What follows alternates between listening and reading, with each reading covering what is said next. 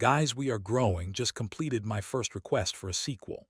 I am listening if you guys want to hear more from any of the stories on this channel. Have a wondering day or night. Please like and subscribe. When my former high school rival showed up at my cabin during a deadly snowstorm, I thought her family's biggest problem was bankruptcy. I was wrong. Someone was watching them. Someone was hunting them. And the truth was buried for 27 years. Main story. After my high school nemesis lost everything, she showed up at my mountain cabin in the middle of the worst blizzard our state had seen in 20 years. Back when we were teenagers, Isabelle Hart was the kind of girl people wrote songs about. Rich, beautiful, brilliant, and completely unbearable. At least that's what I told myself. The truth. I'd been in love with her since sophomore year. Not that I'd ever admit it. Especially not to Isabelle. The last conversation we had in high school ended with her calling me a stubborn mountain goat, and me telling her she was a spoiled princess who wouldn't survive a day without her credit card. Looking back, maybe neither of us was completely wrong. 3 years later, I was standing alone in my cabin high in the Rockies, watching snow hammer against the windows like 1,000 tiny fists. The weather station radio buzzed beside me. Extreme blizzard warning remains in effect. Residents are advised not to travel under any circumstances. I snorted. Good advice. Anyone stupid enough to be on these roads tonight deserved whatever happened to them. The fire crackled in the stone fireplace. A mug of coffee warmed my hands. The whole cabin smelled like pine wood and smoke. Honestly, it was a good life. Peaceful. Simple. Exactly how I liked it. Then somebody started pounding on my front door. Bang. Bang. Bang. I frowned. Nobody should have been out there. The nearest town was nearly 20 miles away. The storm was so bad that visibility had dropped to practically nothing.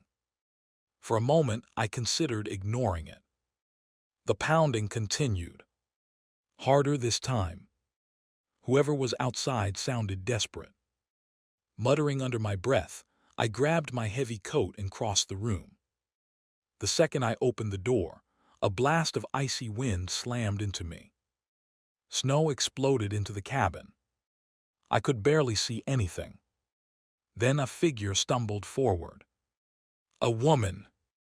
Dark hair. Designer coat. Exhausted eyes. For a second, my brain refused to process what I was seeing. No way. No chance. But it was. Isabelle Hart. She looked up at me. The confidence I remembered was gone. So was the arrogance. She looked tired. Cold. Scared. Behind her stood an older man leaning heavily on a cane. Richard Hart. Her father. Former billionaire. Former CEO. Former king of half the state. And next to him stood a teenage boy with snow covering his shoulders. Her younger brother Mason. The kid couldn't have been more than 16. All three looked half frozen. Nobody spoke. We simply stared at each other. Finally, Isabelle swallowed. Noah. Just hearing my name in her voice felt strange. Back in school, she usually sounded annoyed whenever she said it. Now she seemed almost relieved. We need help. The words hit me harder than they should have. Because Isabelle Hart never asked anyone for help. Not unless things were truly bad.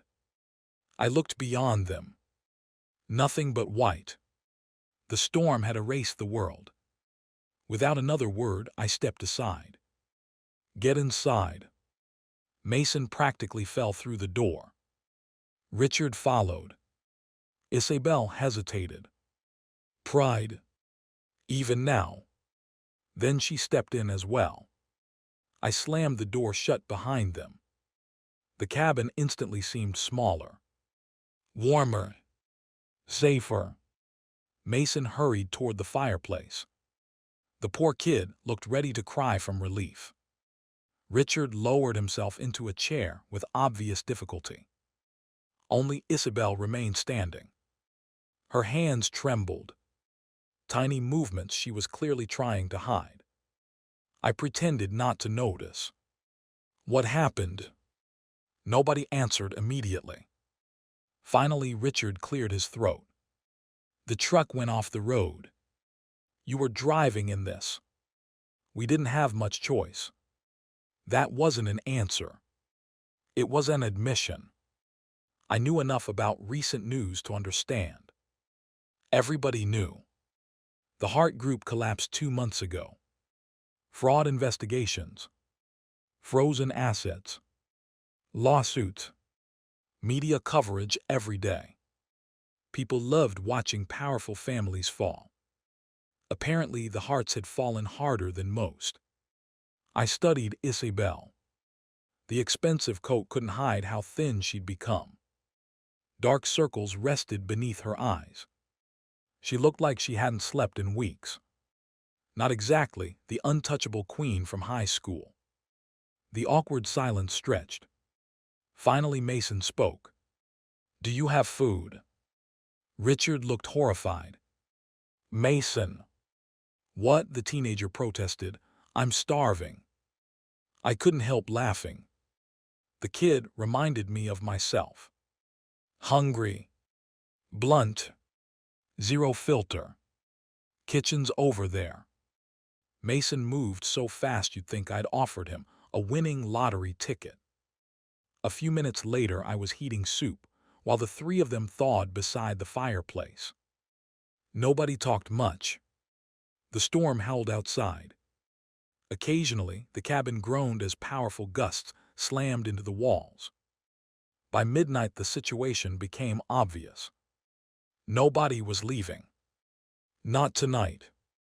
Maybe not tomorrow either. The roads were impassable. Even rescue vehicles wouldn't be moving until conditions improved. I set blankets on the couch. We'll figure out sleeping arrangements tomorrow. Richard nodded. Thank you. Don't mention it. He looked at me carefully, as if seeing me for the first time.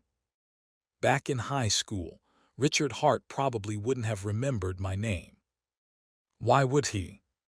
I was the son of a carpenter, one of hundreds of kids attending the private academy, his donations practically funded. Funny how life worked. A few bad months, a few bad decisions, and suddenly the powerful were asking favors from people they'd barely noticed before. Not that I planned to say that out loud. Even I wasn't that cruel. Eventually, everyone settled down. Or tried to.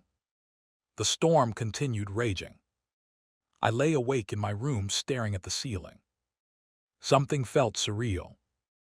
A year ago, Isabelle was appearing on magazine covers. Tonight she was sleeping 30 feet away from me. Homeless. Bankrupt. Lost. I wondered what happened to all the people who used to surround her. The friends. The admirers. The socialites. The investors. The people always eager to bask in her family's wealth. Funny. None of them seemed to be here now. Around 3 in the morning, I heard footsteps. Quiet ones. I got out of bed. Opened my door. The cabin was dark except for firelight. Someone sat alone near the fireplace. Isabelle. She didn't notice me. She was staring into the flames. Her expression looked completely different from the one she wore during the day. Fragile. Forlorn. Human. I suddenly felt like an intruder. Then she spoke without turning around. You're staring. I froze. I wasn't. You were. Still impossible. just like high school. I walked over and sat across from her. For a moment, neither of us said anything. Finally, I asked the question that had been bothering me all evening. Why come here? She kept watching the fire. Because I remembered you lived in the mountains. That's not an answer. It is. No. For a second, she looked annoyed. Then something surprising happened. She smiled. A tiny smile. Brief but real. I'd forgotten how pretty it was. You haven't changed at all. Neither have you. The smile faded. A shadow crossed her face. I have. That answer felt heavier than it sounded. Outside, wind screamed across the mountains. Inside, the fire crackled softly. Eventually, she stood. I'm going to try sleeping. Good luck. She started walking away. Then stopped. Without looking at me, she quietly said, "Thank you for letting us stay." I watched her disappear down the hall. And for some reason, those 8 words bothered me more than anything else. Because I'd never heard Isabelle Hart sound defeated before. And something told me this storm wasn't the real disaster. Something much worse had happened long before she reached my cabin. The next morning, I woke up to the smell of something burning. At first, I thought the chimney was acting up. Then I heard somebody yell. Why is it smoking like that? Another voice answered. Because it's on fire. I sat straight up. The second voice was definitely Isabelle. I threw on a shirt and hurried into the kitchen. The scene waiting for me stopped me cold. Mason stood beside the stove clutching a spatula. Black smoke filled the room. A frying pan sat in the middle of the stove. Inside was what had once been bacon. Now it looked like charcoal. Isabelle was waving a dish towel through the air, as if she thought she could physically beat the smoke into submission. What happened? I asked. The siblings froze. Mason pointed at Isabelle. Her fault. She immediately pointed back. His fault. You're the one who said you could cook. I can. This doesn't look like cooking. It was cooking 10 minutes ago. I stared at the pan. Pretty sure that's evidence in a murder investigation now. Mason snorted. To my surprise, Isabelle nearly laughed too. I opened a window. Cold mountain air rushed inside. The smoke slowly cleared. Richard walked into the room wearing an exhausted expression. He looked at the ruined breakfast. Looked at me. Then sighed. I assume that's not edible. No. Good, I value my remaining years. For the first time all morning, everyone smiled. Even Richard. That was when I noticed something. The tension from last night hadn't completely disappeared. But it was different. Less panic. More exhaustion. The kind that comes after surviving something terrible. I took over breakfast duty. Eggs. Toast. Coffee. Nothing fancy. The Harts sat around my kitchen table while I cooked. An image popped into my head. 3 years ago, these people probably had personal chefs. Now they looked grateful for scrambled eggs. Life could be brutally unfair. Or maybe brutally equal. Depending on how you looked at it. When the food was ready, Mason attacked his plate like he'd never seen food before. Richard ate more slowly. Isabelle barely touched hers. I noticed immediately. You sick? No. Then eat. I'm not hungry. You haven't been hungry since you got here. Her jaw tightened. I realized I'd hit something sensitive. Richard quietly set down his fork. Isabelle. She didn't answer. Tell him. The look she shot her father could have frozen lava. But after a moment she sighed. The stress makes me nauseous. That explained a lot. The dark circles, the weight loss, the constant exhaustion. I'd seen enough rescue victims over the years to recognize someone running on fumes. How long? She looked away. A while. Define a while.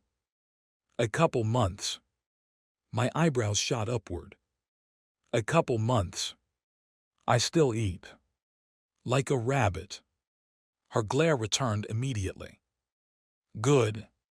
At least that meant she still had some fight left. After breakfast, I stepped outside. The storm had finally weakened. Snow still covered everything, but visibility had improved. The mountain looked beautiful. The world transformed into white and silver. The cabin sat alone among towering pine trees. Peaceful, almost magical. Until Isabelle joined me. Guys, we are growing. Just completed my first request for a sequel. I am listening if you guys want to hear more from any of the stories on this channel. Have a wondering day or night. Please like and subscribe. When my former high school rival showed up at my cabin during a deadly snowstorm, I thought her family's biggest problem was bankruptcy. I was wrong. Someone was watching them. Someone was hunting them. And the truth was buried for 27 years. Main story. After my high school nemesis lost everything, she showed up at my mountain cabin in the middle of the worst blizzard our state had seen in 20 years. Back when we were teenagers, Isabelle Hart was the kind of girl people wrote songs about. Rich, beautiful, brilliant, and completely unbearable. At least that's what I told myself. The truth. I'd been in love with her since sophomore year. Not that I'd ever admit it. Especially not to Isabelle. The last conversation we had in high school ended with her calling me a stubborn mountain goat, and me telling her she was a spoiled princess who wouldn't survive a day without her credit card. Looking back, maybe neither of us was completely wrong. 3 years later, I was standing alone in my cabin high in the Rockies, watching snow hammer against the windows like 1,000 tiny fists. The weather station radio buzzed beside me. Extreme blizzard warning remains in effect. Residents are advised not to travel under any circumstances. I snorted. Good advice. Anyone stupid enough to be on these roads tonight deserved whatever happened to them. The fire crackled in the stone fireplace. A mug of coffee warmed my hands. The whole cabin smelled like pine wood and smoke.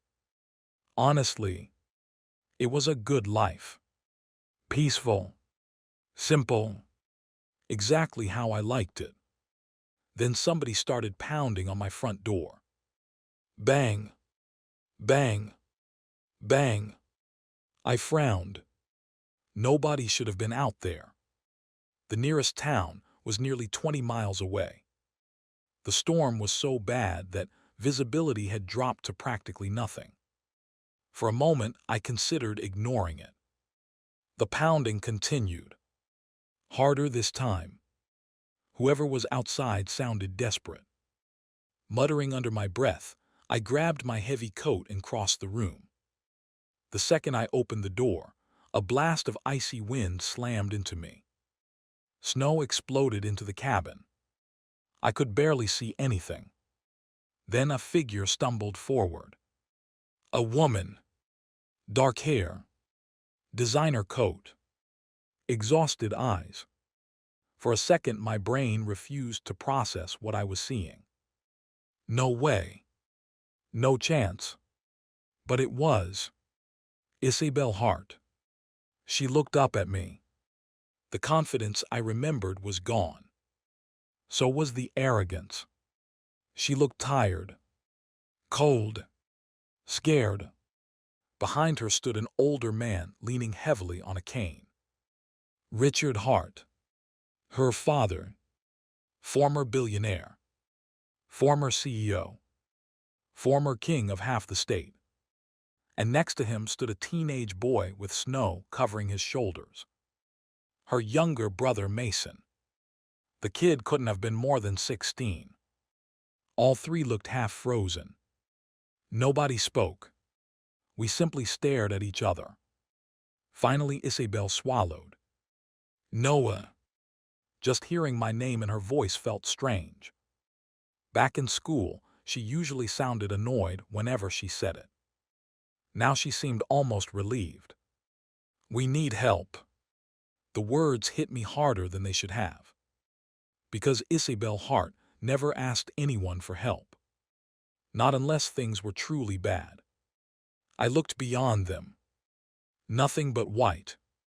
The storm had erased the world. Without another word, I stepped aside. Get inside. Mason practically fell through the door. Richard followed. Isabelle hesitated. Pride. Even now. Then she stepped in as well. I slammed the door shut behind them. The cabin instantly seemed smaller. Warmer. Safer. Mason hurried toward the fireplace. The poor kid looked ready to cry from relief. Richard lowered himself into a chair with obvious difficulty. Only Isabelle remained standing. Her hands trembled. Tiny movements she was clearly trying to hide. I pretended not to notice. What happened? Nobody answered immediately. Finally, Richard cleared his throat. The truck went off the road. You were driving in this. We didn't have much choice. That wasn't an answer. It was an admission. I knew enough about recent news to understand. Everybody knew. The Hart Group collapsed 2 months ago. Fraud investigations. Frozen assets. Lawsuits. Media coverage every day. People loved watching powerful families fall. Apparently, the Harts had fallen harder than most. I studied Isabelle. The expensive coat couldn't hide how thin she'd become. Dark circles rested beneath her eyes. She looked like she hadn't slept in weeks. Not exactly the untouchable queen from high school. The awkward silence stretched. Finally, Mason spoke. Do you have food? Richard looked horrified. Mason. What? The teenager protested. I'm starving. I couldn't help laughing. The kid reminded me of myself. Hungry. Blunt. Zero filter. Kitchen's over there. Mason moved so fast you'd think I'd offered him a winning lottery ticket. A few minutes later, I was heating soup, while the three of them thawed beside the fireplace. Nobody talked much. The storm howled outside. Occasionally, the cabin groaned as powerful gusts slammed into the walls. By midnight, the situation became obvious. Nobody was leaving. Not tonight. Maybe not tomorrow either. The roads were impassable.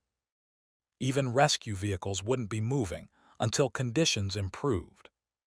I set blankets on the couch.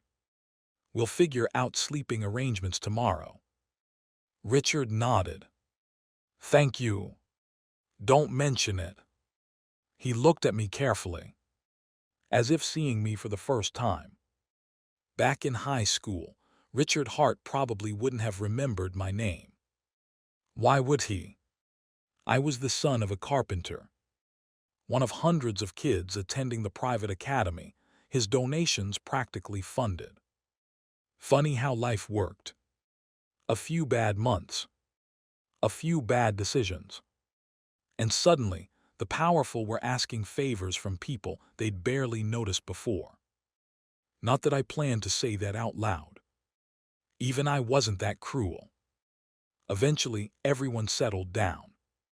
Or tried to. The storm continued raging. I lay awake in my room staring at the ceiling. Something felt surreal. A year ago, Isabelle was appearing on magazine covers. Tonight she was sleeping 30 feet away from me. Homeless, bankrupt, lost. I wondered what happened to all the people who used to surround her. The friends, the admirers, the socialites, the investors, the people always eager to bask in her family's wealth. Funny, none of them seemed to be here now. Around 3 in the morning, I heard footsteps. Quiet ones. I got out of bed, opened my door. The cabin was dark except for firelight. Someone sat alone near the fireplace. Isabelle. She didn't notice me. She was staring into the flames. Her expression looked completely different from the one she wore during the day. Fragile, forlorn, human. I suddenly felt like an intruder. Then she spoke without turning around. "You're staring." I froze. "I wasn't." "You were." Still impossible. Just like high school. I walked over and sat across from her. For a moment, neither of us said anything. Finally, I asked the question that had been bothering me all evening. "Why come here?" She kept watching the fire. "Because I remembered you lived in the mountains." That's not an answer. It is. No. For a second, she looked annoyed. Then something surprising happened. She smiled. A tiny smile. Brief but real. I'd forgotten how pretty it was. "You haven't changed at all." "Neither have you." The smile faded. A shadow crossed her face. "I have." That answer felt heavier than it sounded. Outside, wind screamed across the mountains. Inside, the fire crackled softly. Eventually, she stood. "I'm going to try sleeping." "Good luck." She started walking away. Then stopped. Without looking at me, she quietly said, "Thank you for letting us stay." I watched her disappear down the hall. And for some reason, those 8 words bothered me more than anything else. Because I'd never heard Isabelle Hart sound defeated before. And something told me this storm wasn't the real disaster. Something much worse had happened long before she reached my cabin. The next morning, I woke up to the smell of something burning. At first, I thought the chimney was acting up. Then I heard somebody yell, "Why is it smoking like that?" Another voice answered, "Because it's on fire." I sat straight up. The second voice was definitely Isabelle. I threw on a shirt and hurried into the kitchen. The scene waiting for me stopped me cold. Mason stood beside the stove clutching a spatula. Black smoke filled the room. A frying pan sat in the middle of the stove. Inside was what had once been bacon. Now it looked like charcoal. Isabelle was waving a dish towel through the air, as if she thought she could physically beat the smoke into submission. "What happened?" I asked. The siblings froze. Mason pointed at Isabelle. "Her fault." She immediately pointed back. "His fault. You're the one who said you could cook." "I can." "This doesn't look like cooking." "It was cooking 10 minutes ago." I stared at the pan. Pretty sure that's evidence in a murder investigation now. Mason snorted. To my surprise, Isabelle nearly laughed too. I opened a window. Cold mountain air rushed inside. The smoke slowly cleared. Richard walked into the room wearing an exhausted expression. He looked at the ruined breakfast. Looked at me. Then sighed. "I assume that's not edible." "No." "Good, I value my remaining years." For the first time all morning, everyone smiled. Even Richard. That was when I noticed something. The tension from last night hadn't completely disappeared. But it was different. Less panic. more exhaustion, the kind that comes after surviving something terrible. I took over breakfast duty. Eggs, toast, coffee, nothing fancy. The Harts sat around my kitchen table while I cooked.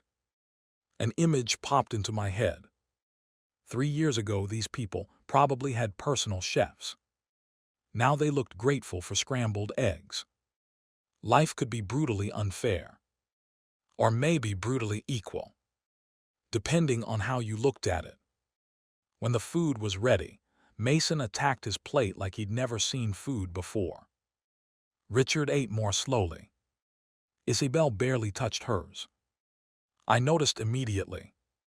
"You sick?" "No." "Then eat." "I'm not hungry." "You haven't been hungry since you got here." Her jaw tightened. I realized I'd hit something sensitive. Richard quietly set down his fork. "Isabelle." She didn't answer. "Tell him." The look she shot her father could have frozen lava. But after a moment she sighed. "The stress makes me nauseous." That explained a lot. The dark circles, the weight loss, the constant exhaustion. I'd seen enough rescue victims over the years to recognize someone running on fumes. "How long?" She looked away. "A while." "Define a while." "A couple months." My eyebrows shot upward. "A couple months. I still eat. Like a rabbit." Her glare returned immediately. "Good." At least that meant she still had some fight left. After breakfast, I stepped outside. The storm had finally weakened. Snow still covered everything, but visibility had improved. The mountain looked beautiful. The world transformed into white and silver. The cabin sat alone among towering pine trees. Peaceful, almost magical, until Isabelle joined me. The magic instantly became more complicated.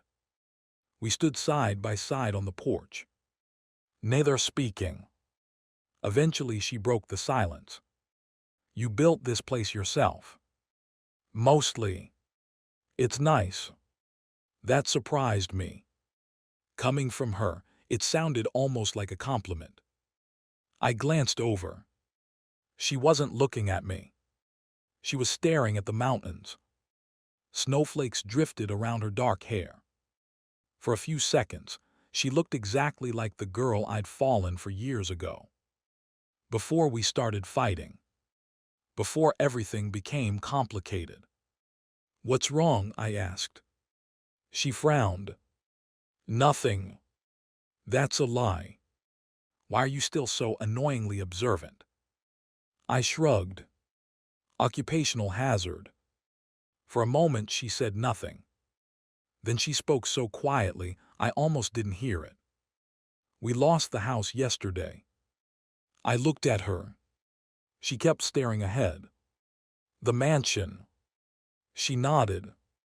The Hart estate had been famous. Everybody knew it. Massive property. Private lake. More rooms than anyone reasonably needed. Gone. Just like that. "My mother's family built it," she continued. "I know. My grandfather planted most of the trees himself." I stayed silent. She swallowed hard. "The bank took everything." The words cracked slightly. There it was. The real wound. Not the money. Not the status. The memories. The history. The feeling that something permanent had suddenly vanished. I understood that. More than she probably realized. My parents lost our family home when I was 12. Different circumstances. Same pain. For several minutes neither of us spoke. Finally she laughed bitterly. "Funny." "What is?" "In high school, everybody wanted to be me." I looked over. Her eyes remained fixed on the mountains. Now nobody answers my calls. That one hurt, because I knew she wasn't exaggerating.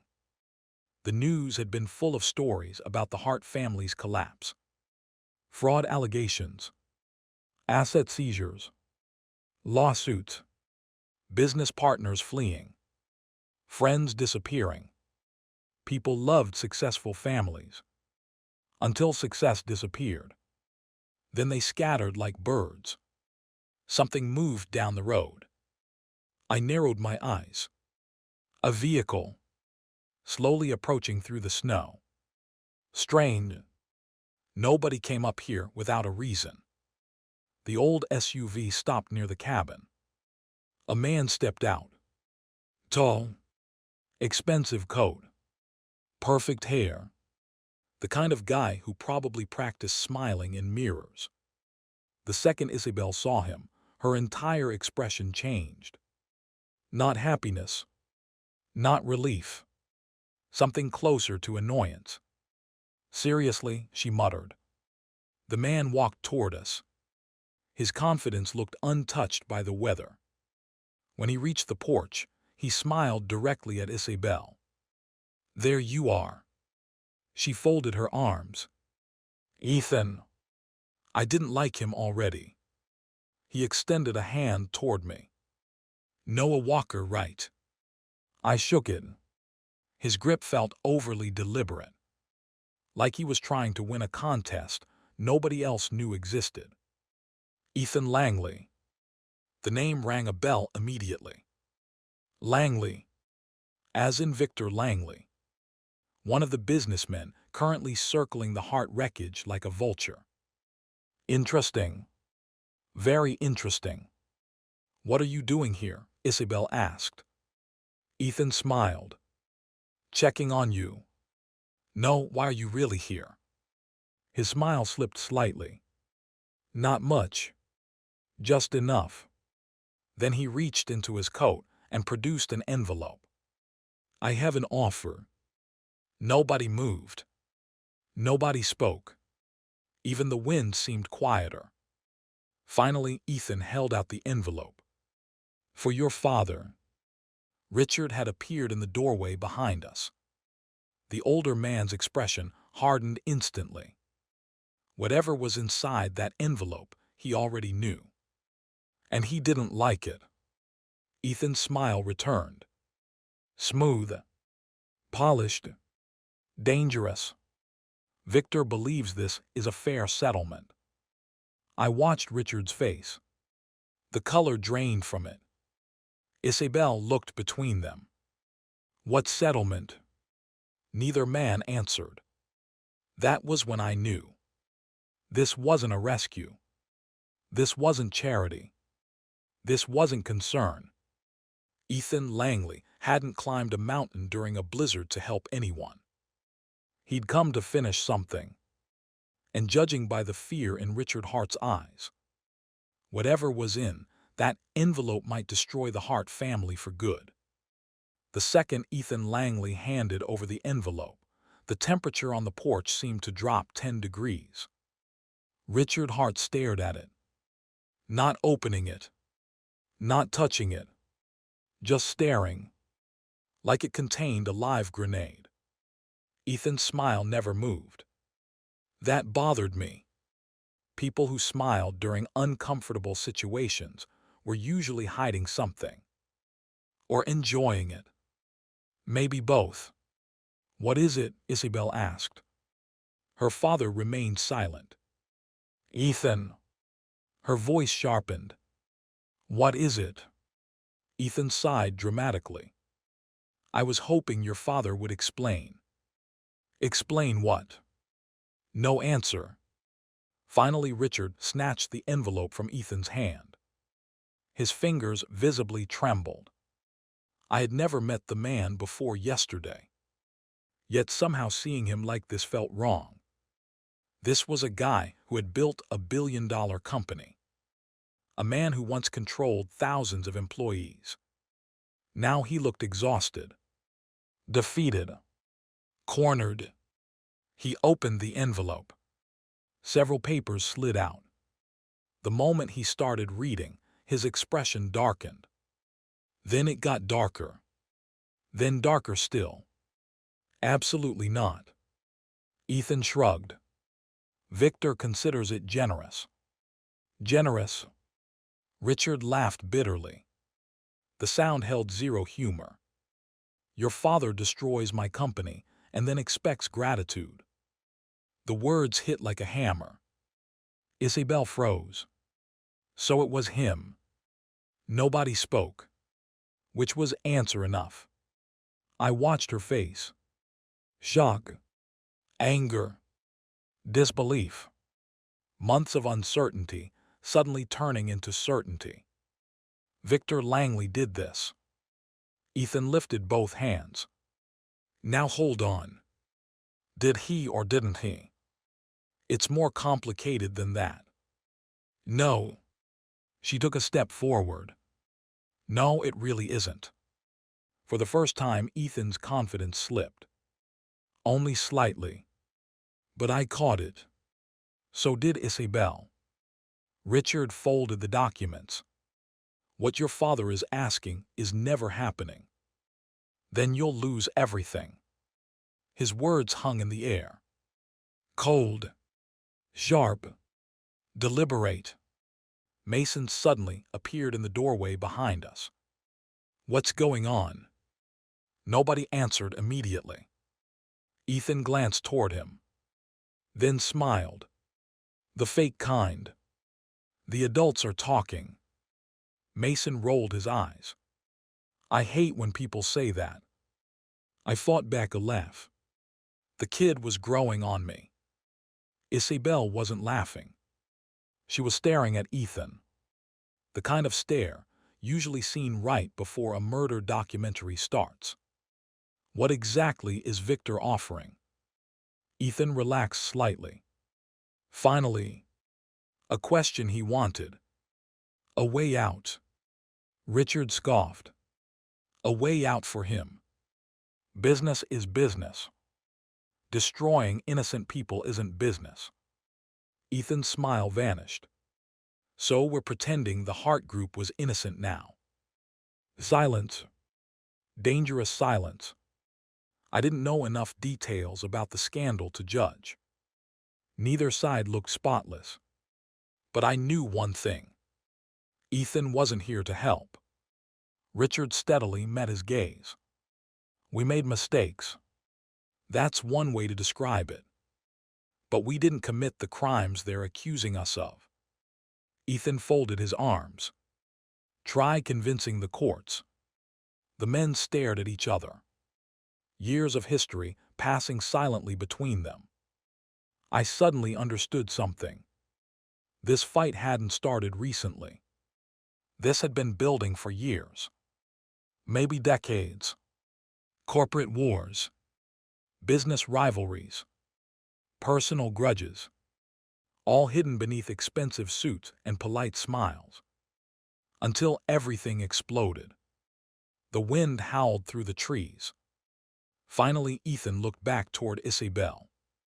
His expression softened. Or attempted to. Look. His tone changed. More personal. More gentle. I'm trying to help. That almost made me laugh.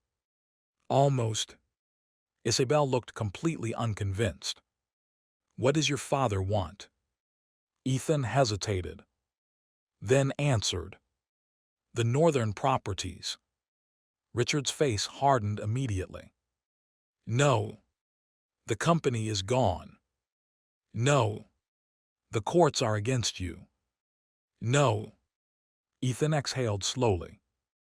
The properties are worthless now. They're not for sale.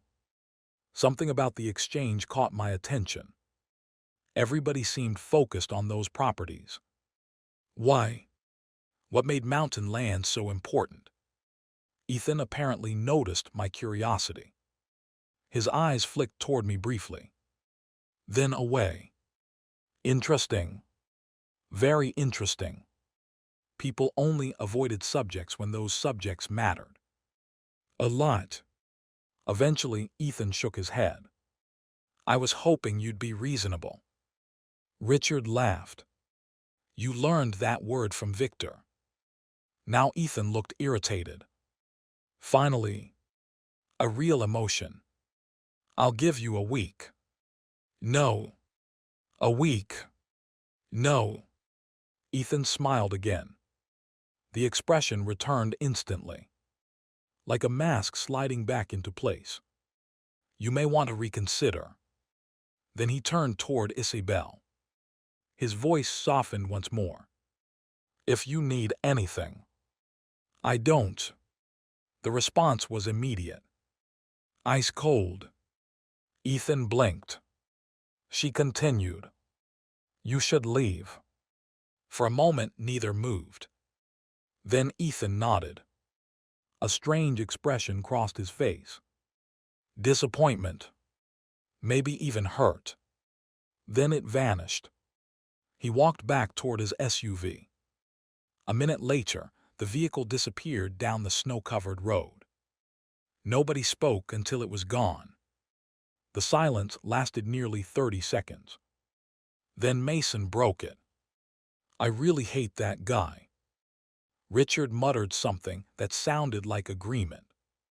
I closed the door behind us. The cabin instantly felt warmer. Safer. Yet somehow more dangerous too. The envelope remained in Richard's grip. I pointed at it. So what? What exactly was he offering? Richard looked toward Isabelle, then toward Mason, then sat heavily at the kitchen table. Suddenly he looked 10 years older. Maybe 20.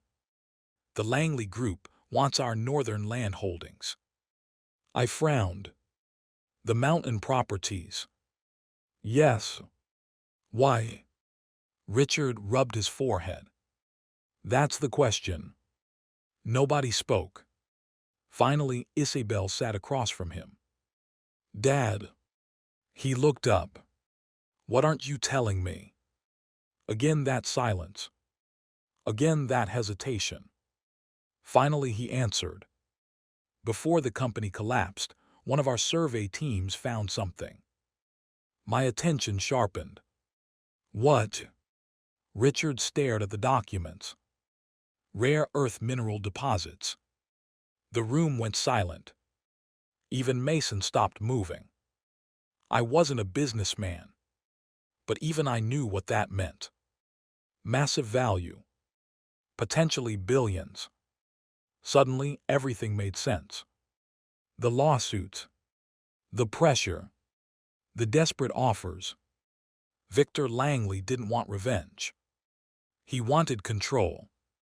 And if he got those properties, he'd get the mineral rights too. Isabelle slowly leaned back in her chair, realization spreading across her face. Oh. Richard nodded. Exactly. Mason looked stunned. So the company wasn't destroyed because of money. No. Richard's expression darkened. It was destroyed because somebody wanted more. Nobody said anything after that. The fire crackled softly. Outside, snow drifted from the roof. Inside the cabin, an entirely different storm was beginning. And judging by the look in Richard Hart's eyes, the Langley family wasn't finished yet. Not even close. Then a sudden noise echoed from outside. A loud metallic crash. Everyone jumped. I shot to my feet. What was that? Another crash followed. Closer this time. Much closer. I moved to the window and immediately felt every muscle in my body tighten. 3 unfamiliar trucks had just pulled into the clearing. Black vehicles. Dark windows. No markings. No explanation. Just trouble. One by one, their doors opened, and men began climbing out. 3 black trucks. 9 men. And somehow the blizzard suddenly didn't feel like the biggest threat anymore. I stepped closer to the window. The men climbed out one after another. Heavy boots. Thick winter jackets. No logos. No company markings. Nothing that told me who they were. That alone was suspicious. Normal visitors used driveways. These guys looked like they were preparing for a raid. Behind me, Mason swallowed. No. Yeah.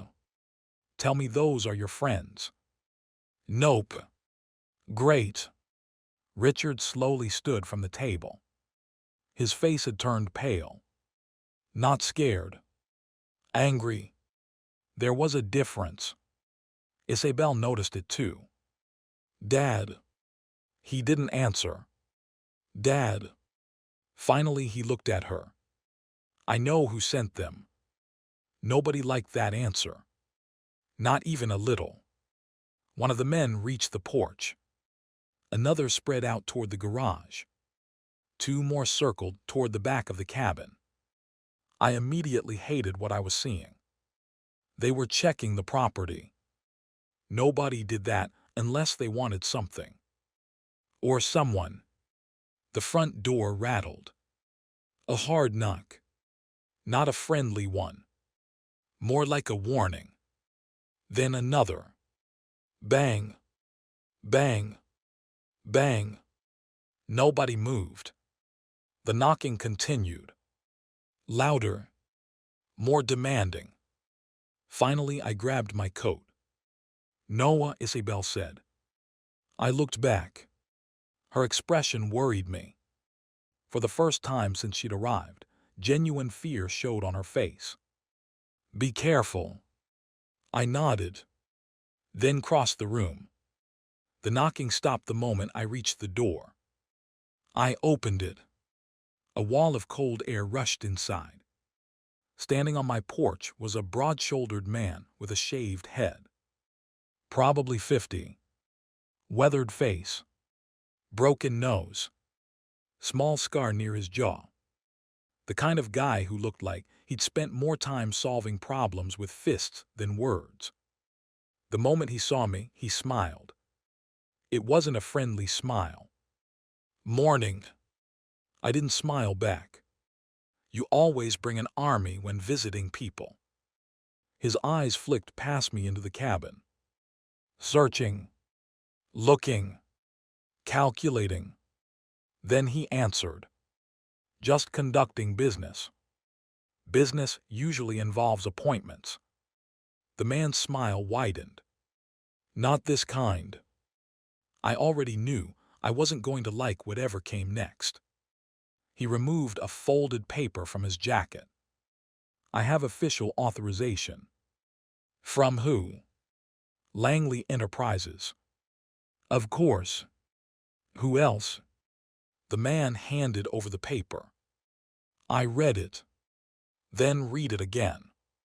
Private investigators. Asset location specialists. Legal recovery services. Fancy terms. Ugly purpose. They were hunting assets connected to the Hart investigation. Richard appeared behind me. The moment the man saw him, his smile sharpened. There he is. Richard glared. You're trespassing.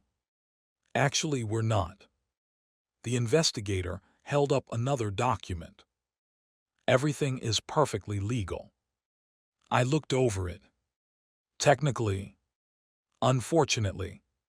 He wasn't lying. The paperwork gave them broad authority to investigate properties connected to the case. Not ownership. Investigation. Huge difference. Still enough to cause problems. The investigator folded the documents. We only need a few minutes. No. The answer came immediately from Richard. The man sighed. I wasn't asking. For several seconds, nobody moved. The wind howled around us. Snow drifted across the porch.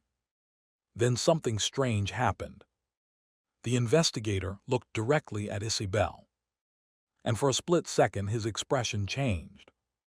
Recognition. Not professional recognition. Personal. Like he'd seen her somewhere before. Then it vanished. Interesting. Very interesting. He stepped forward. I stepped sideways, blocking the doorway. His eyebrows lifted. What are you doing? Standing. You planning to move? Nope. The smile disappeared entirely. Behind him, several men began approaching the porch. Bad sign. Very bad sign. The investigator's voice hardened. I strongly suggest cooperation. I folded my arms. And I strongly suggest finding another hobby. Behind me, Mason whispered, "Oh my God." I couldn't blame him. Things were escalating quickly. The investigator glanced at his men, then back at me. For a moment, I thought we might actually have a fight. Then a voice echoed from down the road. "Hey!" Everyone turned. A snowmobile flew through the clearing. Fast. Very fast. The driver wore an orange rescue jacket. I recognized him instantly. Deputy Cole Henderson. Local Sheriff's Department. Good man. Former military. Absolutely impossible to intimidate. Cole stopped beside the porch. Removed his helmet. Looked at the trucks. Looked at the men. Looked at me. Then sighed. What now? The investigator immediately smiled again. Lawyers always loved witnesses. We're conducting a lawful operation. Cole stared at him. Funny. What? You look exactly like someone about to get arrested. The investigator's smile twitched. A tiny victory. I'll take those. Cole stepped onto the porch. The wooden floor creaked under his boots. Got a complaint from town. Noise complaint, I asked. No. His eyes swept across the trucks. Multiple reports about strange vehicles heading into the mountains. The investigator crossed his arms. We're not breaking any laws. Cole shrugged. Good. Silence. Because if you do, paperwork gives me hives. Mason burst out laughing. The investigator looked like he wanted to murder somebody. Possibly all of us. Eventually, he took a slow breath. Then smiled once more. That fake smile was getting old. Another time then. Nobody answered. The men returned to their vehicles.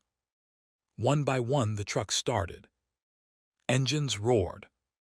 Snow sprayed across the clearing. Then they drove away. Just like that. Gone. But the tension remained. Much worse than before. Cole watched the vehicles disappear. Then turned toward Richard. Want to tell me what's going on? Richard hesitated. Long enough. Too long. Cole noticed. So did I. Finally Richard sighed. It's complicated. That's usually code for very bad. A ghost of a smile crossed Richard's face. You're not wrong. A few minutes later, everybody gathered around the kitchen table. Coffee appeared. Then more coffee. Because apparently that's how mountain people handled potential criminal conspiracies. Cole listened while Richard explained everything. The collapsed company. The lawsuits. The mineral discovery. Victor Langley's sudden interest in specific mountain properties. The intimidation campaign. When Richard finished, the room fell silent. Cole leaned back in his chair. Well, nobody spoke. That's worse than I expected. Mason groaned. That's not comforting. It wasn't supposed to be. Cole rubbed his chin thoughtfully. Something doesn't add up. Richard looked up. What? If Victor already controls most of the investigation? Cole pointed toward the window. Why send those idiots? Good question. A very good question. Nobody had an answer. Then I remembered the way the investigator looked at Isabelle. That brief moment. Recognition. Interest. Something personal. A cold feeling settled in my stomach. Maybe they weren't here for documents. Maybe they weren't here for property. Maybe the mountain land wasn't the only thing Victor Langley wanted. Suddenly, another realization hit me. One that made my blood run cold. Ethan. Everyone looked at me. What about him? Isabelle asked. He knew exactly where you were. Silence. Dangerous silence. Cole slowly sat upright. Richard's expression changed. Mason blinked. Then blinked again. Nobody had considered it. Not until now. The cabin's location wasn't public. Very few people knew about it. Yet Ethan had found them. Quickly. Easily. Too easily. Isabelle's face lost color. You think we've been followed? I looked toward the snow-covered road. The empty clearing. The disappearing tire tracks.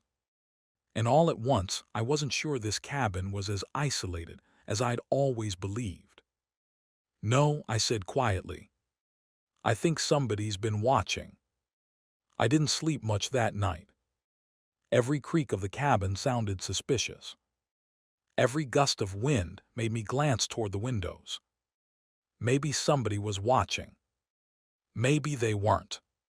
The problem was that once the idea got into your head, it was impossible to ignore.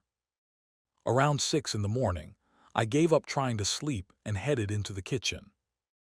To my surprise, Richard Hart was already awake. He sat alone at the table. A mug of untouched coffee rested in front of him. His eyes looked distant, like he was staring at something only he could see. He looked up when I entered. Couldn't sleep. I snorted. You've got strangers showing up at my cabin. Sleep seems ambitious. A faint smile appeared, then disappeared. For a few moments, neither of us spoke. The fire crackled softly nearby. Finally, I asked the question that had been nagging me. What really happened? Richard looked at me. I thought you knew. I know what the news said. His expression darkened. Then you know almost nothing. That wasn't surprising. News channels loved drama. Truth usually came second. Richard leaned back in his chair. For several seconds, he seemed to debate whether to continue. Then he sighed.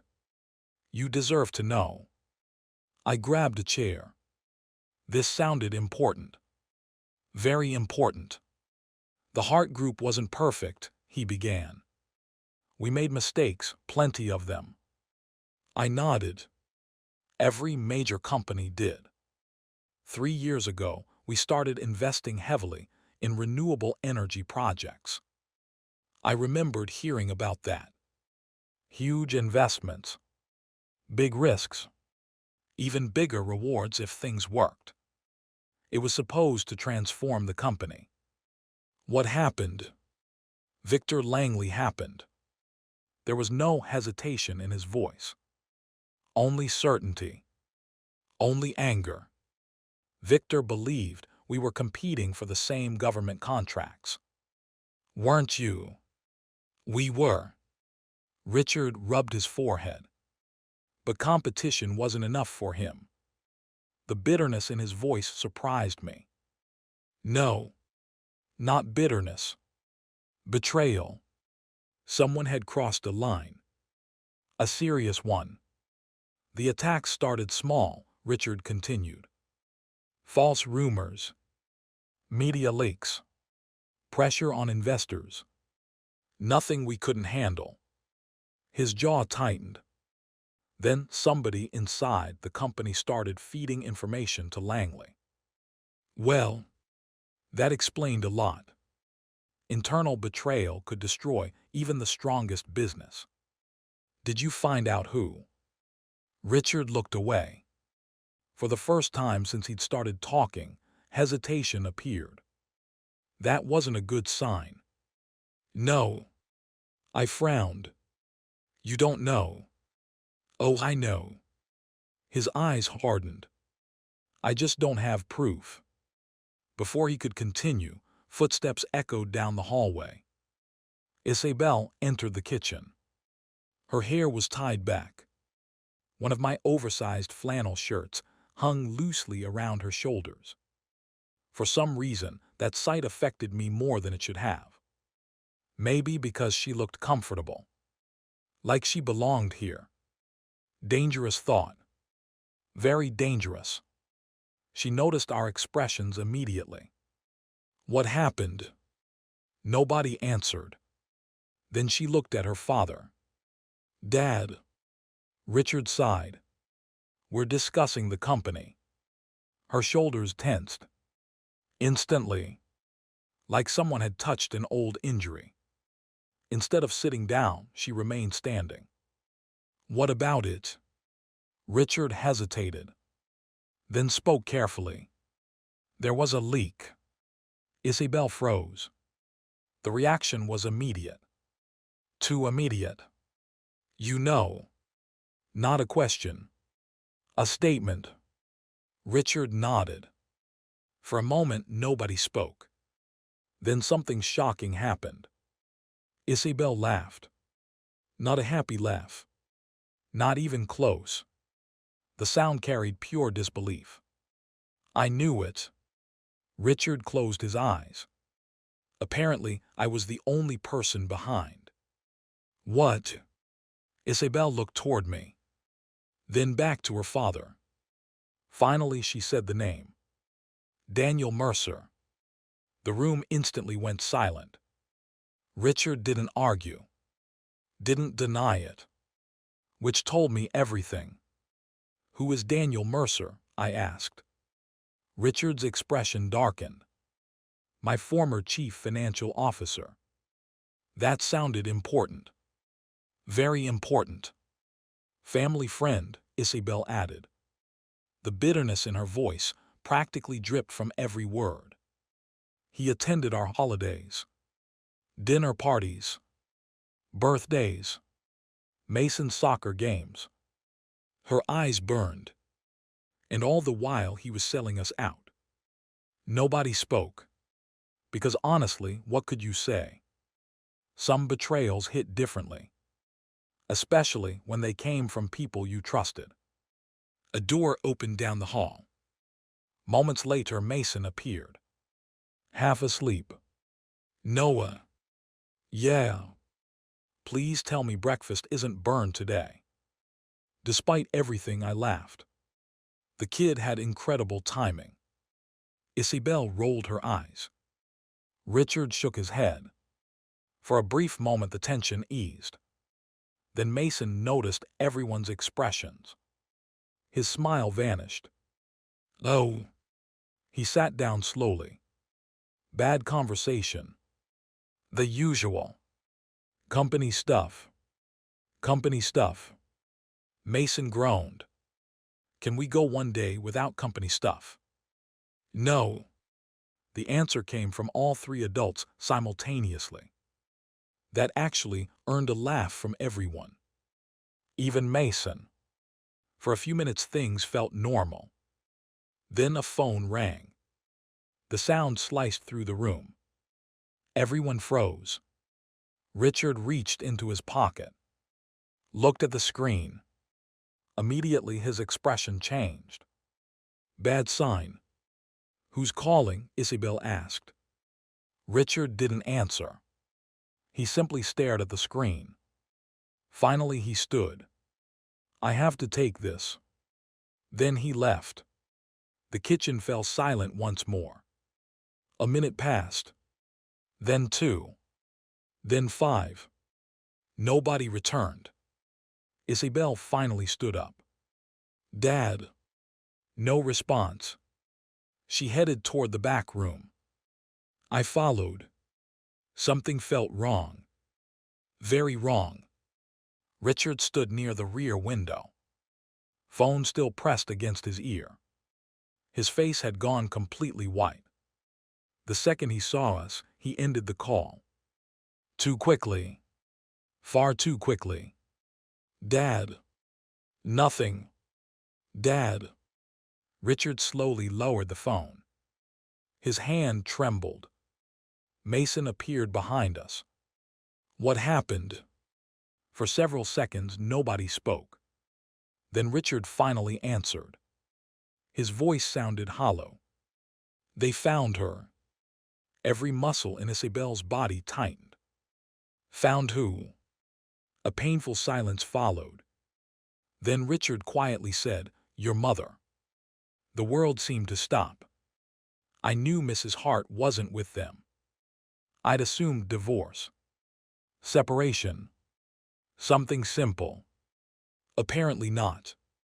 Isabelle stared at him. Dad. His eyes closed. She's been hospitalized. The room went completely silent. Mason looked confused. Then terrified. What? Richard struggled to continue. The words seemed physically painful. She suffered a heart attack early this morning. Nobody moved. Nobody breathed. For several seconds, all I could hear was the wind outside. Then Mason whispered, Is she? Richard immediately shook his head. No. Relief crashed through the room. Brief. Temporary. Because one problem immediately replaced another. The hospital was nearly 100 miles away. Roads were still dangerous. And the Hart family had very little money left. Isabelle looked ready to run through a wall. We're leaving. Her voice was firm. Immediate. Certain. Richard nodded.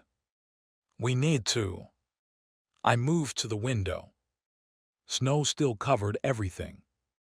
The roads weren't good. But they were possible. Maybe. If we were careful. I turned back toward them. When do we leave? Isabelle looked at me. You don't have to come. Maybe not. But I already knew my answer. These people had become my responsibility somewhere along the way. And whether I liked it or not, Isabelle mattered to me. Probably more than was smart. Probably more than was safe. I grabbed my truck keys. I wasn't asking. For a brief moment, our eyes met. Something passed between us. Something neither of us was ready to name. Then Richard's phone rang again. Everyone looked at it. The screen lit up. A name appeared. The same name that had been haunting this family for months. Victor Langley. Nobody moved. Nobody spoke. The phone continued ringing. And suddenly, I had a feeling their problems were about to get much, much worse. Victor Langley was calling. Nobody moved. The phone continued ringing on the table. Once, twice, 3 times. The sound seemed impossibly loud inside the cabin. Richard stared at the screen. His face had become a mask. No fear. No panic. Just pure exhaustion. Like a man who'd spent months fighting a battle he couldn't win. Finally, Isabelle spoke. Answer it. Richard looked up. Isabelle, answer it. The phone continued ringing. Mason shifted nervously. I folded my arms. Something told me this conversation wouldn't be pleasant. Richard finally pressed the answer button. He switched the call to speaker. Nobody wanted secrets anymore. A smooth voice filled the kitchen. Richard. Victor Langley. Even through a phone speaker, the man sounded confident, relaxed, like somebody who already knew the outcome. Richard's voice hardened. What do you want? A conversation. I'm not interested. Funny, Victor replied. I think you are. Silence. Dangerous silence. Victor continued. I heard about your wife. Every muscle in Isabelle's body tightened. So did mine. The timing felt wrong. Too convenient. Much too convenient. Richard's jaw clenched. If you're calling to exploit this, my dear Richard, I'm calling because I'm concerned. Nobody believed that. Not even a little. Victor sighed. I tried helping you. No. You should have accepted my offer. No. Another sigh. This one sounded almost disappointed. Then Victor's tone changed. The friendliness vanished. Completely. You're out of time. A cold feeling settled into my stomach. Richard's eyes narrowed. What does that mean? It means exactly what it sounds like. Nobody spoke. Victor continued. The investigation is moving forward. The courts are moving forward. The creditors are moving forward. And your family's remaining assets will disappear. Each sentence landed like a hammer blow. Richard remained silent. Victor's voice softened. If you transfer the northern properties today, everything changes. There it is. Richard laughed bitterly. The truth. The truth, Victor replied. The truth is that you're losing. No response. The truth is your family needs help. Still no response. The truth is you're too proud to accept reality.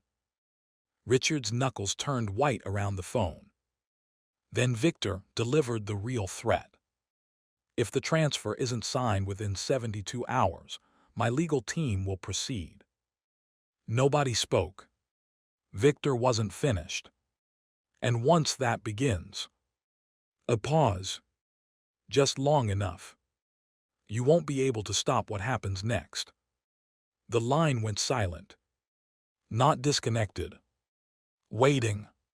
Allowing the threat to settle. Finally, Richard spoke. Very quietly. Go to hell. Click. The call ended. Nobody moved. For several seconds, the room remained completely silent. Then Mason muttered, I really, really hate that guy. Honestly. Same. Richard slowly lowered the phone.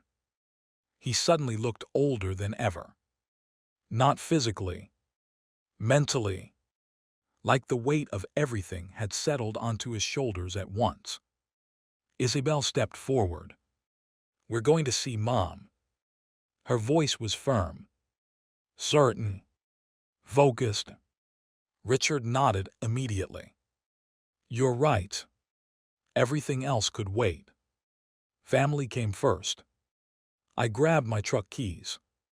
Then let's move. 30 minutes later, we were on the road. My old pickup growled through the snow. Visibility wasn't great. But it was improving. The storm had finally begun, loosening its grip. Richard sat in the passenger seat. Isabelle and Mason occupied the back. Nobody talked much. The hospital sat nearly 100 miles away. That was a long drive in good weather. Today, it felt like crossing an ocean. The mountains stretched endlessly around us. Pine trees bent beneath heavy snow. Frozen cliffs towered over the road. Despite the scenery, the truck felt tense. Everybody had the same question. Would they reach Mrs. Hart in time? An hour passed. Then another. Eventually, Mason fell asleep. His head rested against the window. Richard stared silently ahead. Only Isabelle remained awake. I noticed her watching the landscape, or pretending to. Her thoughts were obviously elsewhere. Finally she spoke. "You didn't have to do this." I kept my eyes on the road. "Sure I did." "No." "Yes." She sighed. "Why?" That question was dangerous. Very dangerous. Because my honest answer wouldn't be smart. Instead I shrugged. Someone has to keep your family from driving into snowbanks. That earned the smallest smile. Victory. Tiny victory. I'll take it.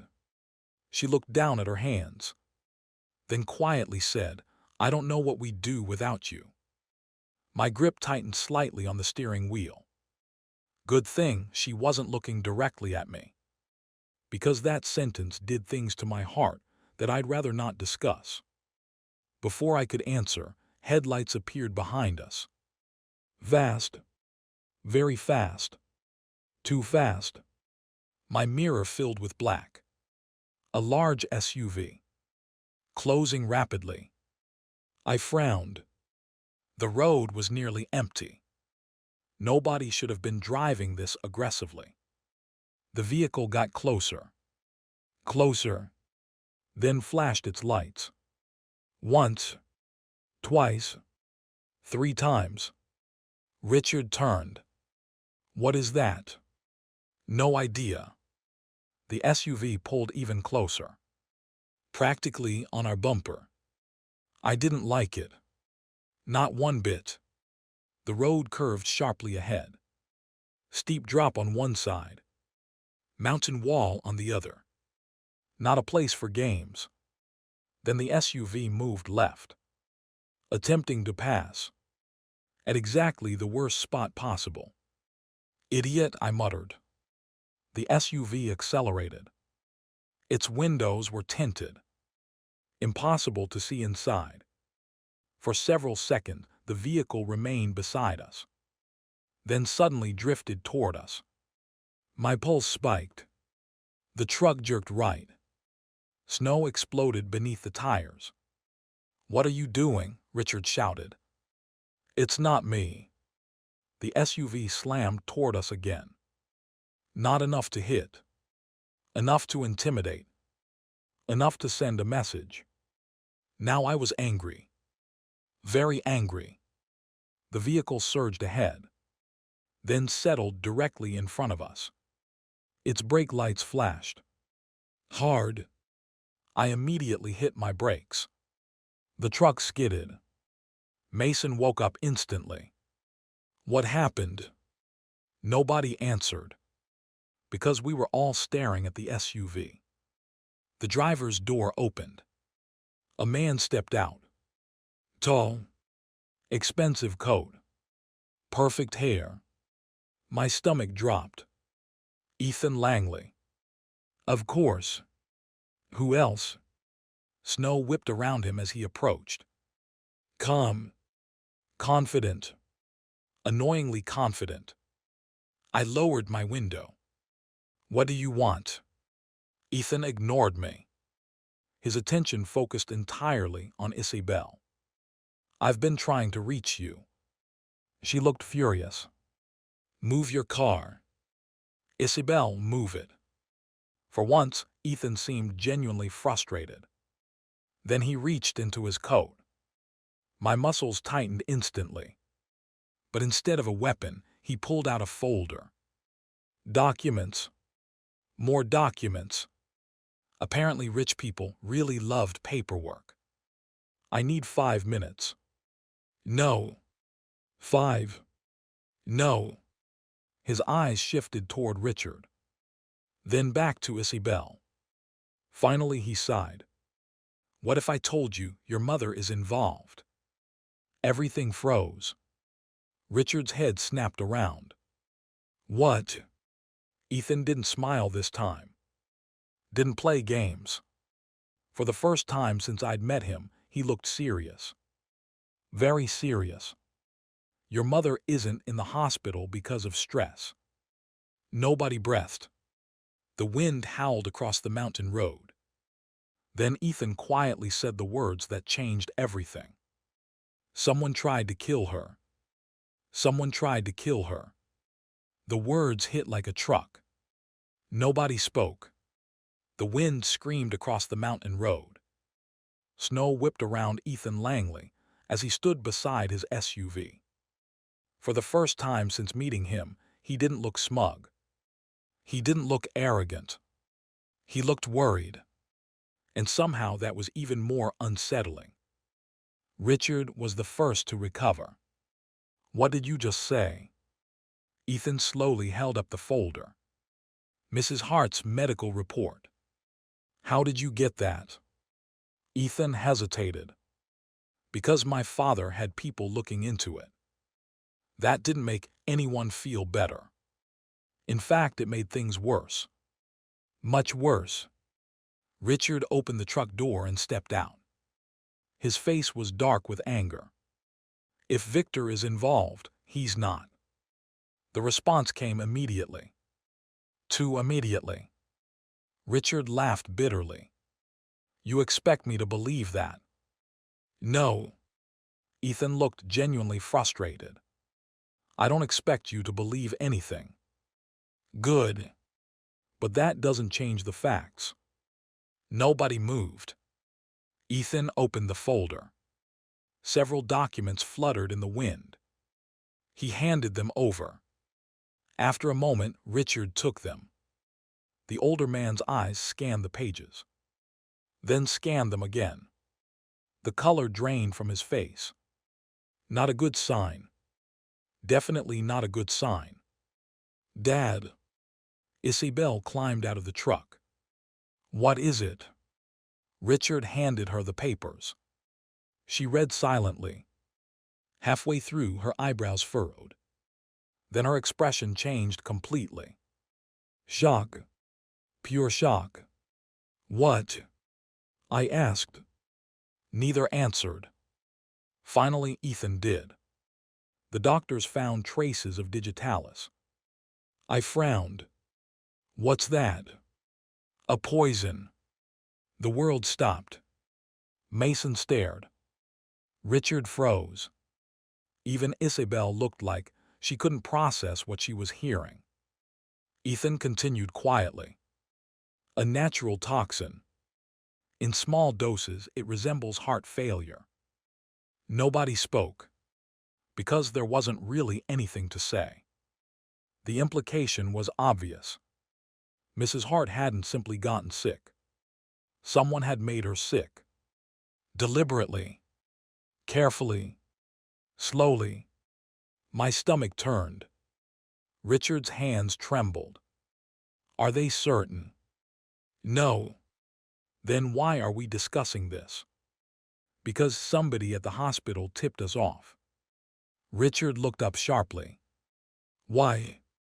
Ethan hesitated. Then answered. "Because they were scared." The silence returned. Snow drifted across the road. Far below us, hidden beneath the mountain cliffs, a river roared through frozen canyons. The whole world suddenly felt colder. Dangerous. Like invisible eyes were watching us. Finally, Isabelle asked the question we were all thinking. "Who?" Nobody had an answer. Not even Ethan. And that scared me most. Because if Victor Langley wasn't responsible, then somebody else was. Somebody who wanted the Hart family destroyed. Maybe dead. And nobody knew who. After a long moment, Ethan closed the folder. "You need to get your father and brother somewhere safe." Richard looked offended. "I'm standing right here." "You know what I mean." Richard did. Unfortunately. Ethan looked directly at Isabelle. "The company investigation is one thing. The attack on your mother is something else." His voice lowered. "These are two separate games." That realization hit hard. Until now, we'd assumed everything connected back to Victor Langley. Maybe we'd been wrong. Maybe we'd been focusing on the obvious enemy, while somebody else moved through the shadows. Somebody smarter. Somebody far more dangerous. A loud crack echoed from somewhere above. Every head turned upward. Years of mountain experience kicked in instantly. My blood ran cold. Another crack followed. Then another. I looked toward the ridge. Snow shifted. Moved. Then began sliding. "Oh no." "What?" Mason asked. I was already moving. Everybody back in the truck. Nobody argued. Maybe it was the tone of my voice. Maybe it was the look on my face. Either way, chaos erupted. Richard moved first. Then Mason. Isabelle grabbed the folder. Ethan sprinted toward his SUV. The mountain ridge above us began collapsing. Tons of snow. Millions of pounds. A white wall descending straight toward the road. Avalanche. A massive one. My truck door slammed shut. Engine roaring. Ahead, Ethan's SUV fishtailed violently. Snow thundered down the mountainside behind him. The sound was unbelievable. Like an entire mountain screaming. "Gio!" I shouted. We lurched forward. Tires spinning. Barely finding traction. Behind us, the avalanche accelerated. Eating the distance. Destroying everything in its path. Trees vanished. Boulders disappeared. The road itself began breaking apart. Mason screamed something. I couldn't hear him. The avalanche was too loud. The rearview mirror showed a wall of white consuming the world. Faster. Closer. Closer still. Then Ethan's SUV spun sideways. My heart stopped. The vehicle slammed into a snowbank. Stuck. Completely stuck. Through the windshield, I saw Ethan climb out. He looked back at the avalanche. Then toward us. And for the first time, the man looked terrified. Absolutely terrified. "Noah," Isabelle shouted. I already knew. There wasn't time. There absolutely wasn't time. But there was no way I was leaving someone behind. Not even Ethan Langley. I hit the brakes. The truck skidded sideways. Richard looked at me like I'd lost my mind. Maybe I had. I threw open the door. The avalanche thundered toward us. A wall of destruction. Seconds away. And Ethan was still trapped in front of it. The photo sat in my hand. Nobody spoke. The wind drifted through the broken mountain pass, while 6 different people stared at one 20-year-old photograph. A photograph that suddenly felt more dangerous than any lawsuit. More dangerous than Victor Langley.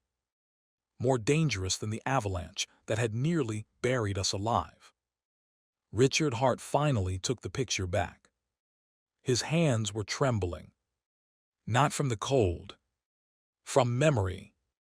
I remember this. His voice sounded distant. "Where was it taken?" Isabelle asked. Richard continued staring at the image. "Fundraising gala." "What year?" 22 years ago. Nobody moved. Mason frowned. "That was before I was born." "It was before Isabelle was born too," Richard replied. The realization settled over everyone. This wasn't recent. This wasn't connected to the company collapse. Whatever secret existed here had started decades earlier. Ethan pointed at the photo. "Look closer." I did. So did everyone else. The image showed maybe a dozen people. Executives. Investors. Business leaders. The usual wealthy crowd. But now that I studied it carefully, another detail stood out. Everybody was smiling, except one person, Daniel Mercer. He wasn't looking at the camera. He was looking at Mrs. Hart, and the expression on his face made my stomach tighten. It wasn't friendship. It wasn't professional respect. It was something else. Something much more personal. Isabelle noticed it too. Oh no. Richard looked away. The reaction alone told us plenty. What? Mason asked. Nobody answered immediately. Finally Richard sighed. A defeated sound. I should have told you years ago. The mountain suddenly felt very quiet. Dad. Richard rubbed both hands across his face. Then he looked directly at his daughter. Before today, I'd never seen the billionaire businessman look afraid. Now he did. Before I married your mother. He paused, long enough to make everyone uncomfortable. She dated Daniel Mercer. Nobody spoke. Nobody even blinked. Mason looked completely lost. Ethan looked unsurprised. Which bothered me a lot. Apparently he'd already suspected this. Isabelle simply stared. What? Richard nodded slowly. They were together. How long? Several years. The silence deepened. My mind started rearranging pieces. The photo. The poison. The betrayal. The investigation. Everything suddenly connected in ways I didn't like. Not one bit. Richard looked toward the distant mountains. He proposed. That got everyone's attention. Even Ethan. He proposed to Mom. Yes. What happened? Richard laughed bitterly. A humorless sound. She rejected him. Nobody moved. Richard continued. A year later she met me. Understanding slowly spread across the group. Then came a much uglier realization. A realization that made Isabelle visibly pale. You're telling me, she whispered. Richard nodded. Daniel never got over it. The words hung in the freezing air. And suddenly the betrayal felt different. Much different. This wasn't just greed. This wasn't just corporate espionage. This was personal. Decades personal. The worst kind. Mason looked sick. You're saying Daniel destroyed our family because he was angry about something that happened 20 years ago. Richard shook his head. No. Everyone looked at him. No. The older man stared at the photograph, then slowly pointed at Daniel Mercer. I think somebody convinced him to do it. A fresh silence fell, because that answer somehow felt worse. Much worse. People acting out of bitterness were predictable. People acting under someone else's influence. Dangerous. Unpredictable. Possibly deadly. Ethan crossed his arms. That's what I think too. Richard looked at him carefully. What aren't you telling us? Ethan hesitated. For a moment, he became very interested in the snow. Not a good sign. Then he sighed. My father knew about Daniel before the investigation happened. Everybody froze. What? Isabelle asked. Ethan looked genuinely uncomfortable now. He mentioned Mercer a few times. Richard's eyes narrowed. Why? No idea. The answer came too quickly. Way too quickly. Richard noticed. So did I. Ethan immediately realized he'd made a mistake. Unfortunately for him, Isabelle was far too smart to let it go. Ethan. Nothing. Ethan. He closed his eyes. A second later, he finally answered. My father met Daniel privately several times. Now things were getting interesting. And by interesting, I meant terrifying. How many times? Richard asked. I don't know. You do know. 3. Nobody liked that answer. Not even a little. The revelation hit Richard particularly hard. His face darkened.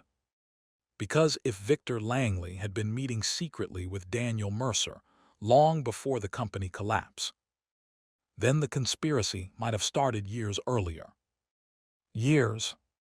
Not months. Not weeks. Years. The possibilities were endless. And none of them were good. Suddenly a phone buzzed. Everyone jumped. Mason looked down. His phone screen glowed brightly. A text message. Strange.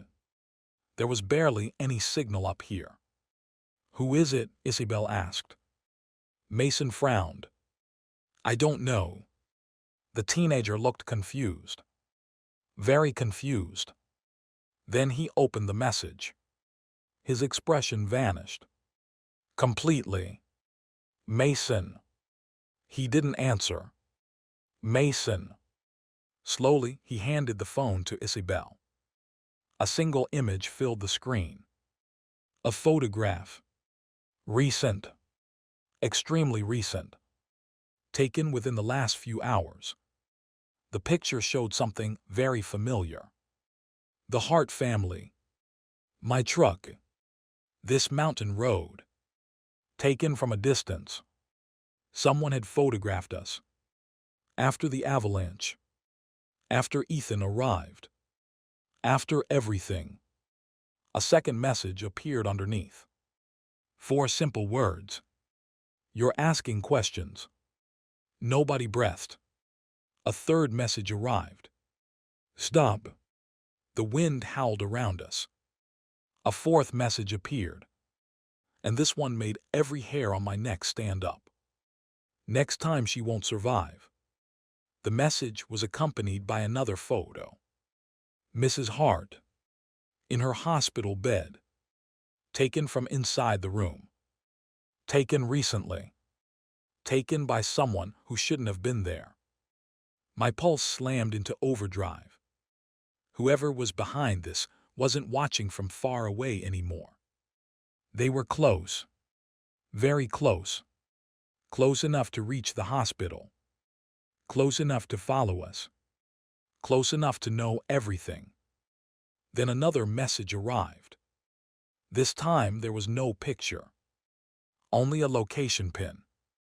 One location. One set of coordinates. And beneath it a final sentence. Come alone if you want answers. Nobody spoke. Because deep down, every one of us knew the same thing. This wasn't a warning anymore. It was an invitation. And invitations like that usually ended with somebody dead. Nobody spoke for a full minute. The coordinate pin remained on Mason's phone. A tiny red dot. Yet somehow it felt heavier than everything else we dealt with. The avalanche. The threats. The poisoned coffee. The company collapse. All of it. One little red dot. One location. One trap. Because nobody was stupid enough to believe otherwise. Richard broke the silence first. No. Isabelle looked up. Dad, no. His voice was firmer this time. We're not going. The answer sounded reasonable. The problem was that nobody looked convinced. Especially Isabelle. She stared at the coordinates. Then at the photo of her mother. Then back at the message. Her jaw tightened. I recognized that expression. Determination. The same look she'd worn in high school whenever she decided she was right about something. Back then, it usually meant an argument was coming. Today it looked far more dangerous. They know about Mom. Richard shook his head. which is exactly why we're not walking into whatever this is. Mason nodded immediately. Finally, somebody in this family was thinking clearly. Unfortunately, Isabelle wasn't done. If they wanted to hurt us, they've already had opportunities. That's not the point. It is the point. No, it is. Richard's patience finally cracked. Isabelle. The mountain echoed with his voice. Everyone froze. The older man rarely raised his voice. Apparently, when he did, people noticed. Richard took a breath. Then another. I'm not losing anyone else. That shut down the argument instantly. The words hit hard. Much harder than the shouting. For the first time, I realized how exhausted he truly was. The company. His wife. His children. The investigation. The threats. The man looked one bad day away from collapse. Nobody spoke. Then Ethan quietly said, "We should go." 5 heads turned toward him, including mine. Ethan immediately regretted speaking. I could see it on his face. Too late now. Richard glared. "Excuse me." Ethan folded his arms. The message sender wants something. So that means they probably won't kill whoever shows up. That's your brilliant plan. No. Ethan looked toward the phone. My brilliant plan is figuring out why they're making contact at all. Unfortunately, he wasn't entirely wrong. I hated that. Very much. Before anyone could continue, another message appeared. Everyone leaned forward. The screen lit up. A single sentence. 1 hour. That was it. Nothing else. 1 hour. Suddenly the pressure increased. Decision time. Now. No delays. No debates. I rubbed my forehead. This was becoming a disaster. Then I looked at the coordinates. Something about them felt familiar. Very familiar. I pulled out my own phone. Opened a trail map. Compared the location. And immediately froze. Oh no. What? Isabelle asked. I stared at the screen. Then looked toward the mountains. The coordinates. What about them? I know that place. Nobody liked my tone. Not even a little. Richard stepped closer. Where is it? I zoomed in. Then pointed. Abandoned mining camp. Silence. Dangerous silence. The kind we'd been having a lot lately. Mason frowned. There's a mining camp up here. There used to be. Used to. I nodded. It's been abandoned for years. Richard looked concerned. Why? Because half the tunnels collapsed. That didn't improve anyone's mood. At all. The worst part. I knew exactly which camp it was. Old Silver operation. Shut down 12 years ago. Remote. Hidden. Almost impossible to reach during winter. Perfect for a secret meeting. Or an ambush. Or a murder. Take your pick. Isabelle looked toward the mountains. Then toward me. Can you get there? Yes. The answer came immediately. Unfortunately. Because now she looked hopeful. That was never a good sign. Then we're going. No. She blinked. What? No. You just said, I said I can get there. She folded her arms. A terrible sign. What's the difference? The difference is that whoever sent this wants exactly that. Nobody spoke. Because again, I wasn't wrong. The message was designed to isolate someone, separate them, control the situation. Classic trap, classic manipulation, classic terrible idea. Then Ethan stepped beside us. I'll go. We all looked at him. Even he seemed surprised he'd said it. Richard laughed. No. Ethan sighed. Your family hates me. Correct. They hate my father. Also correct. They don't trust me. Very correct. Which means I'm disposable. That was one way to put it. A disturbing way. But still, a way. For several seconds, nobody spoke. Then Isabelle surprised everyone. No. Ethan looked genuinely shocked. What? You heard me. The mountain wind swept through the trees. Isabelle met his gaze directly. You don't get to sacrifice yourself because you're feeling guilty. The words hit harder than expected. Apparently, I wasn't the only one who noticed. Ethan's expression flickered. Just briefly. Guilt. There it was. Real guilt. Interesting. Very interesting. Before anybody could follow that trail, another sound echoed across the valley. A helicopter. Far away, but growing louder.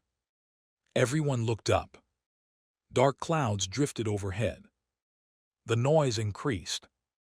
Closer. Closer.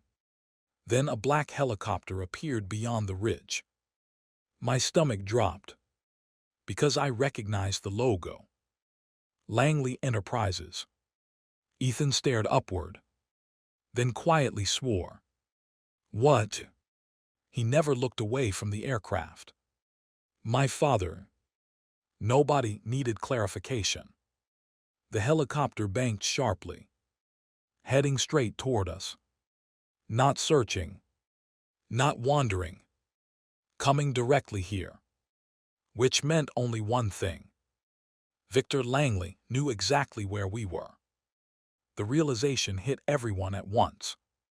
Somebody had been feeding information. Live information. Current information. Not old leaks. Not historical records. Real-time updates. Somebody knew our location. Somebody knew our movements. And somebody had informed Victor. The helicopter descended toward a nearby clearing. Snow exploded beneath the rotors. Branches bent violently. The aircraft touched down. The engine remained running, as if whoever arrived didn't plan on staying long. The cabin-sized machine settled into the snow. One side door slid open. A single man stepped out.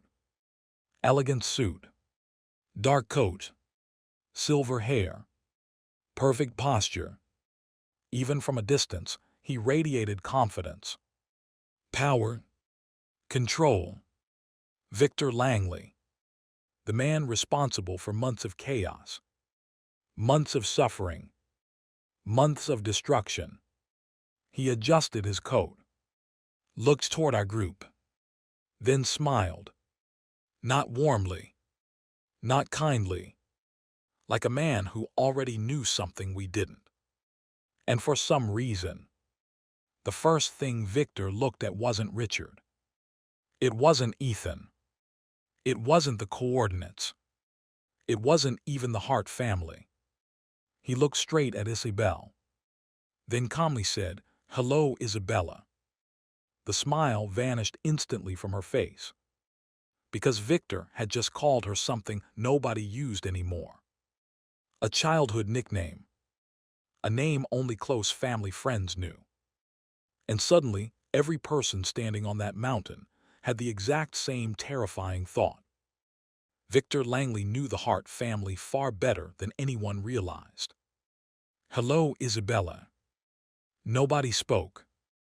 The helicopter blades continued spinning behind Victor Langley. Snow swirled around him. Yet somehow the cold wasn't what bothered me. It was Isabelle's reaction. She had gone completely still. Not angry. Not frightened. Stunned. The name hit her like a punch. Victor noticed. Of course he did. His smile widened slightly. You still hate being called that. Richard stepped forward immediately. Stop. Victor finally looked at him. For a moment the two older men simply stared at each other. Years of history passed silently between them. Neither blinked. Neither looked away. Then Victor sighed. Richard. Victor. I was hoping we'd meet under better circumstances. Richard laughed. A sharp, humorless laugh. That's a lie. Probably. At least he was honest. That shocked me more than it should have. Victor wasn't acting like a villain. He wasn't acting smug. If anything, he looked tired. Like a man carrying an old burden. Unfortunately, that only made him harder to read. Isabelle finally found her voice.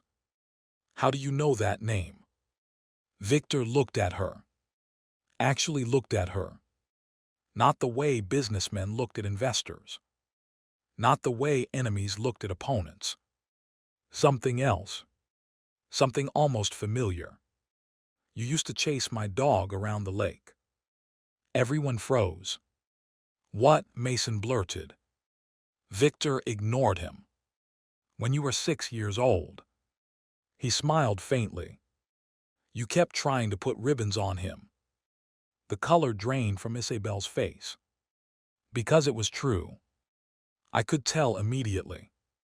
You remember that? She whispered. Victor nodded. I remember a lot. No one liked where this conversation was heading. Least of all Richard. Get to the point. Victor's expression cooled instantly. There it is. There what is? The Richard Hart I remember. For a second, neither man spoke. Then Victor gestured toward the helicopter. I came because you're asking dangerous questions. Nobody moved. Richard folded his arms. What questions? Victor laughed. Don't insult my intelligence. The warmth vanished from his voice. If someone poisoned Alina Hart, you need to stop investigating. My pulse jumped. There it was again. Direct acknowledgement. No denial. No pretending. Victor clearly knew something. The question was how much. And how. Richard took one step closer. You know who did it. Victor hesitated. A fraction of a second. But I saw it. So did Isabelle. The pause alone told us everything. He knew. Maybe not the whole truth. But enough. Then Victor shook his head. Knowing and proving are very different things.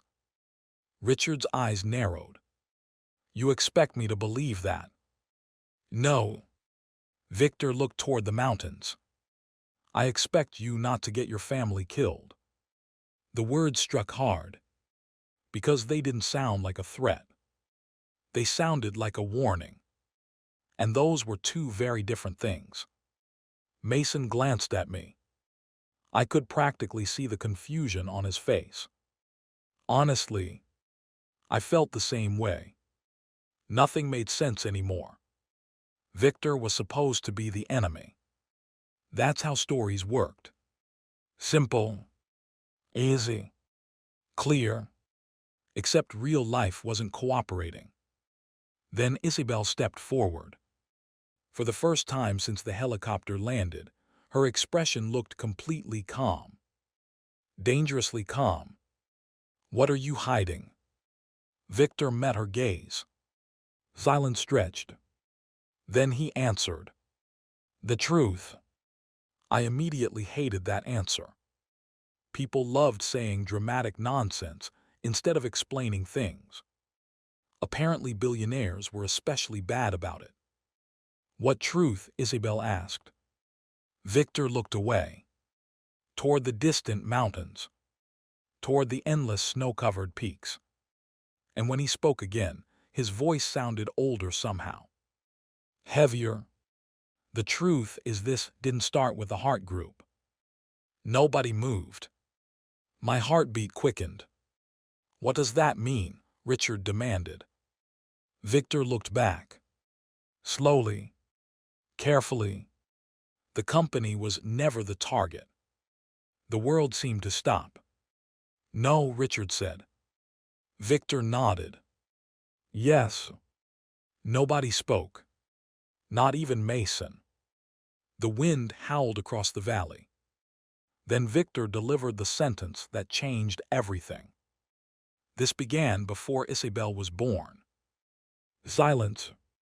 Absolute silence. 20 years. Maybe more. The conspiracy wasn't about mineral rights. It wasn't about market competition. It wasn't even about corporate revenge. Whatever was happening had roots that stretched back decades. Richard looked furious now. Talk. Victor smiled sadly. I wish it were that simple. Try me. Victor reached inside his coat. Immediately, everyone's attention sharpened, including mine. This was becoming a habit. Fortunately, he pulled out a file.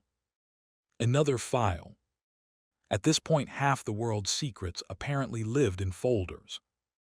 He handed it to Isabelle. She opened it. Her eyes widened instantly. What is this? Victor's expression darkened. It's the reason your family is in danger. Richard stepped closer. What does it say? She turned the page. Then another. Then another. With every page, she looked more shocked, more confused, more frightened. Finally, she whispered, Impossible. My stomach tightened. I hated that word. In stories like this, impossible usually meant terrible. Richard grabbed the file. A few seconds later, he looked just as stunned. Then came something I'd never expected. Fear. Real fear. Not business fear. Not financial fear. Personal fear. The file slipped from his hands. Papers scattered across the snow. One page landed near my boots. I looked down, then froze. The document wasn't business-related. Not even close. It was a birth certificate. Isabelle's birth certificate. Except one line had been highlighted in red. Father. My pulse hammered. Slowly. Very slowly. I bent down and read the name. Then read it again. Because it made absolutely no sense. None whatsoever. Behind me, Mason whispered, No way. Richard looked like he'd seen a ghost. And Isabelle. She looked as if her entire world had just shattered. Because the name listed on the document wasn't Richard Hart. It was Daniel Mercer. Daniel Mercer. The name sat on the page like a bomb waiting to explode. Nobody spoke. Nobody breathed. The helicopter blades continued spinning in the distance, but the sound felt far away now. Muted. Unimportant. Because one piece of paper had just changed everything. Or appeared to. Isabelle stared at the birth certificate. Her hands shook. No. The word barely came out. No. Richard moved toward her. Isabelle, she stepped away immediately. No. This time her voice cracked. The sound hit harder than any argument. Harder than any threat. For 26 years, she had known exactly who she was. And now, a single document was trying to rewrite her entire life. Mason looked completely lost. Dad. Richard closed his eyes. The answer alone told us plenty. Far too much. Dad. Mason's voice grew louder. Tell me that's fake. Silence. The worst possible answer. Victor looked exhausted. Not victorious. Not smug. Just tired. Like he'd hoped this moment would never arrive. Finally, Isabelle lifted her gaze.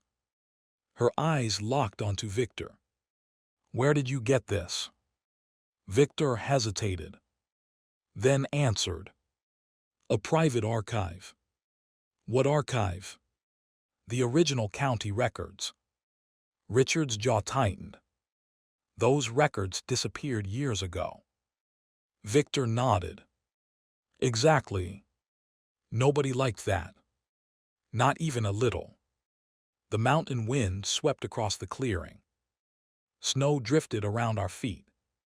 Then Isabelle did something unexpected. She looked at the document again. Closer this time. Carefully. Methodically. The way she used to review exam questions in school. Looking for flaws. Mistakes. Weaknesses. Suddenly her expression changed. Only slightly. But I noticed. So that's your game. Everyone looked at her. What? Mason asked. She pointed at the certificate. This isn't the original. Victor frowned. What?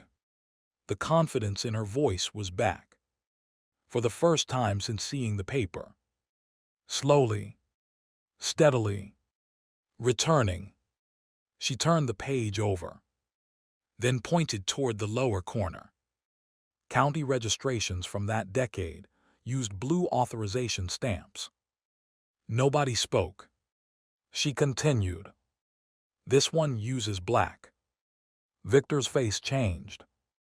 Just slightly. But enough. Enough to matter. Enough to tell me she'd found something. Richard stepped closer. Are you sure? Positive. His eyes widened. Then he looked again. His expression darkened. She's right. A strange silence followed. Because suddenly, the impossible revelation wasn't looking quite so impossible anymore. It was looking suspicious. Very suspicious. Victor took the document. Studied it. Then swore quietly. That startled everyone. Someone altered it, he said. For several seconds, nobody moved. Then Mason groaned. Can we go 10 minutes without some insane secret appearing? Honestly. Fair question. Nobody answered. Instead, Isabelle folded her arms. Who gave you this file? Victor looked directly at her. No idea. That's a lie. No.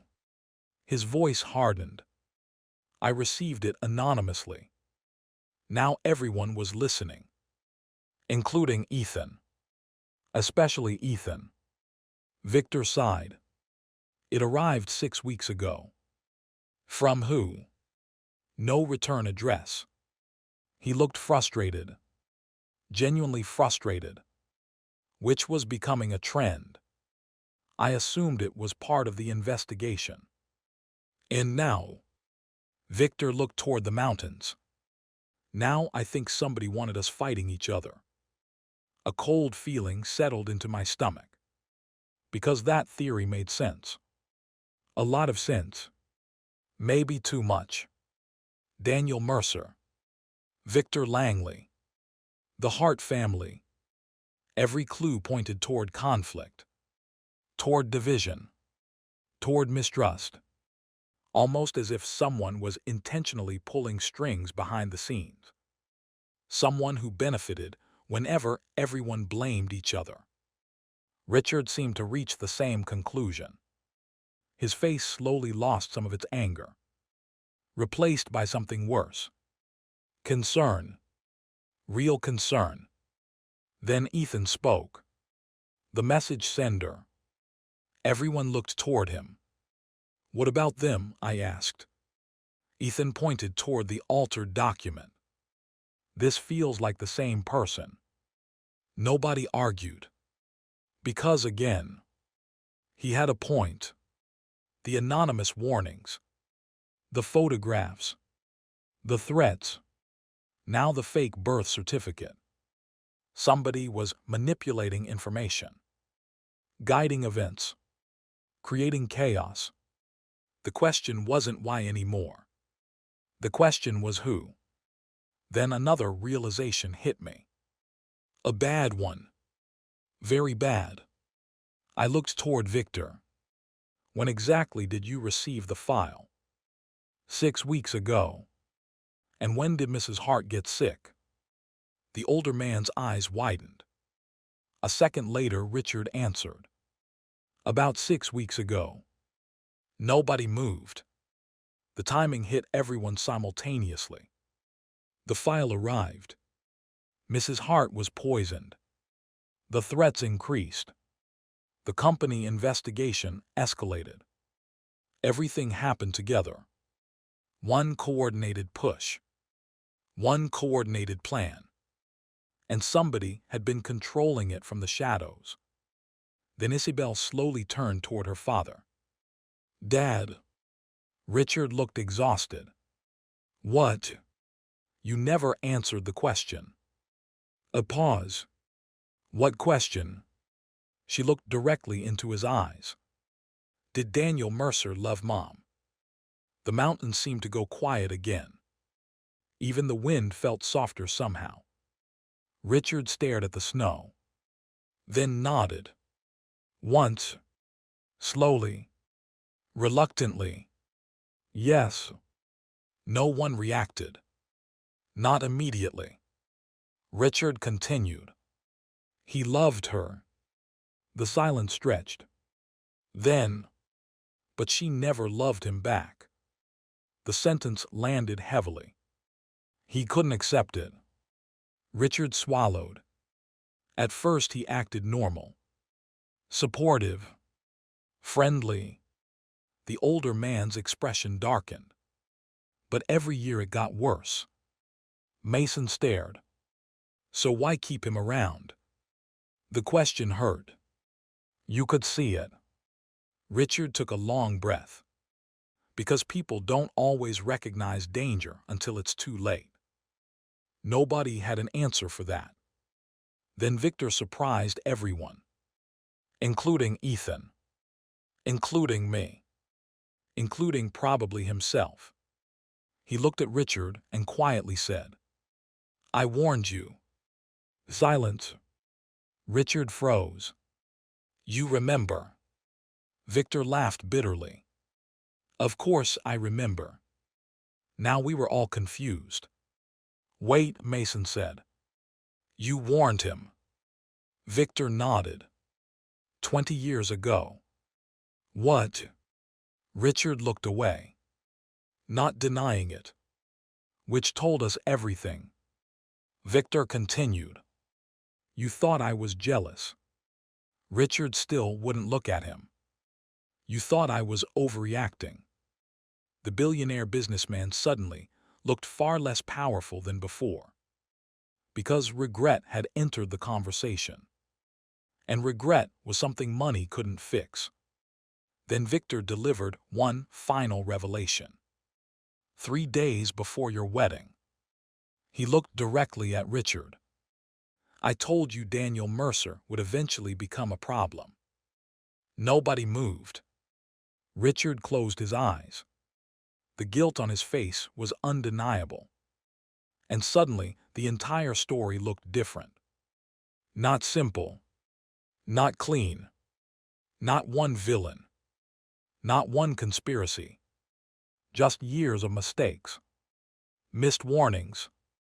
Broken friendships. Buried secrets. And somewhere in the middle of it all, a person still hiding in the shadows. A person poisoning people. Sending threats. Watching every move. Then Mason's phone buzzed again. Everyone jumped. Slowly he looked down. His face went pale. "What now?" Mason handed the phone to Isabelle. The new message contained only one sentence. No photos. No coordinates. No explanation. Just 7 words. "You brought the wrong person with you." Silence. Nobody spoke. Then a second message appeared. And this one was worse. Much worse. "Look behind you, Noah." Every instinct in my body screamed. I spun around instantly. The mountains. The snow. The trees. Nothing. Then movement. Far up the ridge. A single figure stood among the pines. Watching us. Watching all of us. The person raised something metallic. A scope flashed briefly in the sunlight. My blood turned to ice. Rifle. Sniper. And before anyone could react, the first shot rang out. The rifle fired. The crack echoed across the mountains. For half a second, nobody moved. Then all hell broke loose. "DOWN," I roared. Instinct took over. I tackled Isabelle to the ground. Snow exploded around us. Behind me, somebody shouted. Another shot rang out. Crack.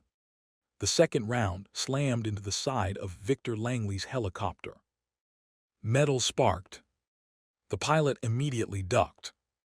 Richard grabbed Mason and dragged him behind a snowbank. Ethan threw himself behind a boulder.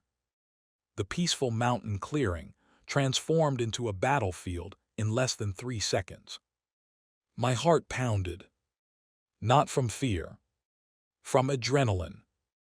Years of mountain rescue work taught me one thing. When bullets start flying, panic gets people killed. I lifted my head just enough to look toward the ridge. The sniper remained there. A dark silhouette against the snow. Too far away to identify. Too far away to see details. But not too far away to kill. Another shot. Crack. This one struck the ice beside Victor. Fragments exploded upward. Victor dropped behind one of the helicopter landing skids. "So much for talking," Ethan shouted. Nobody disagreed. The rifle fired again. And again. Precise. Controlled. Whoever was up there knew exactly what they were doing. This wasn't some amateur. This was a professional. A very dangerous professional. I spotted movement. The shooter was repositioning. Fast. Too fast. Years of experience. Military maybe. Former law enforcement. Something. But definitely trained. Beside me, Isabelle looked pale. "You okay?" She nodded, then immediately shook her head. "Actually, no. Fair. Very fair." Richard crawled closer. "Can we reach the trucks?" I measured the distance. Not safely. Not with somebody covering the area through a rifle scope. The sniper clearly had us pinned. And worse, they weren't trying to kill us quickly. They could have taken easier shots already. Instead, they were forcing us to stay put. Containing us. Controlling us. That realization made my stomach twist. The sniper didn't want bodies. The sniper wanted time. Time for something else. Then Victor suddenly shouted. "The helicopter." Everyone looked toward him. "What about it?" Ethan yelled. "The radio." A beat of silence. Then I understood. The helicopter could contact authorities. Emergency services. State police. Anybody. If we could reach it. Small problem. The helicopter sat directly in the sniper's line of fire. A very large problem. Ethan looked toward the aircraft, then toward the ridge, then sighed. "I hate this." "Why?" Mason shouted. "Because I'm about to do something stupid." Before anyone could stop him, Ethan bolted straight toward the helicopter. "Ethan," Isabelle screamed. The sniper reacted instantly. Crack! Snow exploded beside Ethan's feet. He zigzagged, dove, rolled. Apparently wealthy private school boys occasionally had hidden talents. The second shot missed. Then the third. Then the fourth. Ethan slammed into the side of the helicopter. Success. Barely. The pilot yanked open the door. Both men disappeared inside. The rest of us remained pinned behind cover. Every second felt longer than the last. Then something unexpected happened. The shooting stopped. Completely. No more rifle fire. No movement on the ridge. Nothing. The sudden silence somehow felt worse. Much worse. Victor slowly peeked over the landing skid. What happened? Good question. Nobody knew. I looked toward the tree line. The sniper was gone. Vanished. Just gone. My instincts screamed. Something was wrong. Very wrong. A few moments later, Ethan emerged from the helicopter. His expression was grim. The radio works. Nobody celebrated. Not with a sniper nearby. State police are sending people, he continued. How long? Couple hours. That wasn't ideal. Not even close. Then Victor's face changed. Only slightly. But enough. He was looking at something beyond us. Something in the snow. My pulse quickened. What? Victor pointed. Nobody spoke. Slowly, carefully, I followed his gaze. About 50 yards away sat something partially buried beneath the snow. Small. Dark. Rectangular. I hadn't noticed it before. Neither had anyone else. Mason frowned. What is that? The answer came from Ethan. A case. Nobody moved. The object definitely looked like some kind of equipment case. Dropped or placed intentionally. Which probably meant I wasn't going to like whatever came next. I stood, carefully, watching the ridge. Nothing. No movement. No sniper. Just silence. Then I approached the case. Every step felt risky. Every instinct warned against it. The closer I got, the worse I felt. Like walking toward a trap. Finally, I reached it. The container sat half buried beneath fresh snow. Military style. Heavy duty. Locked. Or at least it should have been. The lid clicked open immediately. Not locked at all. Waiting. Intentionally. I lifted the top. And froze. Inside sat dozens of documents. Old photographs. Hospital records. Birth certificates. Financial statements. Letters. Entire folders of information. Years. Decades. A life buried inside a box. What is it? Isabelle called. I didn't answer immediately. Because one item had caught my attention. An old photograph. Very old. Black and white. Edges faded. I pulled it free. Then stared. No. No way. That wasn't possible. I looked again. Still impossible. Yet there it was. And another man. Richard Hart, Victor Langley, Daniel Mercer. Standing together. Young. Much younger. Maybe college age. Friends. Not rivals. Not enemies. Friends. The discovery hit me like another bullet. Slowly I turned the photo over. Something had been written on the back. A date. A location. And 4 names.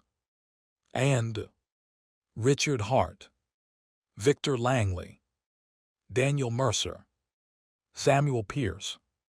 The 4th name meant nothing to me, but judging from everyone else's expressions, it meant something to them. Something important. Richard went pale. Victor swore. Actually swore. And Isabelle whispered, "Oh my God." I looked between them. Who is Samuel Pierce? Nobody answered immediately. Then Victor spoke. His voice sounded rough, like he'd seen a ghost. "He's dead." Silence. Dangerous silence. Richard stared at the photograph. "He died 27 years ago." Mason frowned. "Then why does everyone look terrified?" Victor slowly took the picture. For several seconds, he simply stared at it. Then he delivered the sentence that changed everything once again. Because Samuel Pierce wasn't just our friend. Nobody moved. Snow drifted around us. The mountains watched silently. Then Victor lifted his gaze and said, "He was Isabelle's godfather." The world seemed to stop. But Victor wasn't finished. Not even close. He was also the last person investigating Daniel Mercer before he died in what police called an accident. Nobody spoke. Nobody breathed. Then Victor looked toward the ridge where the sniper had stood and quietly added, "For 27 years, I thought Samuel Pierce was the first victim." A chill ran down my spine, because something in his tone told me he no longer believed that. And if Samuel Pierce wasn't the first victim, then how many others were there? Samuel Pierce. The name echoed through my head long after Victor said it. Nobody spoke. The helicopter sat silent in the clearing. Snow drifted lazily through the mountain air. But the calm felt fake, like the world was holding its breath. I looked down at the old photograph. 4 young men. Richard Hart, Victor Langley, Daniel Mercer, Samuel Pierce. Smiling. Friends. Real friends. The image felt impossible, because everything I knew suggested these men should have hated each other. Yet here they stood shoulder to shoulder. A lifetime ago. Before the money. Before the betrayals. Before the deaths. Before the secrets. What happened to him? I finally asked. Victor didn't answer. Richard did. He died in a car accident. The response came automatically, like he'd repeated it 1,000 times. Victor laughed. A short, bitter sound. We used to believe that. Used to. That word immediately got everybody's attention. Mason looked between them. What does that mean? Nobody answered right away. Finally, Victor reached into the evidence case. His hands moved carefully, almost respectfully, like he already knew what was inside. Then he pulled out a leather notebook. Old. Worn. The corners were frayed. Several pages stuck out from between the covers. Victor's expression changed. Impossible. Richard stared. No way. I looked down at the cover. Embossed initials. S.B. Samuel Pierce. The dead man's notebook. Nobody breathed. Then Victor carefully opened it. Inside was page after page of handwritten notes. Dates, names, observations, investigations, and judging by the look on Victor's face, nothing good. The first few pages were ordinary. Business meetings, financial notes, personal reminders. Then things changed. A date from 27 years earlier. Several paragraphs highlighted in red ink. Victor read silently. His expression darkened. "What?" Isabelle asked. Victor handed over the notebook. She read, then froze. I noticed her hands trembling. "Not much. Just enough." "What does it say?" I asked. Slowly she looked up. Samuel thought someone was stealing from investment accounts. Richard frowned. "That's impossible." "Apparently not." She turned another page. Then another. More notes. More names. More transactions. Millions of dollars moving through shell companies. Hidden accounts. False contracts. A complicated financial maze. Even I could tell something wasn't right. Then Mason leaned forward. "Whose accounts?" Nobody answered. Until Isabelle found the next page. And suddenly she stopped. The notebook nearly slipped from her hands. "No." Her voice was barely a whisper. Richard saw her reaction. Immediately took the notebook. The second he reached the page, he went pale. Very pale. "Dad." "Nothing." "Dad." Still nothing. Finally, Richard looked up. His face looked 20 years older. Samuel believed the money was being moved by Daniel. The wind howled outside. Nobody spoke. Not even Victor. Because now there was evidence. Not proof. Not yet. But evidence. Actual evidence. Written before Samuel died. Written before anyone knew trouble was coming. Written before the Hart family empire even existed. Then Ethan took the notebook. "Read quietly." Inside. "There's more." Nobody liked those words. Nobody.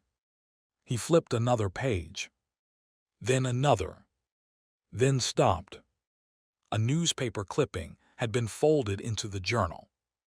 Old yellowed paper. Ancient. The headline was still readable. Local investor dies in highway accident. Beneath it sat a photograph. A younger Samuel Pierce smiling at the camera. And below that, a handwritten note. The ink had faded slightly with age. Yet every word remained clear. Victor read it aloud. "If you're reading this, I was right." Silence. Dangerous silence. Nobody moved. Victor continued. "Daniel isn't working alone." The mountains suddenly felt colder. Much colder. Every eye focused on the page. Richard swallowed. Victor kept reading. "He answers to someone." A heavy pause. Then I don't know who. Disappointment crashed through the group. Briefly. Very briefly. Because the next sentence changed everything. "But whoever it is has access to our families." Nobody breathed. The journal slipped slightly in Victor's grip. Then he read the final line. "If anything happens to me, protect the children." The world seemed to stop. The children. Not the companies. Not the money. Not the businesses. The children. Meaning Samuel had believed the danger extended beyond finances. Beyond investments. Beyond fraud. Personal. Deadly personal. Then something clicked in my head. I looked toward Isabelle, then toward Richard, then back at the notebook. A horrifying possibility surfaced. What if Samuel wasn't investigating money? Everyone turned toward me. What? I pointed at the journal. What if the money was only how he found them? Richard frowned. Them. What if there was a group? Nobody smiled. Nobody laughed. Because the idea wasn't crazy anymore. Not after today. Not after the poison. Not after the sniper. Not after the threats. Victor slowly nodded. I've started wondering the same thing. The helicopter pilot suddenly exited the aircraft. Moving quickly. Urgently. A bad sign. Very bad. He hurried toward Victor. Sir. Victor looked up. What? The pilot leaned close. Whispered something. I watched Victor's face. Within seconds, all color disappeared. Not fear. Shock. Pure shock. The kind that comes from unexpected news. Richard noticed immediately. So, the pilot stepped back. Victor remained silent for several moments. Then he laughed. One short, disbelieving laugh. What now? Ethan asked. Victor looked toward all of us, especially Isabelle. Then he spoke. The state police just called. Nobody moved. And Victor exhaled slowly. The hospital. A terrible feeling settled into my stomach. Immediately. What hospital? Nobody needed clarification. Mrs. Hart's hospital. Victor nodded. The police arrived to increase security. Richard took a step forward. What happened? Victor looked directly at him, then delivered the worst possible answer. Your wife is gone. Complete silence. Richard stopped moving. The wind stopped mattering. The helicopter stopped mattering. Everything stopped mattering. What do you mean gone? Victor's voice was quiet now. Careful. Measured. She disappeared. Nobody spoke. Nobody moved. Then Mason laughed. A nervous laugh. A frightened laugh. That's not funny. Victor wasn't smiling. Mason's laughter died immediately. Richard looked ready to collapse. Explain. The pilot answered this time. Her room was empty. My blood turned cold. No signs of struggle. Security footage corrupted. One nurse unconscious. Every sentence made things worse. Every sentence. Then came the final one. The attending doctor disappeared too. Absolute silence. The snow drifted across the lonely mountain clearing. Far away, clouds rolled over distant peaks. And suddenly, every clue, every threat, every warning, every attack, everything, led to one horrifying conclusion. Someone wasn't trying to kill Elena Hart anymore. Someone had taken her. Elena Hart had been kidnapped. Nobody wanted to say the word. But that was exactly what had happened. People didn't simply vanish from guarded hospital rooms. Not without help. Not without planning. Not without someone powerful making it happen. The mountain clearing fell silent. Richard Hart looked like he'd been punched in the chest. For a moment, I honestly thought he might collapse. Then something unexpected happened. Instead of breaking down, he got angry. Very angry. His shoulders straightened. His eyes hardened.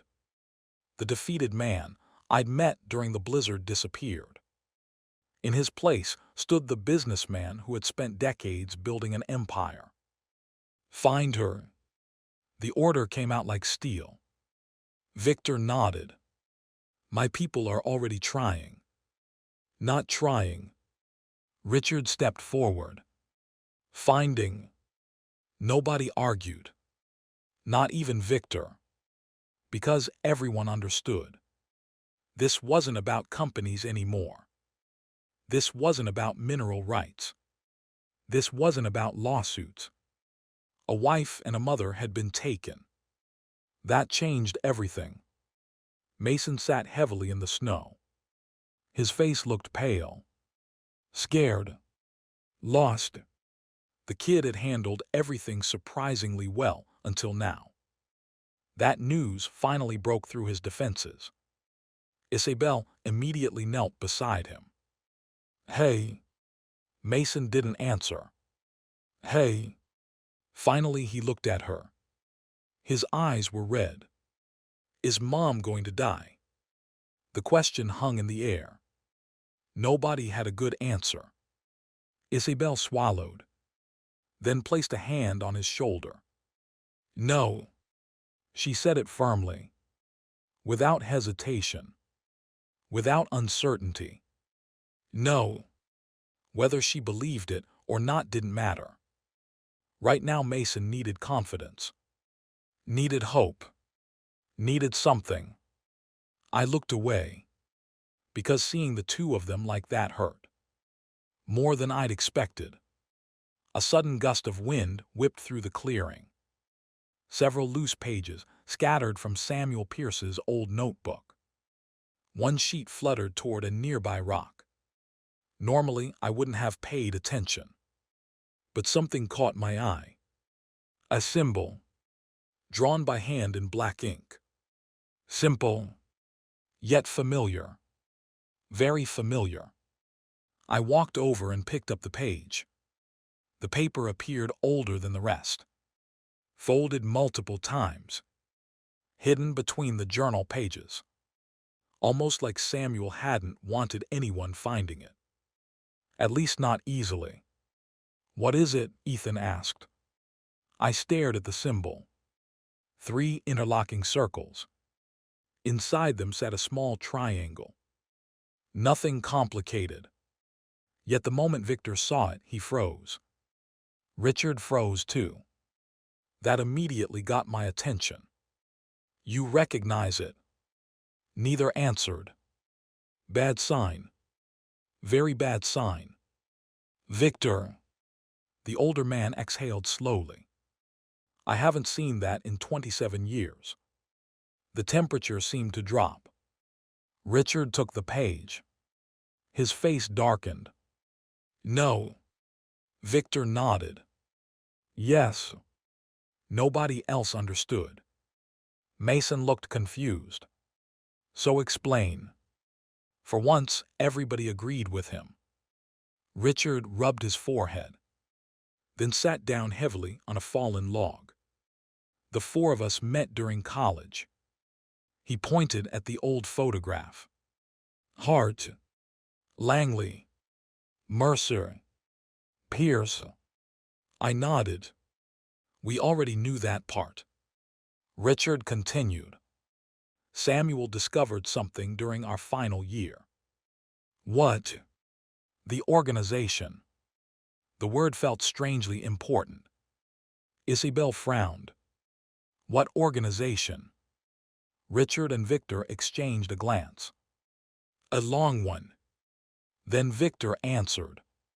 We never knew its real name. Nobody liked that. Especially me. Then what did you call it? Victor looked at the symbol. The circle. Silence. Dangerous silence. Mason blinked. That's not a real name. It wasn't official. Victor's voice grew distant. Just something Samuel started calling them. The circle. Victor nodded. He believed influential people were secretly manipulating investments. Governments. Businesses. Families. I frowned. That's a huge accusation. It was. Victor pointed toward the notebook, which is why nobody believed him. The pieces started fitting together. Slowly, uneasily. Samuel investigated. Samuel found evidence. Samuel died. Everyone assumed it was an accident. Until now. Then Ethan leaned closer. What exactly did he find? Victor smiled bitterly. That was always the problem. What? He never showed us. Nobody spoke. The frustration was obvious. Samuel knew something. Something important enough to write warnings. Important enough to risk his life. Important enough to get killed. And somehow he'd taken his answers with him. Or maybe not. I looked down at the page again. Something was written beneath the symbol. Small handwriting. Easy to miss. My pulse quickened. Wait. Everyone looked at me. I pointed. There's more.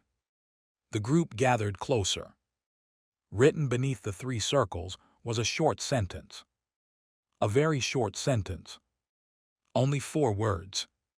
Trust the clockmaker. Nobody spoke. Then Mason said exactly what everyone was thinking. What does that even mean? Good question. A terrible question. But still a good one. Because nobody had an answer. Victor frowned. Richard shook his head. Isabelle looked confused. Then Ethan suddenly froze. Just froze. Completely. The reaction lasted maybe 2 seconds.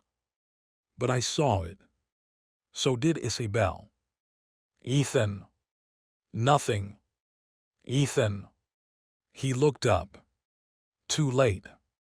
Everyone had noticed. Victor's eyes narrowed. What is it?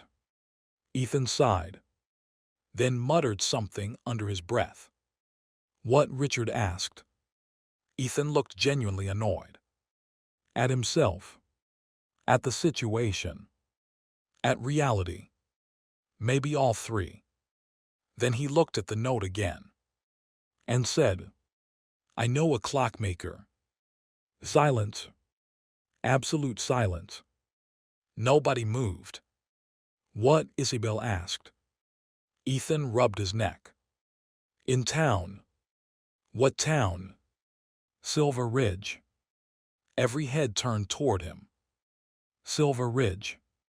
The abandoned mining town. The exact same location from the mysterious coordinates. A chill crawled down my spine. That couldn't be a coincidence. Not anymore. Not after everything else. Victor slowly stood. Tell me everything. Ethan nodded reluctantly. When I was younger, my father occasionally sent me to deliver packages. To who? An old watchmaker. The wind swept through the clearing. The helicopter continued idling nearby. Then Ethan delivered the detail that made my stomach knot. I always thought he was strange. Why? Ethan looked directly at the note. Then at us. Because every time I visited. He paused. Long enough. He asked about Samuel Pierce. Nobody said a word. The dead man. The symbol. The notebook. The coordinates. Now a mysterious clockmaker. All connected. All pointing toward Silver Ridge. And for the first time since finding the evidence case, I felt something other than confusion. A direction. A path. Maybe even a lead. Then Victor's phone rang. Everyone jumped. He answered immediately. Listened for 3 seconds. Then his expression changed. Badly. Very badly. Sir, the helicopter pilot asked. Victor lowered the phone. Slowly, carefully, like the device had suddenly become dangerous. "What happened?" Richard demanded. Victor looked toward the distant mountains, then back at us. "My team just located Alina." Relief exploded through the group. Brief relief. Very brief. Because Victor wasn't smiling. Not even close. "Where is she?" Isabelle asked. Victor swallowed, then quietly answered. "Silver Ridge. The old mining town. The place from the coordinates. The place with the clockmaker. The place Samuel Pierce had somehow pointed toward 27 years ago. And suddenly, every road led to the same destination. Silver Ridge. Silver Ridge. Everything pointed to Silver Ridge. The coordinates. The clockmaker. Alina Hart. Samuel Pierce's final clue. 27 years of secrets somehow converged on one abandoned mining town. I looked around at the group. Nobody seemed excited. Nobody seemed relieved. Because every answer we'd found so far had only created more questions. Richard broke the silence. "We leave now." Nobody argued. Not even Victor. The businessman who normally seemed to control every room he entered looked strangely uneasy. That bothered me. A lot. Because if Victor Langley was nervous, then things were probably worse than I realized. An hour later, we were moving again. The helicopter couldn't carry everyone. So we split up. Victor, Ethan, and the pilot traveled by air. Richard, Isabelle, Mason, and I took my truck. The roads were rough. Snow covered everything. Several times I wondered whether the avalanche had done us a favor by forcing us to take a different route. Because the deeper we traveled into the mountains, the more isolated everything became. Eventually, civilization disappeared completely. No houses. No stores. No power lines. Nothing. Just endless forests and snow-covered peaks. Mason stared out the window. "Feels like we're driving off the map." "Pretty much," I said. Nobody laughed. Even Mason seemed too worried. Beside me, Richard remained quiet. Unusually quiet. The old businessman had barely spoken since learning Alina was in Silver Ridge. I understood why. Every mile probably felt like torture. In the rearview mirror, I caught Isabelle watching him. Worried. Protective. For a brief moment, I saw the little girl she'd probably been long before wealth and expectations complicated everything. Then she noticed me looking. Our eyes met. A strange feeling settled in my chest. 3 weeks ago, we'd barely been speaking. Now we were chasing kidnappers through abandoned mountain towns together. Life was weird. Very weird. Several hours later, the road narrowed. A battered wooden sign emerged from the snow. Half buried. Weathered by decades. Most of the lettering had faded. But one word remained visible. Silver Ridge. Mason sat up immediately. "That's it. That's it." The teenager frowned. "It looks creepy." Because it is. That wasn't encouraging. Unfortunately, it was true. Silver Ridge had once been a booming mining town. Thousands of people lived here. Then the silver ran out. The mines closed. The population vanished. Now only ruins remained. At least that's what I'd always heard. As we crossed the final ridge, the town appeared below us. And every hair on my neck stood up. Because it wasn't abandoned. Not completely. Lights glowed in several buildings. Faint. Yellow. Alive. Someone was here. A lot of someone's, judging by the number of vehicles parked near the old Main Street. Richard saw them too. What the hell? Good question. Very good question. The official records listed less than 30 permanent residents. I counted more vehicles than that. Way more. The deeper we drove into town, the stranger things became. The buildings were old. Very old. Yet many had been maintained. Windows repaired. Roofs replaced. Roads cleared. Almost like someone had quietly preserved the entire town.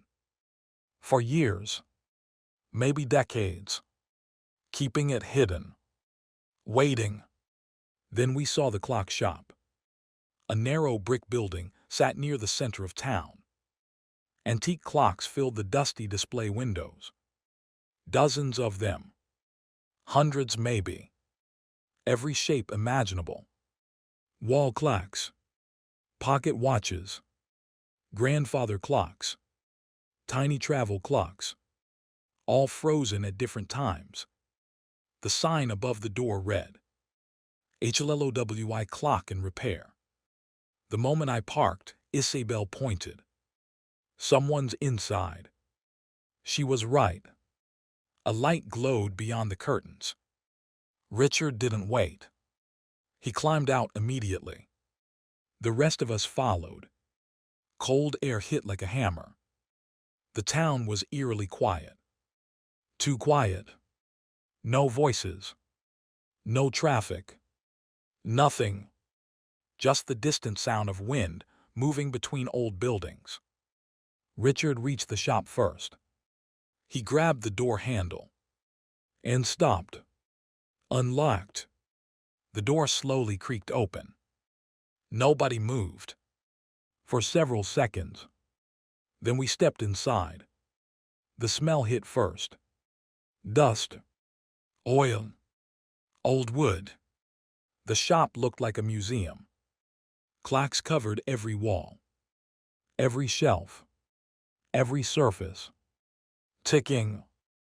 Thousands of tiny mechanical sounds filled the room, creating an unsettling rhythm. Tick. Tick.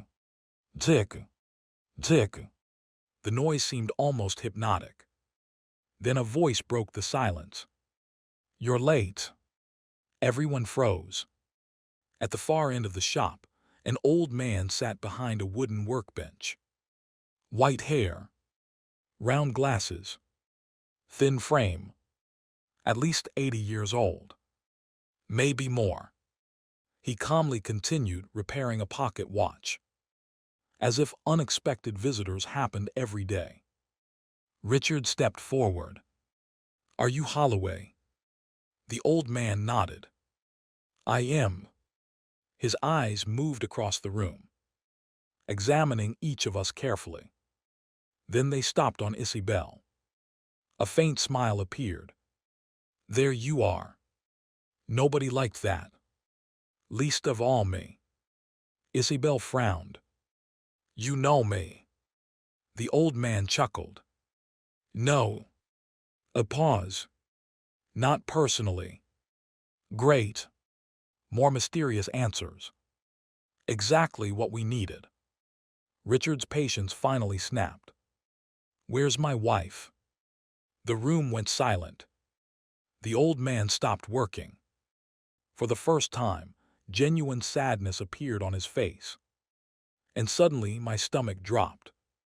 Because that wasn't the expression of someone holding a hostage. It was the expression of someone carrying bad news. Very bad news. The old man carefully set down his tools. Then stood. Slowly.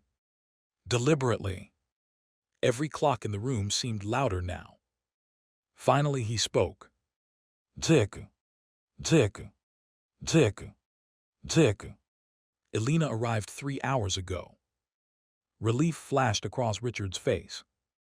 Only for an instant. Then it vanished. Because the clockmaker's expression hadn't improved. Where is she? The old man looked toward the back door, toward the darkness beyond, then quietly answered. She insisted on going into the mine. Nobody spoke. Richard stared. The mine. The clockmaker nodded. She remembered something. A cold feeling settled over the room. Something. Not someone. Something. A memory. A secret. A clue. After 27 years. The old man looked directly at Isabelle, and in a voice barely above a whisper, he delivered the sentence that changed everything again. Your mother finally remembered who killed Samuel Pierce. Your mother finally remembered who killed Samuel Pierce. Nobody moved. Nobody breathed. The clocks continued ticking inside the shop. The sound seemed louder now. Tick, tick, tick, tick. Almost unbearable. Richard Hart stared at the old clockmaker. What did you just say? The old man adjusted his glasses. I said Elena remembers. Richard crossed the room so quickly, he nearly knocked over a display case.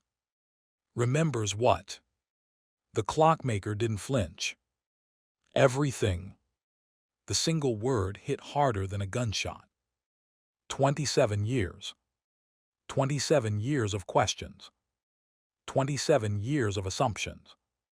27 years of thinking Samuel Pierce died in an accident. And now one memory threatened to tear all of it apart. Isabelle looked pale. How is that possible? The old man sighed. Trauma works in strange ways. Nobody argued. The man's expression suggested he'd seen things none of us could imagine. Richard clenched his fists. Start talking. The clockmaker nodded, then slowly walked toward the back of the shop. We followed, past rows of clocks, past shelves filled with ancient tools, past a narrow hallway. Finally, he stopped beside an old wooden door. Before we go any further, he said, there's something you need to understand. Nobody liked that. At all. When Samuel died, Elena was there. Silence. The room froze. Richard blinked. What? The clockmaker looked directly at him. She witnessed it. The world seemed to tilt. No. Richard shook his head immediately. No, she told police she wasn't there. She lied. Nobody spoke. Even the ticking clock seemed to fade. Isabelle stared. My mother was there. The old man nodded. Yes. Why would she lie? The answer came quietly. Because someone threatened her. A chill crawled down my spine. Every person in the room had the same reaction. Because suddenly the story looked completely different. Samuel Pierce wasn't just murdered. The murder had been witnessed. And whoever committed it had successfully silenced that witness for nearly 3 decades. Richard sat heavily against a workbench. The realization hit him harder than anyone else. Because if Elena had known all these years, then she'd been carrying that burden alone. For 27 years. The clockmaker finally opened the wooden door. A stone staircase descended beneath the building. Into darkness. Into the mountain itself. Mason frowned. That's not creepy at all. Nobody laughed. The old man grabbed a lantern. Then started down. We don't have much time. What do you mean? I asked. The clockmaker looked back. His expression had grown serious. Because Elena wasn't taken. Everyone stopped. What? The old man continued down another step. I brought her here. Richard nearly exploded. You kidnapped my wife. No. The answer was immediate. Firm. Certain. I saved her. Nobody knew how to respond to that. Especially Richard. The clockmaker sighed. Whoever poisoned Elena discovered her memory was returning. The mountain suddenly felt colder. Much colder. How? Isabelle asked. Because she started asking questions. The old man looked directly at her. The same questions you're asking now. Nobody spoke. The connection was obvious. Samuel's death. Daniel Mercer. The circle. The poisoning. Everything linked together. Then another possibility struck me. A terrifying one. If Elena remembered the truth, then whoever was behind all this would want her dead. Immediately. The clockmaker seemed to read my thoughts. Exactly. We continued deeper underground. The staircase ended inside an old mining tunnel.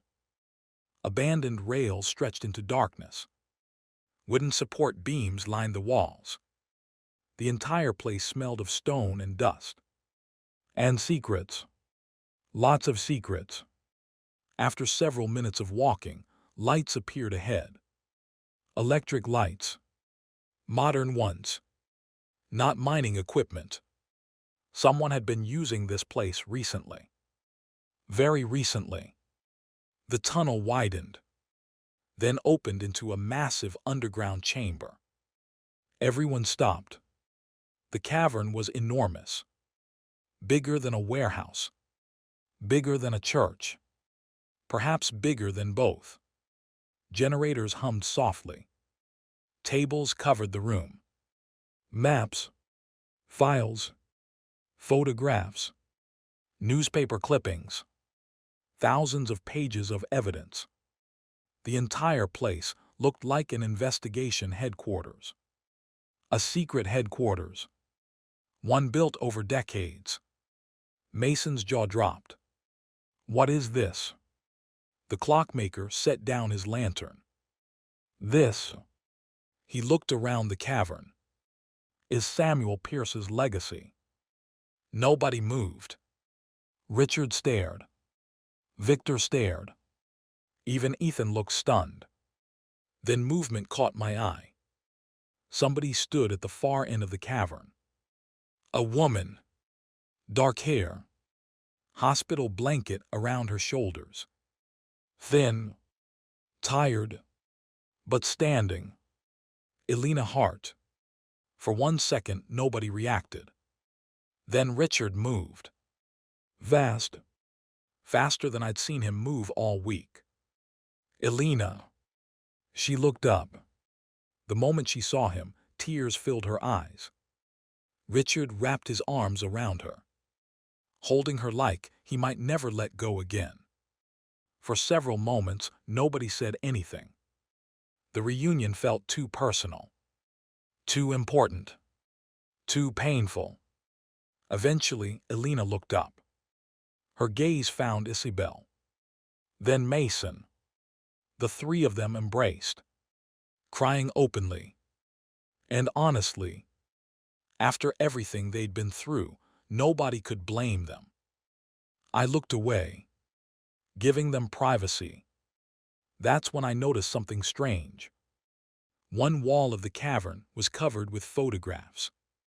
Hundreds of them. Maybe thousands.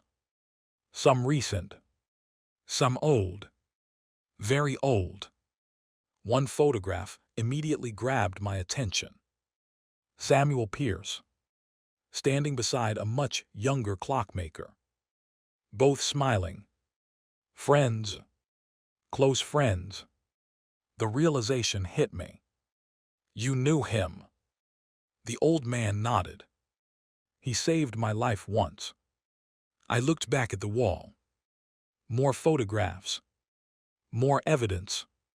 Then one image made my stomach drop. A recent photo. Only a few months old. Daniel Mercer. Walking into a hotel. Nothing unusual. Except for the person walking beside him. I recognized that face instantly. The room suddenly felt smaller. Much smaller. Victor noticed my expression. "What is it?" I pointed. Everyone turned, then froze, because walking beside Daniel Mercer wasn't some unknown conspirator. It wasn't a mysterious stranger. It wasn't someone from the circle. It was someone we all knew. Someone standing in this cavern right now. Someone who had supposedly been helping us. Ethan Langley. Silence slammed into the room. Ethan stared at the photograph. His face turned white. Absolutely white. Then Richard looked at him and slowly asked, "Ethan." The young man swallowed. "Hard. Why were you meeting Daniel Mercer?" Nobody moved. Nobody breathed. The underground cavern felt suddenly smaller. Much smaller. Every eye locked onto Ethan Langley. The photograph sat on the evidence wall like a loaded gun. There was no denying it. No explaining it away. The image clearly showed Ethan and Daniel Mercer together. Talking. Meeting. Walking side by side. Ethan stared at the photograph. Then laughed. A short, defeated laugh. Of course that's the picture. Nobody liked that answer. Richard certainly didn't. His voice hardened immediately. "Explain." Ethan remained silent. "Now." For several seconds, the young man didn't move. Then he walked toward the photograph. His shoulders sagged, like a man who'd spent years carrying something heavy. Something ugly. Something he never wanted revealed. Finally he spoke. "The first time I met Daniel Mercer." He paused. "I was 14. Silence. Victor looked genuinely surprised. "What?" Ethan nodded. "My father introduced us." The older billionaire froze. For the first time in my life, I saw Victor Langley completely speechless. "My father what?" Ethan looked at him. A bitter smile touched his lips. "You heard me." Victor stared. "No." Slowly. Carefully. Ethan nodded. "Yes." The room fell silent again. Then Isabelle Hart spoke for the first time. Her voice sounded tired. "Weak. But certain." "I'm not surprised." Everybody turned. Including Ethan. Including Victor. Elena looked directly at the young man. "You always had his eyes." Ethan's face lost color. "What?" The cave suddenly felt 10 degrees colder. Elena stepped forward. Her hands trembled slightly. Not from fear. From memory. "I saw Daniel and Ethan together years ago." Nobody moved. Richard frowned. "Why didn't you tell anyone?" Elena laughed sadly. "Because it didn't seem important then." The answer hit harder than expected. How many disasters started that way? How many warnings got ignored because they seemed unimportant? Apparently quite a few. Ethan rubbed his forehead. "I wasn't working for him." Nobody answered. The statement hung in the air. Waiting. Finally, Isabelle crossed her arms. "Then why meet him?" The young man looked exhausted. Completely exhausted. Because whatever came next had clearly been buried for a long time. "He contacted me after college." Silence. "He claimed he knew things about my father."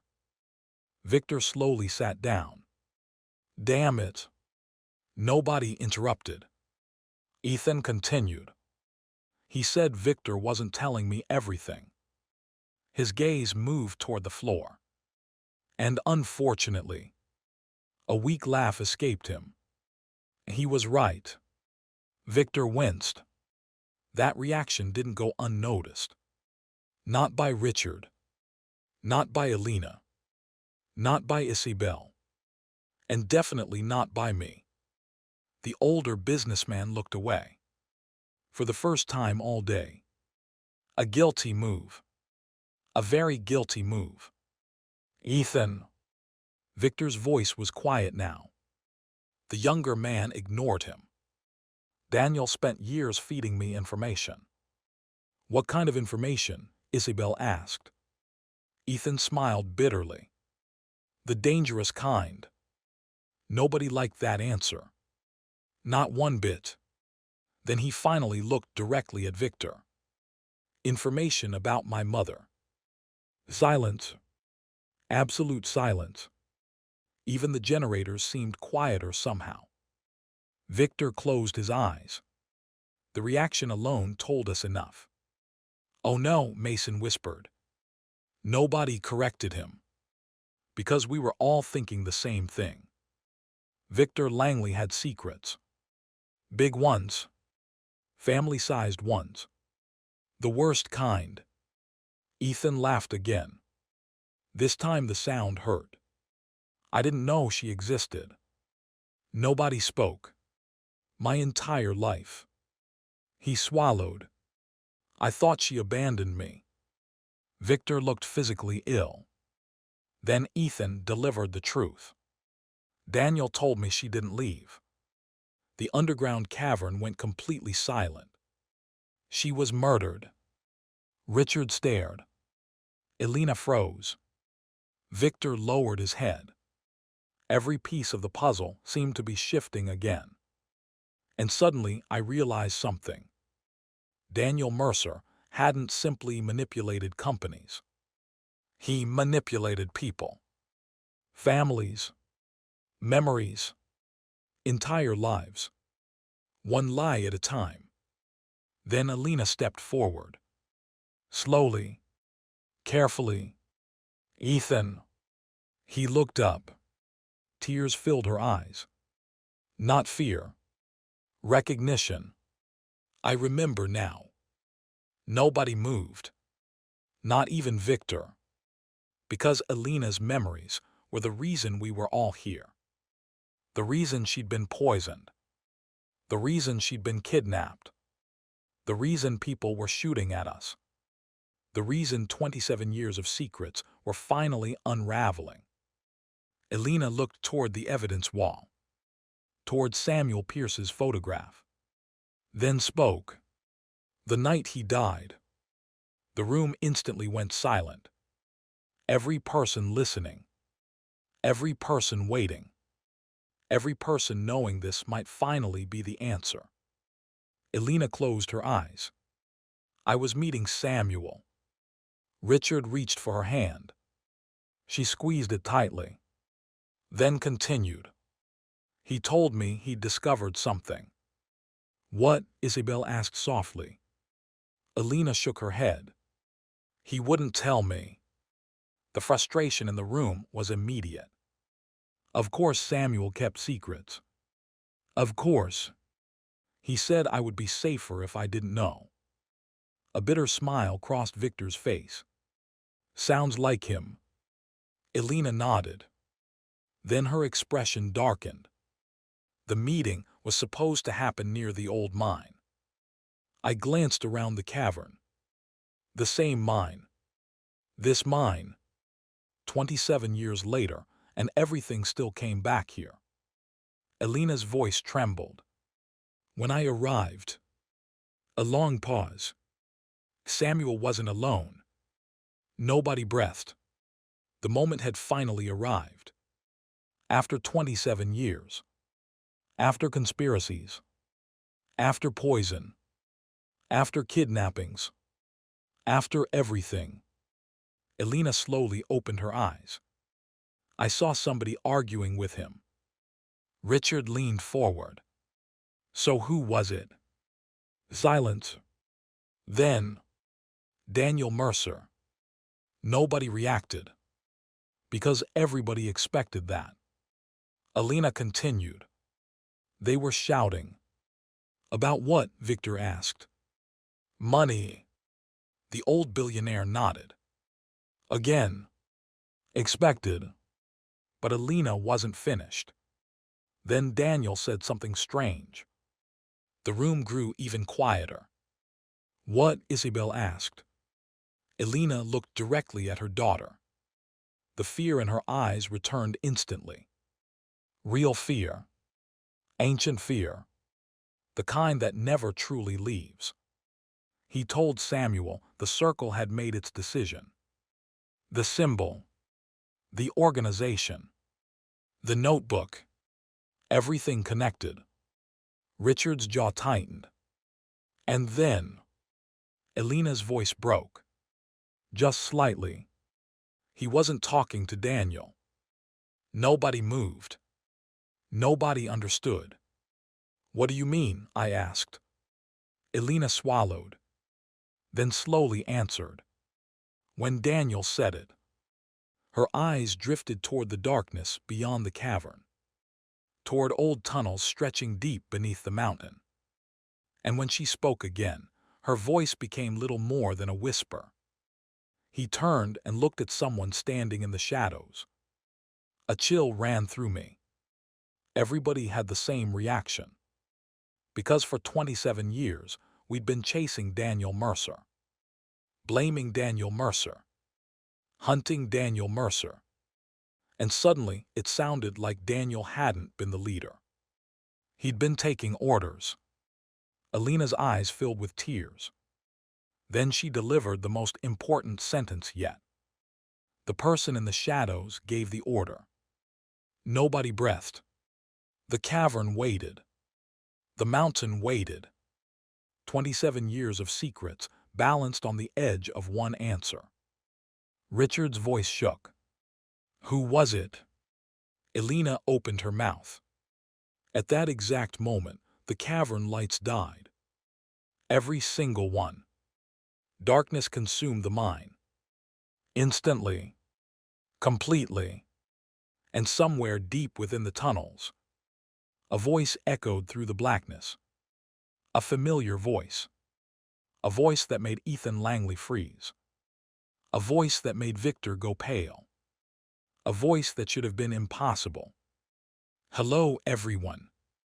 Silence. Then the voice laughed softly and said, I see you've been reading my files. The voice echoed through the mine.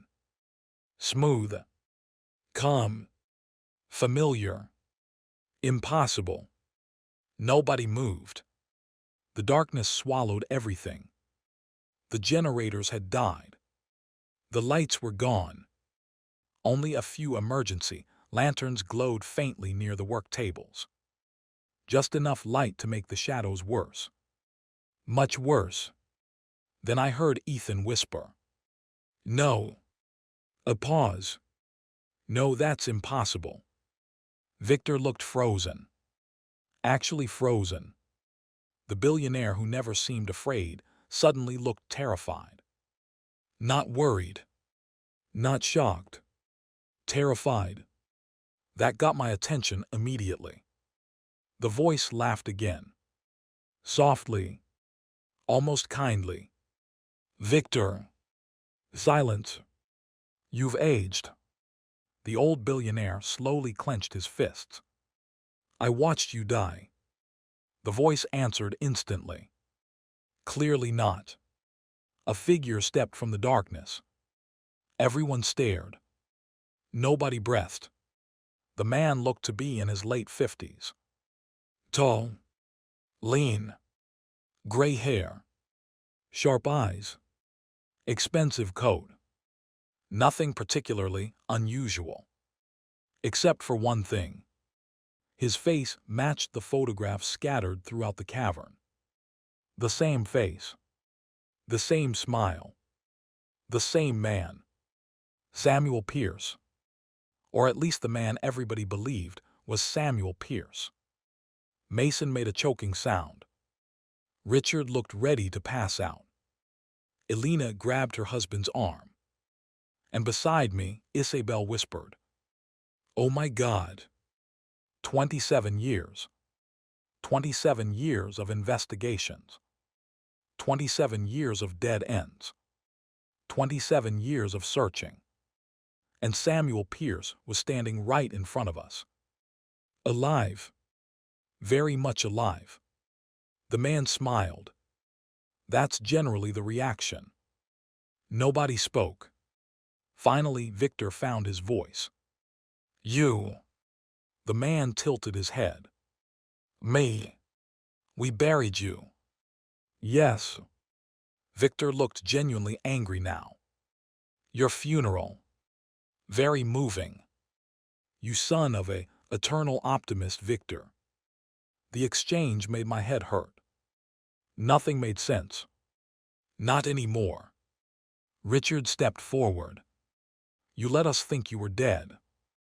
The man's smile faded. Slowly. I had no choice. You always have a choice. The response came from Alina. Her voice shook. Not with fear. With anger. Real anger. The kind that had been building for decades. Samuel looked at her. For the first time, regret appeared in his eyes. Real regret. I'm sorry.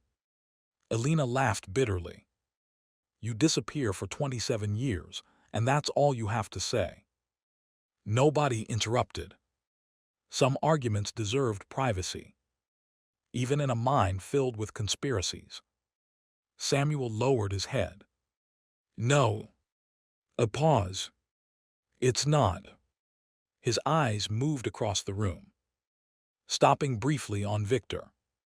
Then Richard. Then Ethan. Then finally Isabelle. And when he looked at her, something strange happened. He smiled. A genuine smile. Not mocking. Not manipulative. Warm. You look like your mother. Isabelle folded her arms immediately. I get that a lot. Smart response. I would have said the same thing. Samuel nodded. I imagine you have questions. That's the understatement of the century. For a second, the corner of his mouth twitched. Then he became serious again. Very serious. The circle knows you're here. Nobody liked that. Not even a little. Victor stepped forward. What exactly is the circle? Samuel looked toward one of the evidence walls. Thousands of photographs stared back. Politicians. Executives.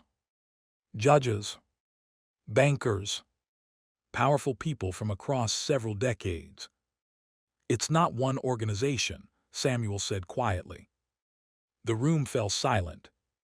Richard frowned. What does that mean? It means everyone has been looking at this the wrong way. Samuel walked toward the wall, running his fingers across old photographs. People imagine secret groups as clubs. Meetings. Members. Leadership. He shook his head. No. The old miner's lantern cast shadows across his face. The circle is an idea. Nobody moved. Samuel turned around. It's a network. Suddenly that made more sense. And somehow felt even worse. People protecting each other. Power protecting power. Money protecting money. Victor nodded slowly. Like a man finally understanding something he'd spent decades chasing. Samuel continued. When one member falls, another helps. When one gets exposed, another covers their tracks. When one commits a crime. His expression darkened. Someone else buries the evidence. The cavern grew silent again. Because now we understood. This wasn't one villain. It never had been. It was a system. A machine. And machines were harder to destroy than people. Then Ethan spoke. The money. Samuel nodded. Yes. The stolen accounts. Funding. Victor swore quietly. Richard looked sick. Everything connected. Companies, fraud, bribes, shell corporations, 27 years of corruption, all tied together. Then Alina stepped forward. What happened that night? Samuel looked at her. The smile vanished. Completely. The room seemed darker somehow. Daniel Mercer brought me here. Nobody moved. Samuel's voice remained calm. Controlled. Too controlled. A man repeating a memory he'd relived 1,000 times. He said he wanted to talk. Richard shook his head. Daniel was never that smart. Samuel nodded. Exactly. Silence. He wasn't acting alone. Again. Always the same conclusion. Always someone else. Always another shadow. Another layer. Another hidden hand. Then Samuel pointed toward the deepest tunnel. The one disappearing into darkness beyond the cavern. The order came from there. A chill ran through me. Alina's eyes widened. You remember. I remember everything. For a few moments nobody spoke. Then Mason frowned. Wait. Everyone looked at him. The teenager pointed at Samuel. If you're alive. A pause. Who got buried? Nobody had considered that. Not once. Samuel closed his eyes. Pain crossed his face. Real pain. When he opened them again, his voice was quieter. My brother. Silence. Nobody moved. My younger brother. The confession hit hard. Very hard. Samuel looked toward the floor. They killed him because they thought he was me. The room went dead silent. Even the generators seemed quieter. Victor looked devastated. Richard looked horrified. And suddenly, 27 years of guilt made sense. The funeral. The grief. The anger. All built on a terrible mistake. Then something exploded. Not in the room. Outside.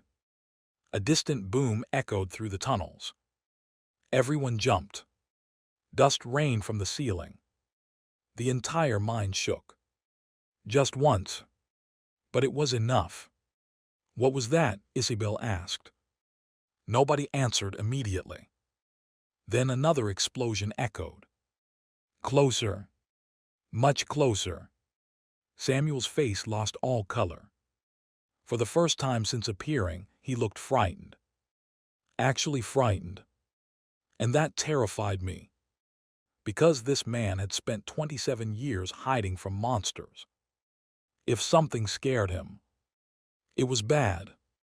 Very bad. Then he whispered. They found us. The mountain shook again. A third explosion thundered through the tunnels. Lights flickered. Support beams groaned. And somewhere deep inside the mine came the unmistakable sound of people moving. Lots of people. Boots. Voices. Approaching fast. Samuel looked directly at me. Then at Isabelle. Then at Alina. His voice dropped to a whisper. They're here for the evidence. A pause. Then, and this time, another explosion rocked the cavern. They brought everyone. Another explosion shook the mine. Dust rained from the ceiling. Several lights flickered and died. For a split second, nobody moved. Then Samuel Pierce snapped into action. Everybody move. His voice cut through the chaos instantly. The old investigator who had spent 27 years hiding suddenly looked like a battlefield commander. Not a fugitive. Not an old man. A survivor. He pointed toward the evidence walls. Noah.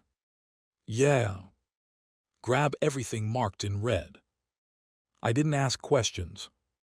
I sprinted toward the nearest table. Around me, everyone exploded into motion. Richard gathered files. Victor and Ethan loaded boxes.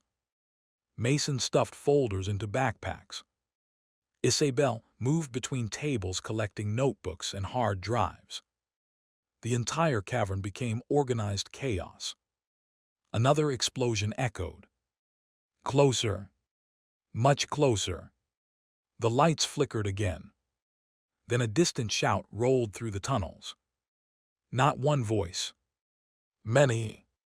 My pulse spiked. They were inside. Already. How many? I asked. Samuel looked grim. Enough. Not helpful. Unfortunately, his expression suggested it was true. Very true. I grabbed an armful of folders. Dozens of names stared back at me. Politicians, executives, judges, corporations. The amount of evidence in this cave was insane. 27 years of investigation. 27 years of secrets. Enough to destroy careers. Maybe governments. No wonder somebody wanted it buried. A rifle shot echoed from deeper in the tunnels. Everyone ducked instinctively. The sound bounced through the mine. Then came another. And another. They're shooting already, Mason yelled. Victor's face darkened. That means they're desperate. Nobody argued. Because desperate people were dangerous. The worst kind of dangerous. Samuel hurried toward a large metal cabinet. After entering a code, the door swung open. Inside sat dozens of hard drives. Old tapes. Documents. Photographs. An entire lifetime of evidence. Take only the black cases, he ordered. Why? Ethan asked. Samuel didn't even look up. Because the other ones are decoys. Silence. Everyone froze. What? Samuel glanced over. You don't survive 27 years by keeping all your secrets in one place. Fair point. Very fair point. Another explosion rocked the mine. This one close enough to knock dust from the ceiling supports. The entire cavern groaned. Richard looked toward the tunnel. We're running out of time. Samuel nodded. I know. Then the old man crossed the room. Straight toward a massive map hanging on the wall. He pulled it down. A hidden steel door appeared behind it. Everybody stopped what they were doing. Even Victor. You built an escape route. Samuel smirked. Several. For the first time all day, I liked him. The steel door swung open. A narrow passage stretched beyond. Dark. Tight. Hidden. Perfect. Mason looked impressed. That is incredibly cool. It is, Isabelle agreed. Then another gunshot echoed. Nobody thought it was cool anymore. A second later, frantic footsteps approached from the tunnel entrance. The sound grew louder. Faster. Then someone burst into the cavern. The helicopter pilot. Covered in dust. Bleeding from a cut above his eye. He nearly collapsed. There through the first tunnel. Silence. Samuel's face hardened. How many? At least 20. Nobody liked that answer. Not one bit. Then the pilot added. And they're wearing tactical gear. Even worse. Professional. Organized. Prepared. Not hired thugs. Not random criminals. People trained for this. The circle clearly wasn't playing games anymore. They wanted the evidence. And they wanted everybody involved gone. A loud metallic crash echoed from somewhere behind the cavern. The invaders were getting closer. Fast, very fast. Then a voice boomed through the tunnels, amplified somehow. Cold, confident, male. Samuel Pierce. Everyone froze. The voice continued. You've been difficult to find. My stomach tightened, because whoever owned that voice sounded powerful. Used to command. Used to obedience. Used to winning. Samuel simply sighed. Still dramatic. The voice laughed. A calm, terrifying laugh. 27 years. Nobody moved. 27 years you hid underground. A pause. Then. And now you've brought everyone together. The realization hit me immediately. This wasn't an accident. The attacks. The clues. The messages. The coordinates. Someone had been pulling everyone towards Silver Ridge. Intentionally. Victor seemed to realize the same thing. His face lost color. Oh no. The voice laughed again. You finally understand. Richard stared toward the tunnel. What does he mean?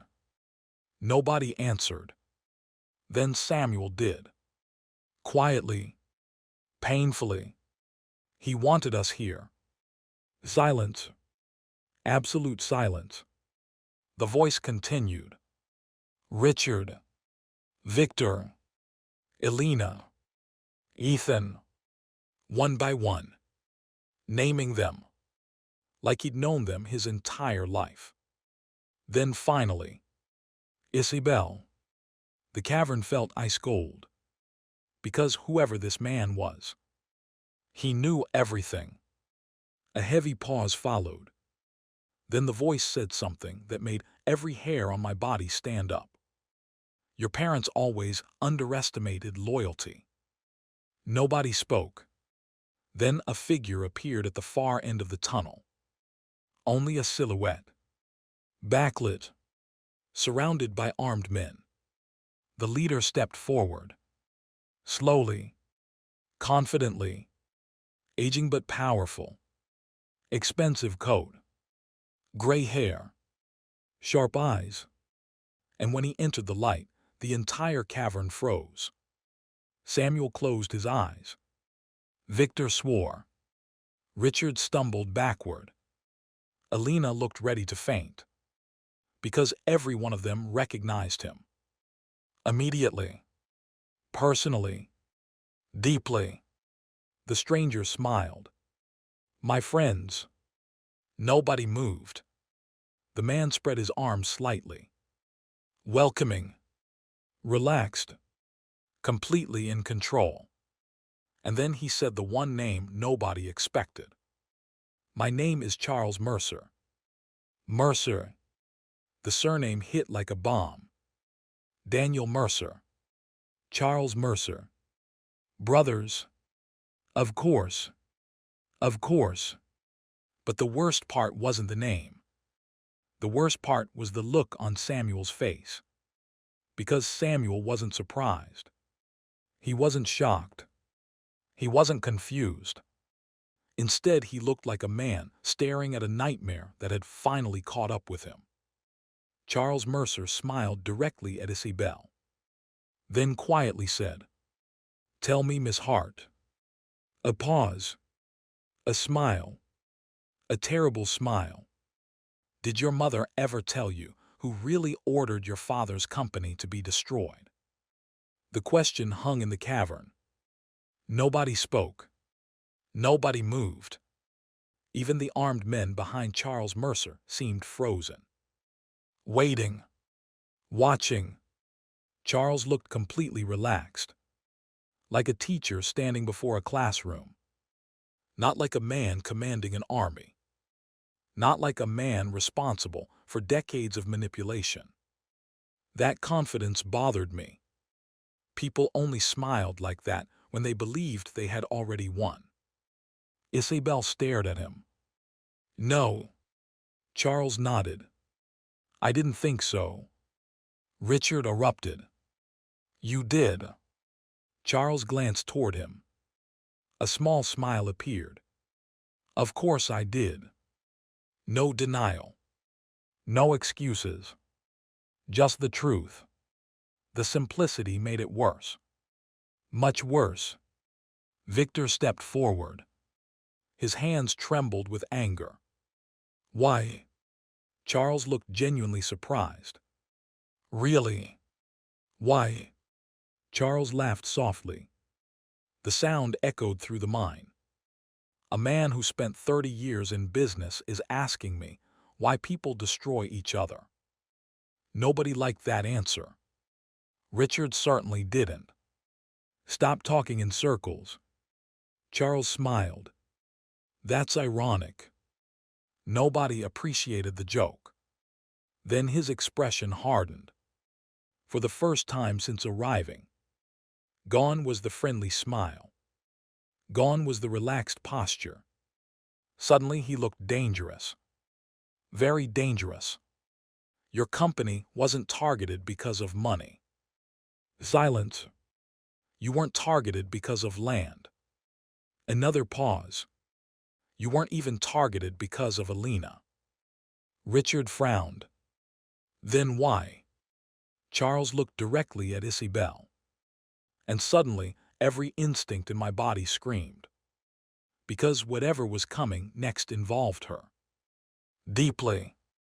Personally. Charles folded his hands behind his back. 27 years ago, Samuel Pierce discovered something. Nobody breathed. Not the circle. Samuel's eyes narrowed. Not the accounts. Victor looked confused. Not the corruption. The cavern had become completely silent. Then Charles pointed toward Isabelle. He discovered her. No one understood. Not at first. Then Alina gasped. A tiny sound. Barely audible. But everybody heard it. Charles smiled. There it is. The reaction. The confirmation. The fear. Richard turned toward his wife. Alina. She looked pale. Terribly pale. Tell me he's lying. The tears in her eyes answered before her voice could. My pulse hammered. Samuel closed his eyes. Victor cursed under his breath. Ethan looked completely lost. And Mason. Poor Mason looked like his world was collapsing piece by piece. Charles slowly walked forward.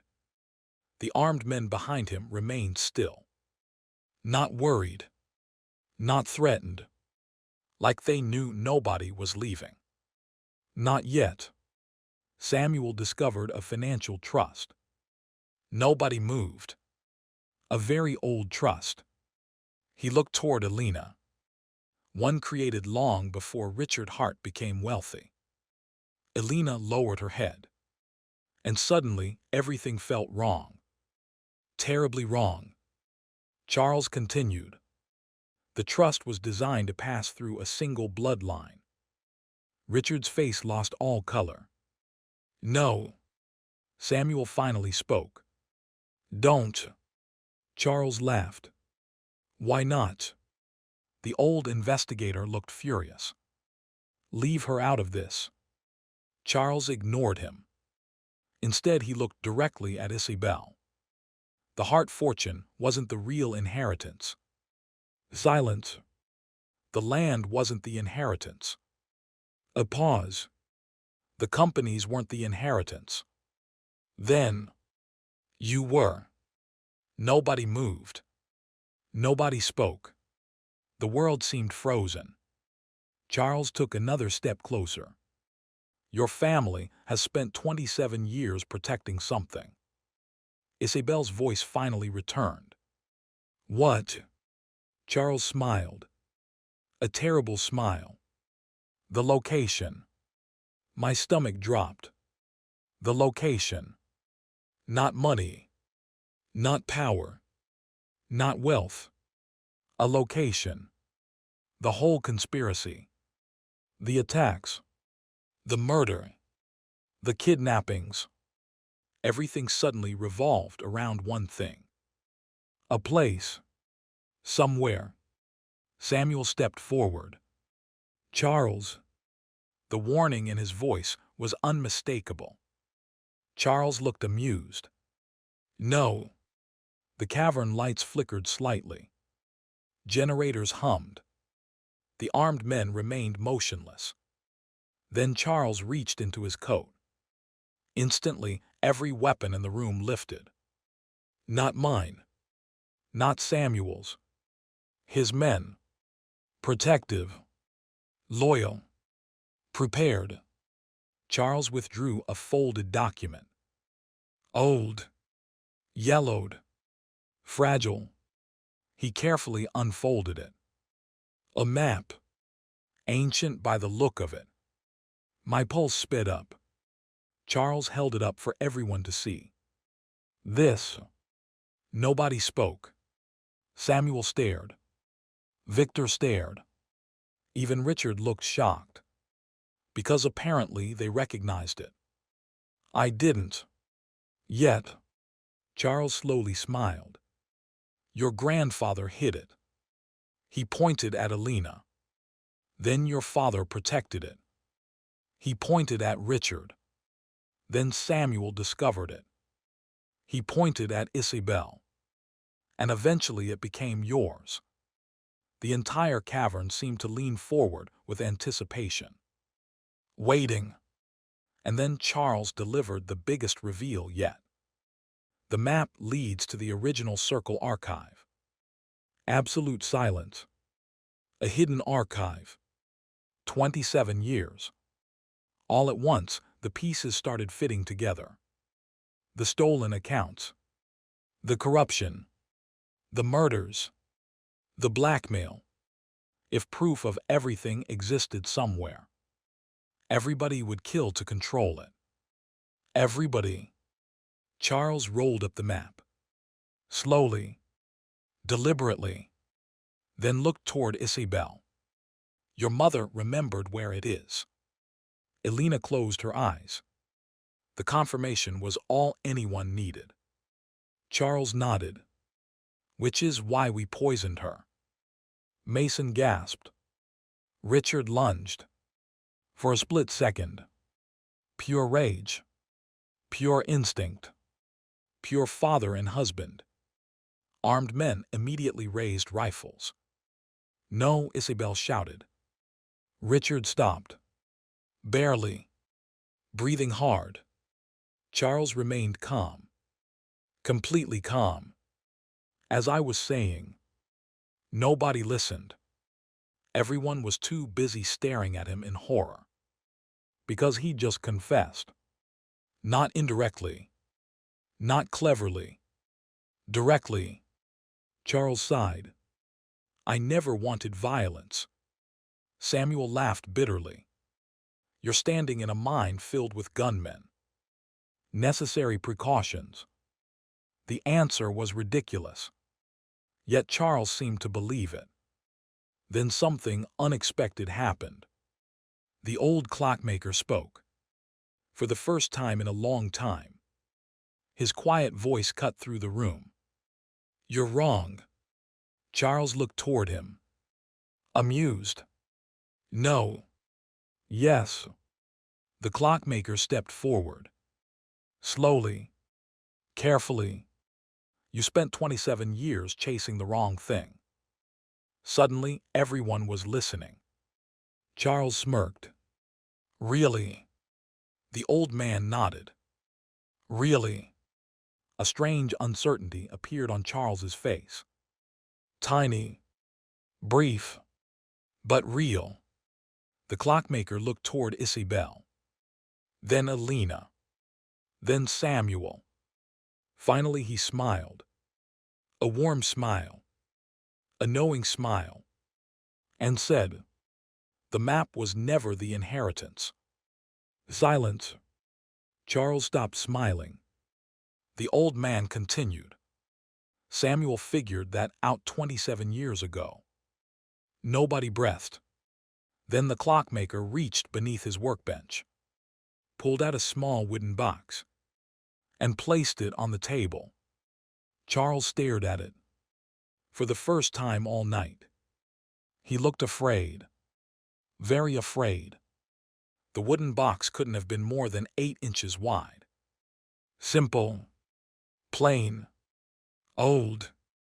Yet the second it touched the table, the entire room changed. Charles Mercer stopped smiling. The armed men behind him tightened their grips on their weapons.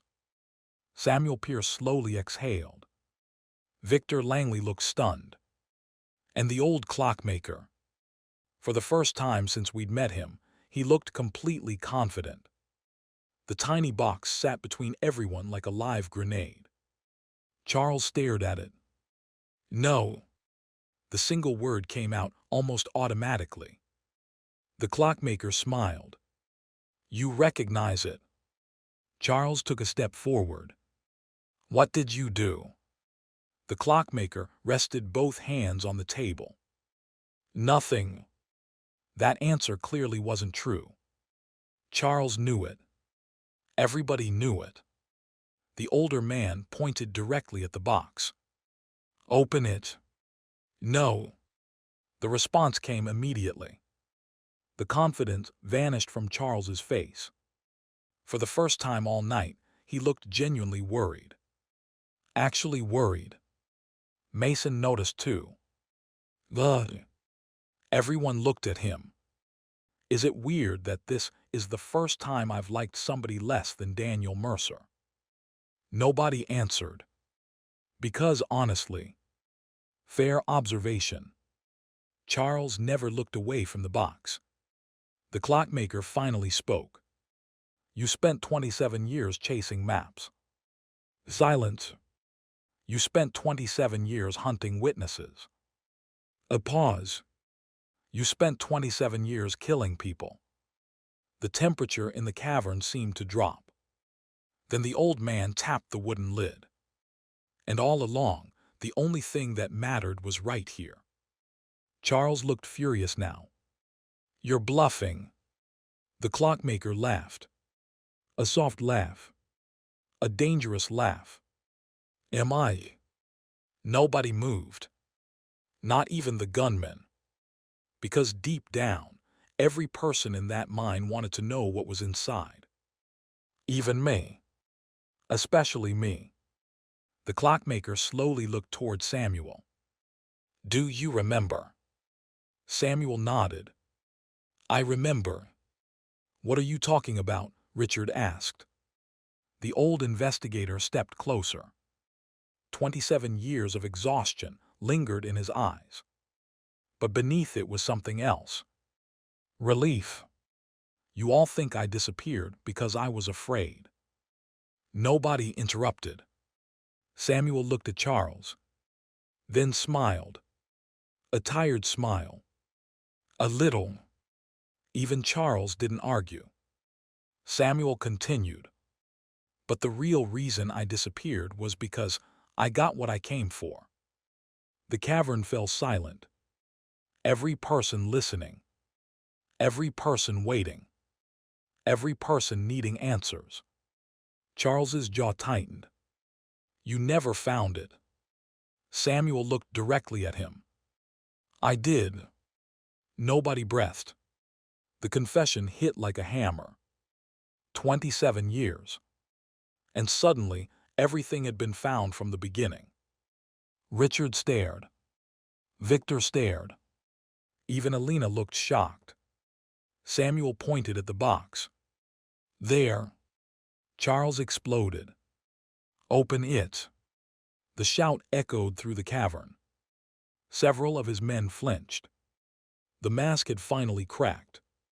The calm businessman was gone. The patient manipulator was gone. All that remained was desperation. Pure desperation. Because whatever sat inside the box terrified him. The clockmaker slowly lifted the lid. The sound seemed impossibly loud. Nobody moved. Nobody blinked. The box opened. Then silence. Every head turned. Inside sat a key. Just a key. Nothing else. Brass. Old-fashioned. Weathered by time. Mason blinked. Seriously. I almost agreed. After all that build-up. A key. Charles didn't look disappointed. He looked horrified. Absolutely horrified. Which told me immediately that the key mattered. A lot. The clockmaker lifted it carefully. 27 years ago, Samuel found the archive. The room froze. Samuel nodded. I found it. Charles looked pale now. You liar. No. Samuel smiled. I found it. Victor took a step forward. The archive actually exists. It does. Richard looked amazed. Then why hide? Samuel laughed. Because I wasn't trying to destroy the circle. Nobody understood. Not yet. Then Samuel held up the key. The archive wasn't evidence. Silence. It was insurance. That got everybody's attention. Samuel's eyes moved across the room, stopping briefly on Isabelle. Then Elena. Then Richard. The people inside the circle spent decades collecting secrets. I frowned. On each other. Exactly. The realization hit instantly. The archive wasn't a collection of crimes. It was leverage. Blackmail. Protection. Control. Rich people keeping files on rich people. Powerful people keeping files on powerful people. A system designed to ensure loyalty. Charles laughed bitterly. You think turning that over changes anything? Samuel smiled. No. Charles looked confused. For the first time. Really confused. Then Samuel delivered the blow. I already released it. Complete silence. Nobody moved. Nobody even breathed. Charles stared. Then shook his head. No. Samuel nodded. 3 days ago. The cavern erupted. What? Victor shouted. When? Richard demanded. How? Ethan asked. Mason looked completely lost. Samuel ignored everyone except Charles. The archive was copied. A pause. Repeatedly. Another pause. And delivered to hundreds of locations. The color vanished from Charles's face. Not fear anymore. Panic. Pure panic. Because for the first time all night, he wasn't in control. Samuel continued. Journalists. Victor's eyes widened. Federal investigators. Richard looked stunned. International anti-corruption agencies. Elena covered her mouth. The old investigator smiled slightly. And a few people who hate you personally. Mason grinned. Okay, that's actually kind of awesome. Nobody corrected him. Charles staggered backward. One step. Then another. Then a horrible realization crossed his face. The circle wasn't under attack. The circle was already dead. 27 years of secrets. 27 years of corruption. 27 years of protection. Gone. Finished. Exposed. Then one of Charles's men checked his phone. His face instantly changed. Sir. Charles ignored him. Sir. The man stepped closer. We have a problem. Charles grabbed the phone. Read the screen. Then froze. Article after article. Headline after headline. Breaking news alerts. Names, accounts, photographs, evidence.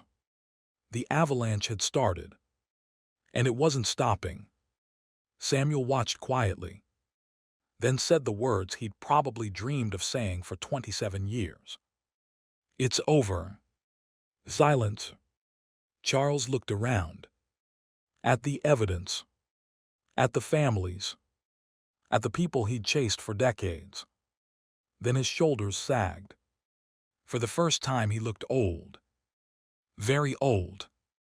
Defeated. The mind became completely silent. Then a new sound echoed through the tunnels. Sirens. Lots of them. Approaching fast. Maybe more. State police. Federal agents. Samuel smiled. Right on schedule. The circle had finally fallen. But as I looked toward Isabelle, I realized something. The conspiracy might be ending. But our story wasn't. Not even close. The sirens grew louder. Closer. Closer. Then blue and red lights began flashing at the mouth of the mine. For a moment, nobody moved. Nobody spoke. 27 years. An entire lifetime of secrets. And it had all ended with a wooden box and a brass key. Charles Mercer stood motionless in the center of the cavern. The powerful mastermind suddenly looked like an ordinary old man. Tired. Defeated. Finished. One of his men lowered his rifle. Then another. And another. The fight went out of them almost instantly. Without the circle, without the leverage, without the protection, they were just men. A few moments later, armed officers flooded into the cavern. Investigators.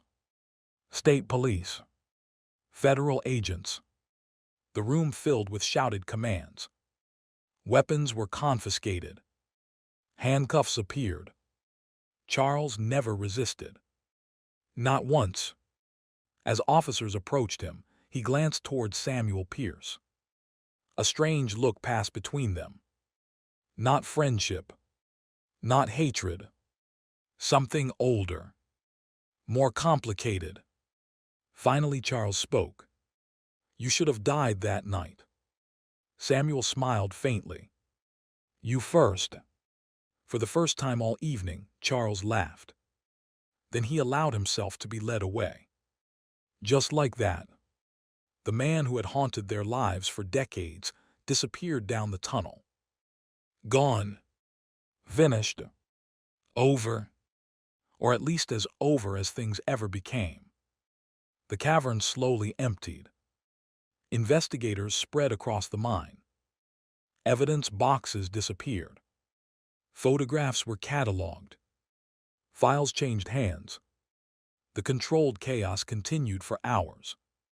Eventually, Samuel found himself surrounded by federal agents and lawyers. Victor was answering questions. Richard and Alina were speaking with detectives. Even Mason had been cornered by an investigator who seemed fascinated by every detail of the story, which left only two people standing alone near the back of the cavern. Me and Isabelle. For a while, neither of us said anything. We just watched everyone move around. The adrenaline was finally fading. And with it came something dangerous. Awareness. The kind that had been easy to ignore during avalanches, kidnappings, conspiracies, and gunfights. Much harder to ignore now. Finally, Isabelle broke the silence. So. She rolled her eyes. That's what you're going with. I've had a complicated week. That earned a small laugh. The first real laugh I'd heard from her in days. Maybe weeks. For a moment, we simply stood there. Then she looked up at me. Thank you. I smiled. For what? For showing up. I frowned. I drove you here. No. Her voice softened. I mean from the beginning.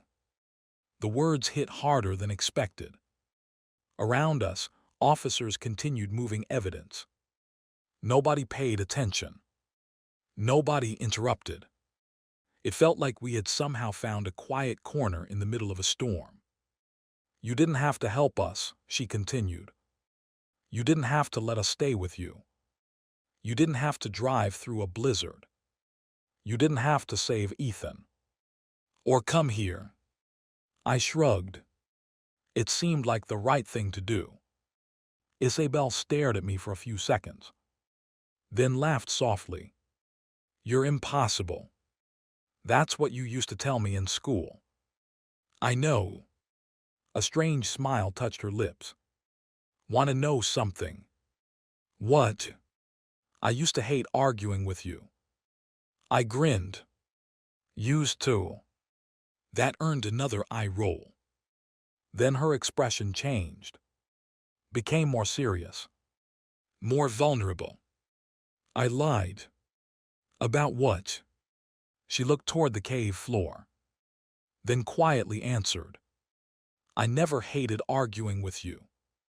For some reason, that sentence affected me more than it should have. Maybe because I already knew where this conversation was heading. Maybe because I'd spent months trying not to think about it. Maybe because I wasn't nearly as good at pretending as I thought. I hated losing arguments with you, she admitted. That's different. Much different. I laughed. So this entire thing started because you're competitive. Don't oversimplify my emotional journey. I couldn't help smiling. Neither could she. For a few seconds, everything felt normal. No conspiracies. No circle.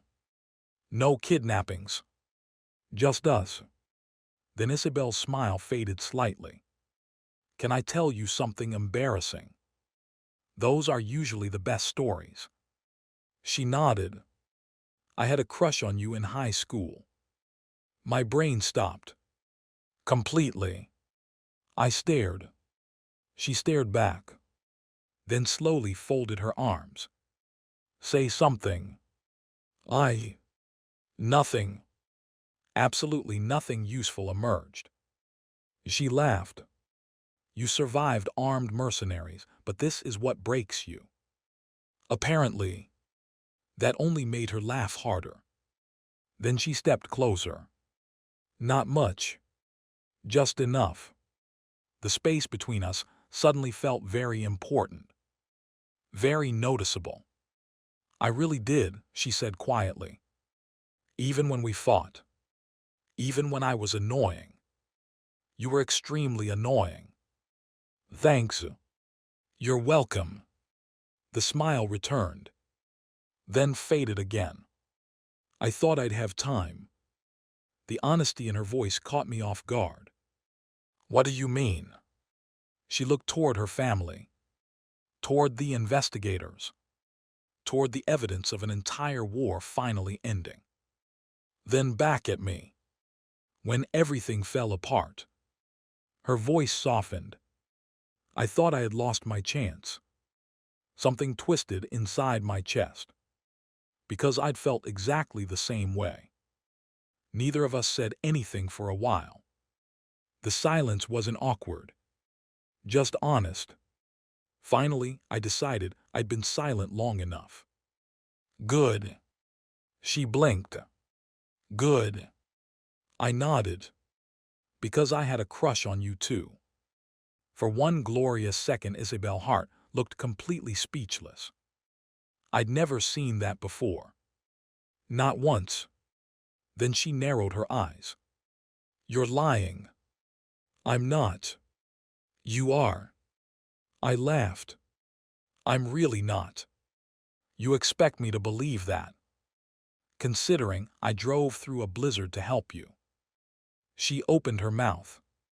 Paused. Then shut it again. Okay. Exactly.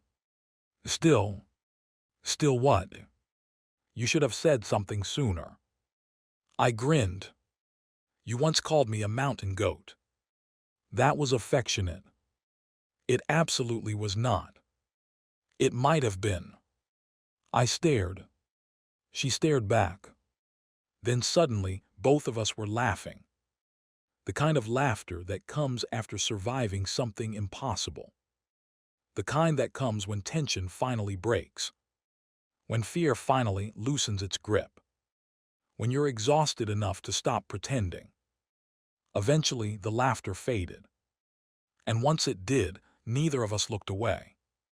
Not this time. Not anymore. The distance between us disappeared. Slowly. Naturally. Like it had been shrinking for years. Maybe it had. Then Isabelle took my hand. Simple. Quiet. Certain. And somehow that felt bigger than everything else. Bigger than the circle. Bigger than Charles Mercer. Bigger than 27 years of secrets. Because for the first time since she'd arrived at my cabin during that blizzard, neither of us was running. 3 weeks later, we finally went home. Not the Hart Mansion. Not Silver Ridge. Not some luxury estate. Home.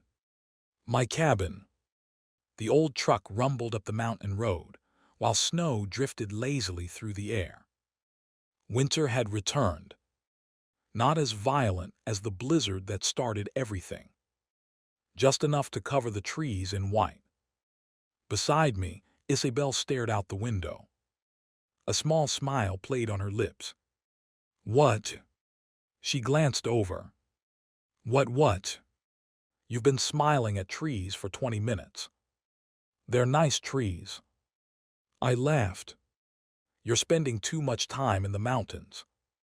Maybe. She didn't sound upset about it. Not even a little. A lot had changed. Charles Mercer had been arrested. Several Circle members had been exposed. New investigations were opening almost daily. News networks were having a field day. Victor had spent most of the past 3 weeks talking to lawyers and federal investigators. Samuel Pierce had become something between a legend and a national headline. And somehow, despite everything, the Hart family was finally healing. Elena was recovering. Richard wasn't carrying the world on his shoulders anymore. Mason had discovered the internet's fascination with conspiracy stories and was enjoying every second of it. Life wasn't perfect, but it was better. Much better. The cabin appeared through the trees. The second Isabelle saw it, something softened in her expression. I noticed immediately. Missed it. No. You did. No. You absolutely did. She sighed dramatically. Fine. A pause. I missed it. Victory. Small victory. Still counts. I parked beside the cabin. The engine died. Silence settled over the mountains. Peaceful silence. The good kind. For several seconds, neither of us got out. Then Isabelle quietly spoke. You know. Lado. What? Whenever someone starts a sentence with you know, trouble follows. She rolled her eyes. Just listen. I lifted both hands. Listening. Her gaze drifted toward the cabin. When I first showed up here, a small laugh escaped her. I thought I'd be gone in a day. I remembered. She'd looked completely out of place. Designer coat. Designer boots. Designer attitude. The mountain hadn't known what to do with her. Neither had I. And now? I asked.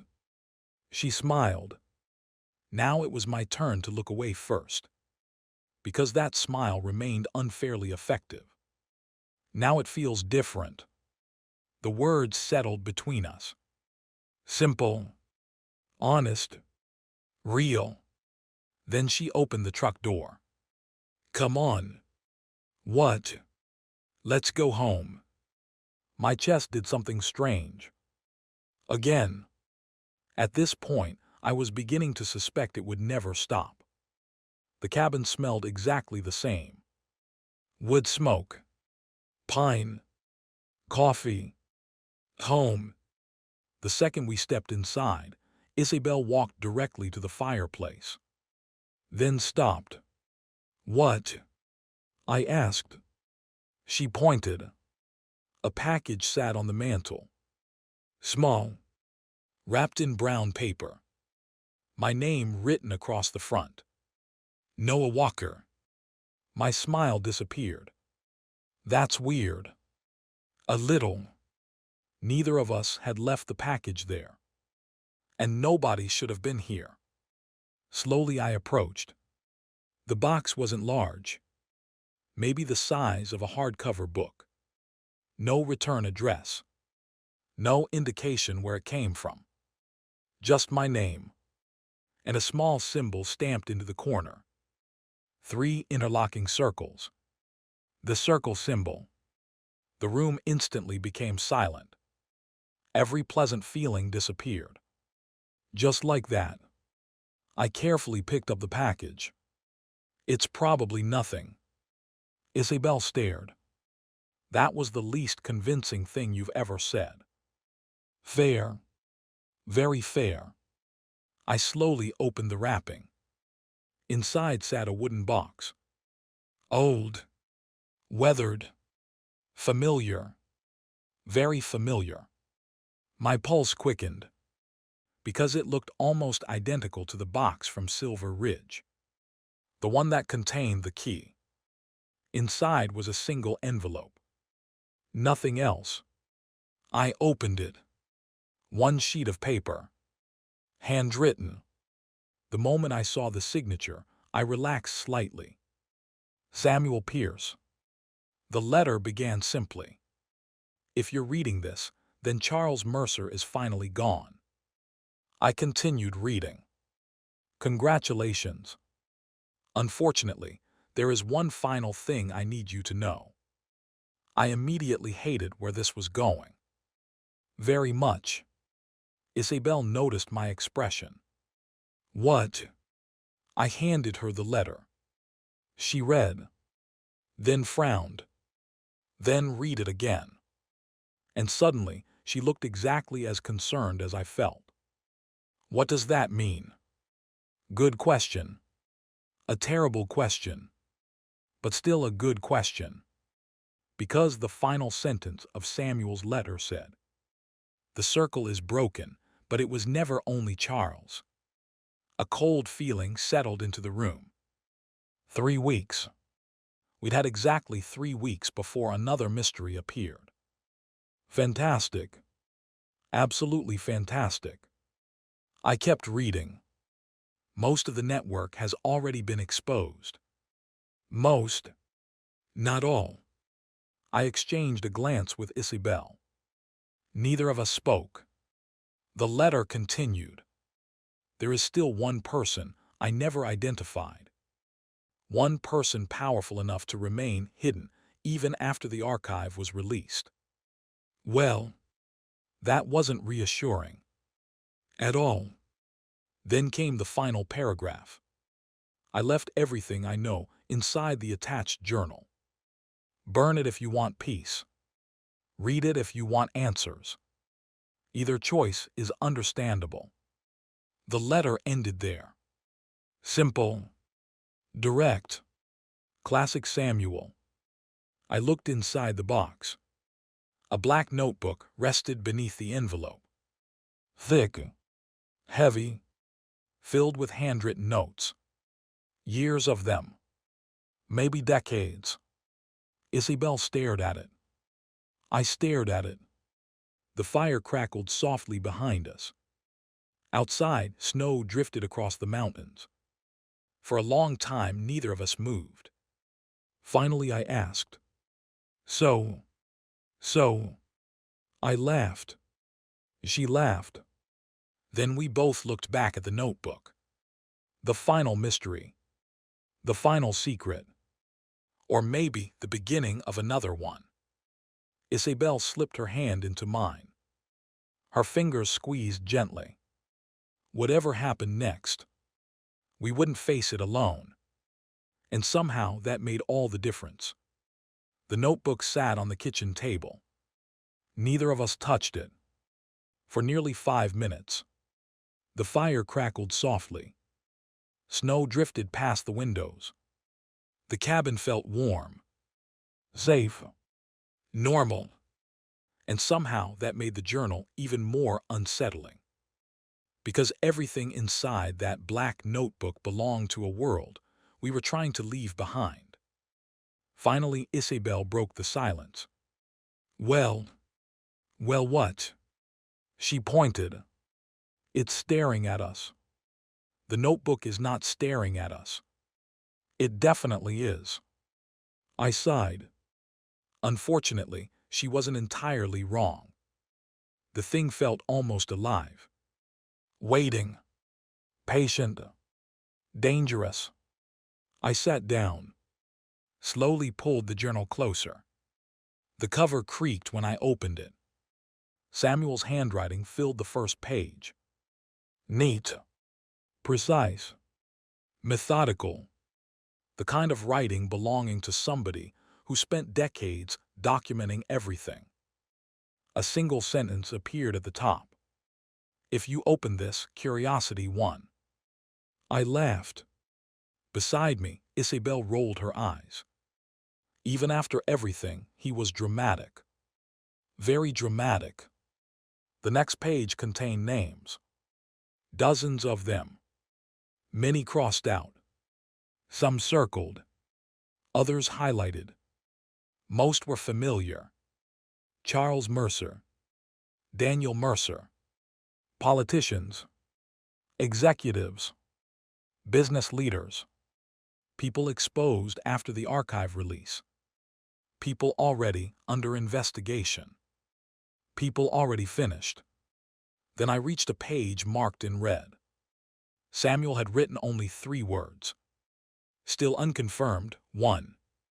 The smile vanished from my face. Isabelle noticed immediately. What? I turned the notebook toward her. She read the page. Then frowned. 1 person. Apparently. The next several pages detailed years of investigation. Samuel's theories. Suspicions. Evidence. False leads. Dead ends. The deeper we read, the stranger things became. Because this unknown person appeared everywhere. Near every major event. Near every important decision. Near almost every tragedy. Always close. Never visible. Like a ghost. The entries became increasingly frustrated over time. Samuel's handwriting grew sharper. Angrier. More desperate. Then we reached an entry dated 6 years earlier. I read it twice. Then a third time. No way. What? I passed over the journal. Isabelle read silently. Her eyebrows climbed higher with every sentence. Finally, she looked up. That's impossible. The entry described a private meeting. Victor Langley, Richard Hart, Daniel Mercer, and an unidentified observer. Someone watching from a nearby room. Someone Samuel believed was giving instructions. Yet nobody ever saw them directly. Samuel ended the entry with a simple conclusion. The circle answers to influence, not hierarchy, yet one individual keeps appearing. Neither of us liked that. Not at all. I flipped ahead. Page after page. More notes.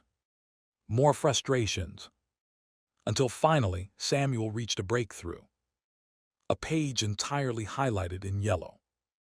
Only 1 sentence. The hidden member never seeks power. I frowned. What does that mean? Isabelle kept reading. Then her expression changed. Slowly, gradually, concern replacing confusion. There, she pointed, a paragraph near the bottom. I read carefully, then froze. The hidden member never sought money, never sought influence, never sought wealth. Instead, they positioned themselves near powerful people, advising them, helping them, guiding them, remaining trusted, remaining invisible, always nearby when decisions were made. My stomach tightened, because Samuel had written a final observation beneath it. The most dangerous people are rarely in charge. They simply convince others they should be. The room became very quiet. Outside, the wind rattled the cabin windows. Inside, the fire snapped softly. Then Isabelle turned another page.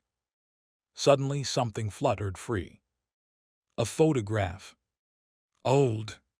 Folded. Hidden between the sheets. It landed face down on the table. Neither of us moved. Then I picked it up, turned it over, and immediately felt my pulse jump. The photo wasn't of Charles Mercer, or Daniel, or Victor, or Richard. It was somebody else. Someone we'd seen before. Many times, yet somehow never paid much attention to. The old clockmaker, Holloway, standing beside Samuel Pierce.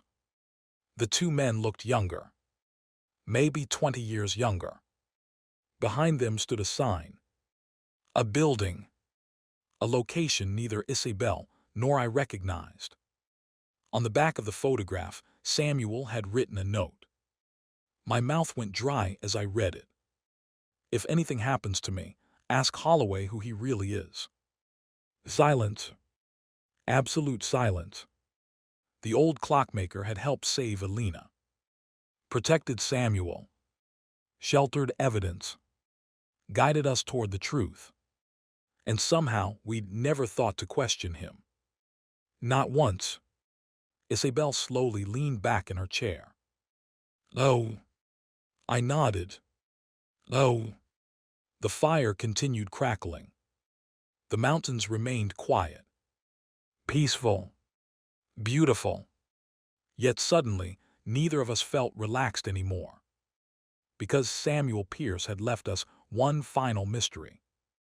And deep down, I already knew what was going to happen. We were going to investigate. Of course we were. After everything we'd survived. Apparently, we still hadn't learned our lesson. Isabelle looked at me. I looked at her. Then simultaneously we said, we should call Holloway. The phone rang before either of us touched it. We froze. Once. Twice.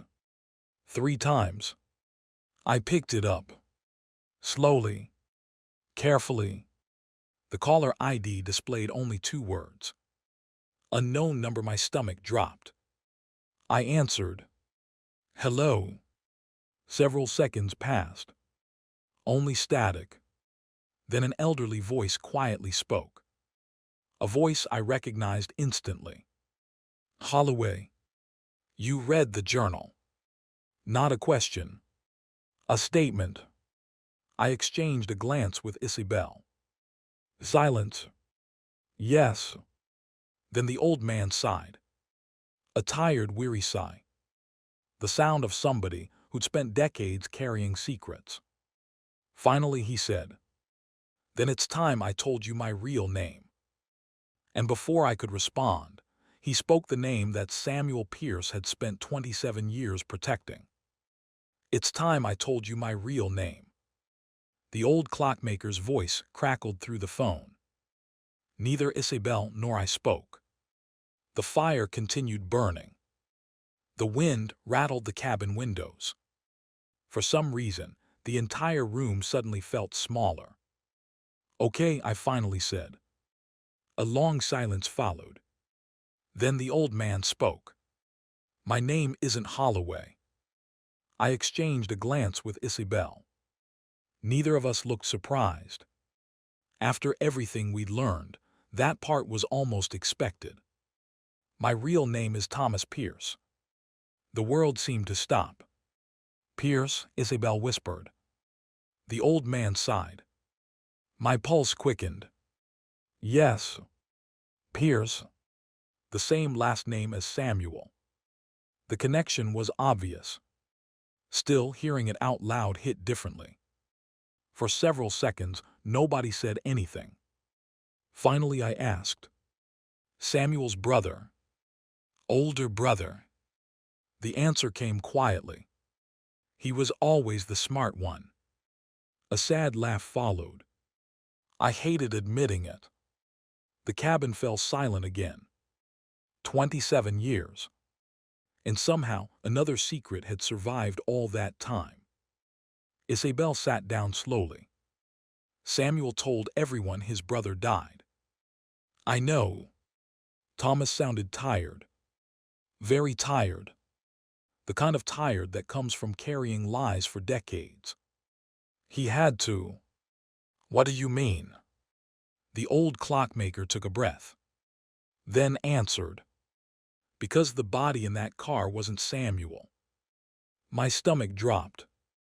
The realization arrived instantly. "No. No way. Your body was." "Yes." Silence. Absolute silence. Thomas continued. "After the attack, Samuel found me first." His voice drifted slightly. Like he was revisiting memories he'd spent years avoiding.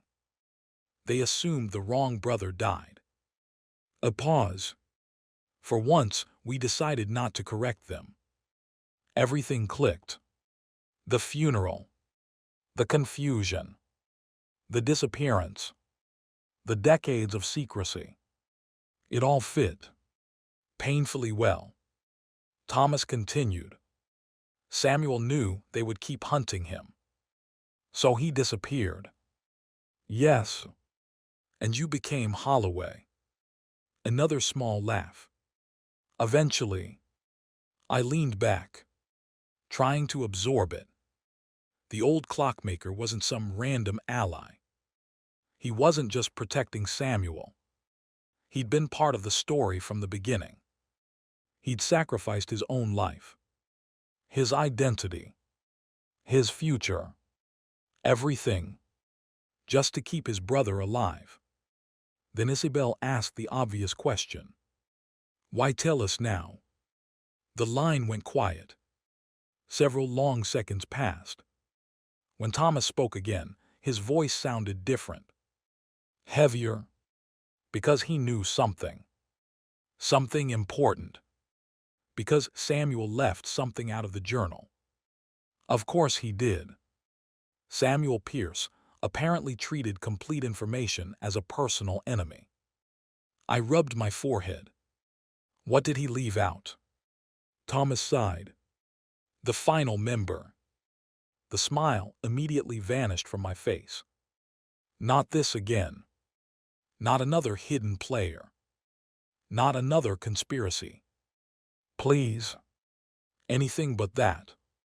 Unfortunately, reality ignored my requests. The hidden member exists, Thomas said.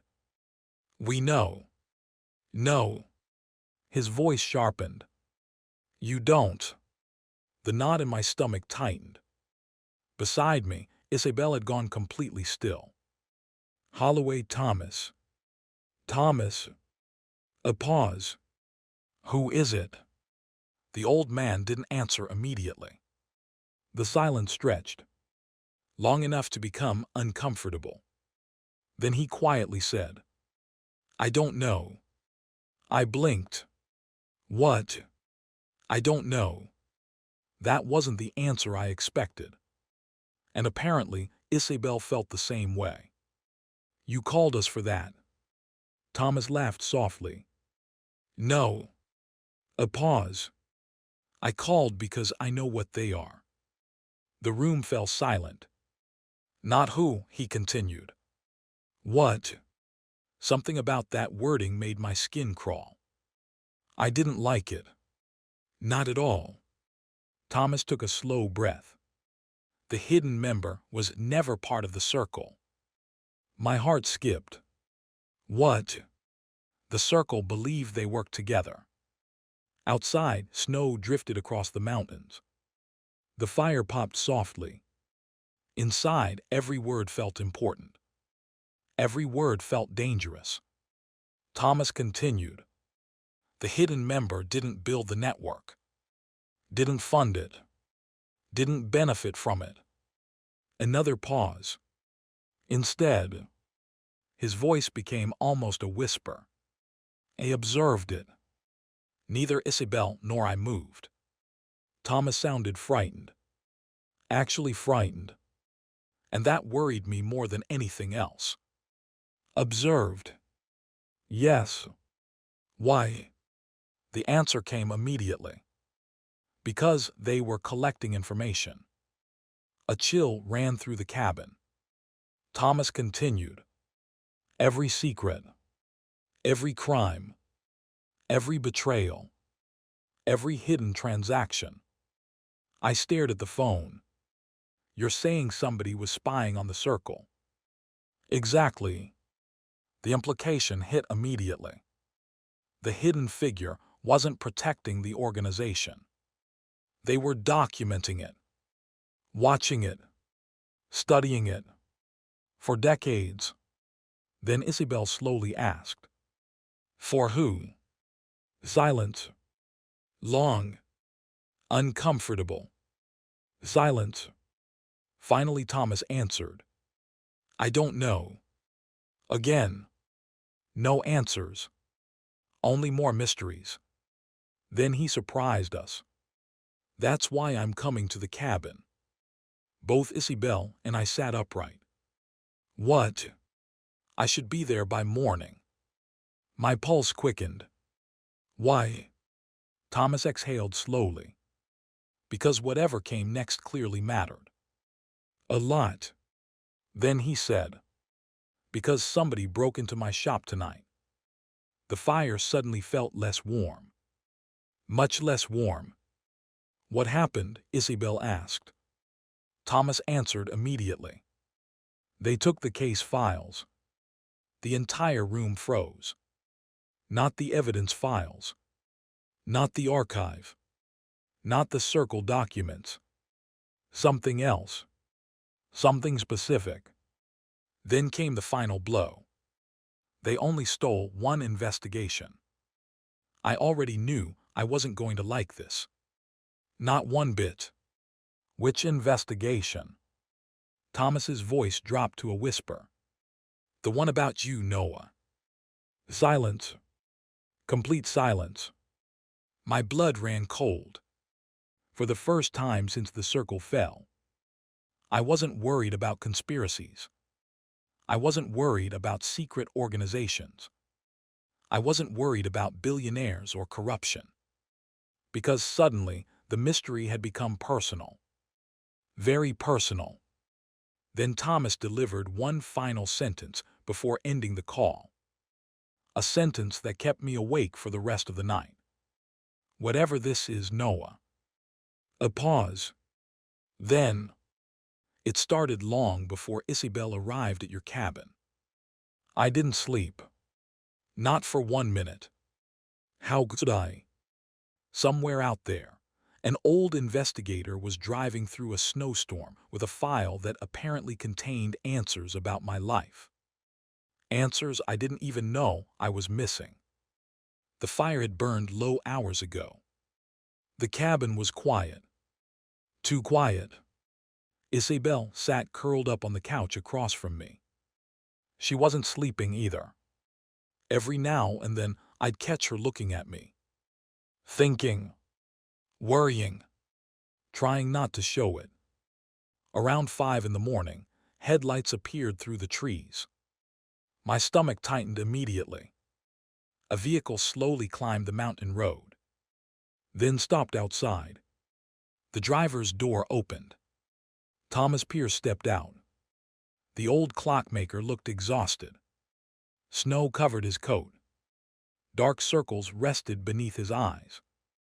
Under one arm he carried a thick leather folder. I already hated that folder. A lot.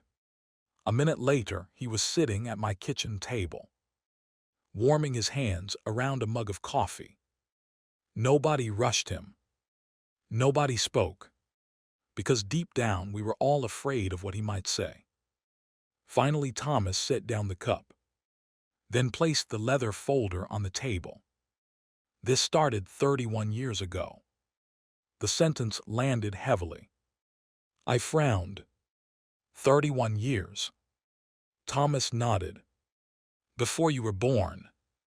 That definitely wasn't helping. He opened the folder. Inside sat newspaper clippings, police reports, property records, photographs, dozens and dozens of photographs. Some old, some recent, all organized meticulously. Thomas pulled out the first image, a picture of a small mountain town. I recognized it instantly. That's Pine Creek. Thomas nodded. My hometown. My hometown, too. A strange look crossed the old man's face. Yes. There was something odd about the way he said it. Something careful. Then he slid another photograph across the table. A younger couple stood smiling beside a pickup truck. The woman looked familiar. Very familiar. My chest tightened. That's my mother. Thomas nodded. The man beside her wasn't. At least I didn't think he was. Yet something about him looked strangely familiar. The eyes. The jawline. The crooked smile. I stared. Then stared harder. And suddenly my pulse started racing. The man looked like me. Not a little. A lot. My mouth went dry. Thomas quietly said, "That's David Walker." Silence. My father. Yes. For a moment I couldn't speak. I'd never met him. Never knew him. My mother rarely discussed him. Whenever I asked, she'd simply say he died before I was old enough to remember. That was it. End of conversation. End of story. Or so I'd thought. Thomas removed another photograph. And another. And another. Every image showed my father. Different years. Different locations. Always smiling. Always looking alive. Real. Then came the first newspaper article. The headline immediately caught my attention. Local surveyor disappears during mountain expedition. I looked up. Thomas nodded slowly. Your father. The room fell silent. Even Isabelle looked shocked. He was a surveyor. One of the best. Thomas looked toward the snow-covered window. He spent years mapping remote mountain regions. The old man paused. Then added, which is how he found it. There it was. The phrase I'd grown to hate. It. The mysterious thing always hiding behind every problem. Every secret. Every conspiracy. What did he find? Thomas looked directly at me. The archive. Nobody moved. Nobody breathed. The original Circle archive. Thomas nodded. 7 years before Samuel discovered it. The world tilted sideways. That wasn't possible. None of this was possible. Yet the evidence sat right there. Photographs. Reports. Notes. 31 years of documentation. Before anyone else. Before Samuel. Before the Circle even realized somebody was looking. My father had found it. I stared at the photographs, then at Thomas, then back at the photographs. No, Thomas sighed. I wish I was wrong. But I know. His eyes softened. I had the same reaction. The knot in my stomach grew tighter. Much tighter. Then Thomas carefully removed one final photograph and placed it in front of me. A younger David Walker, standing beside another man. A man I recognized immediately. Samuel Pierce. The room went silent. Completely silent. My father knew Samuel. Not casually. Not professionally. The two men looked like friends. Close friends. The kind who trusted each other. The kind who shared secrets. The kind who got pulled into dangerous situations together. Thomas folded his hands. They investigated together for almost 3 years. Why didn't Samuel tell me? The old man laughed sadly. Because your father asked him not to. That answer somehow hurt more. A lot more. Thomas looked away. Then quietly said, David believed the circle would eventually come looking. A chill crawled down my spine. Because apparently he was right. 30 years later. They had. The old clockmaker opened another section of the file. Inside sat dozens of handwritten pages. A journal.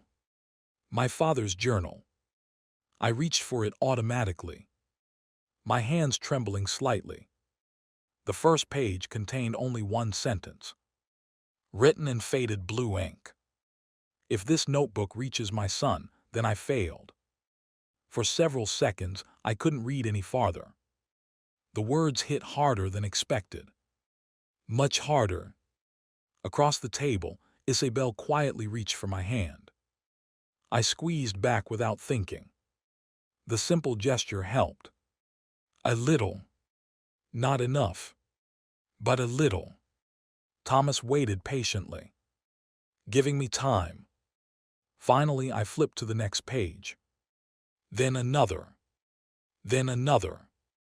My father's notes filled every inch. Maps. Coordinates. Observations. Warnings. The deeper I read, the stranger things became. Because he wasn't investigating money. He wasn't investigating the circle. Not really. He was investigating people disappearing in the mountains. Missing hikers. Missing surveyors. Missing researchers. Dozens of them. Maybe hundreds. Every case somehow connected to specific regions. Specific coordinates. Specific locations. Locations near the archive. I frowned. What is this? Thomas looked grim. We never figured it out. The answer didn't help. At all. Then I found the final entry. The last words my father ever wrote. My chest tightened. I read them silently. Once. Twice. Then a third time. Because they made absolutely no sense. Beside me, Isabelle noticed immediately. What? Without answering, I turned the journal toward her. She read. Then froze. Her expression changed instantly. What does that mean? Good question. A terrible question. The last entry read. Someone inside the circle knows about the boy. Silence. The cabin felt frozen. Thomas looked exhausted. You. I stared at him. What? He pointed toward the journal. The boy was you. No one spoke. Snow drifted quietly outside. The fire crackled. The mountains remained peaceful. Beautiful. Unaware. And suddenly, I realized something horrifying. The circle hadn't entered my life when Isabelle arrived at the cabin. It hadn't entered my life when the Hart family collapsed. It hadn't entered my life when Samuel Pierce resurfaced. The circle had been connected to me before I was even born. Then Thomas slowly slid one final document across the table. A birth record. My birth record. Several lines had been highlighted. Not my name. Not my mother. Something else. A witness signature. Someone present at the hospital the day I was born. I looked down. My blood ran cold. Because the name on that document was one person we thought we understood. One person we trusted.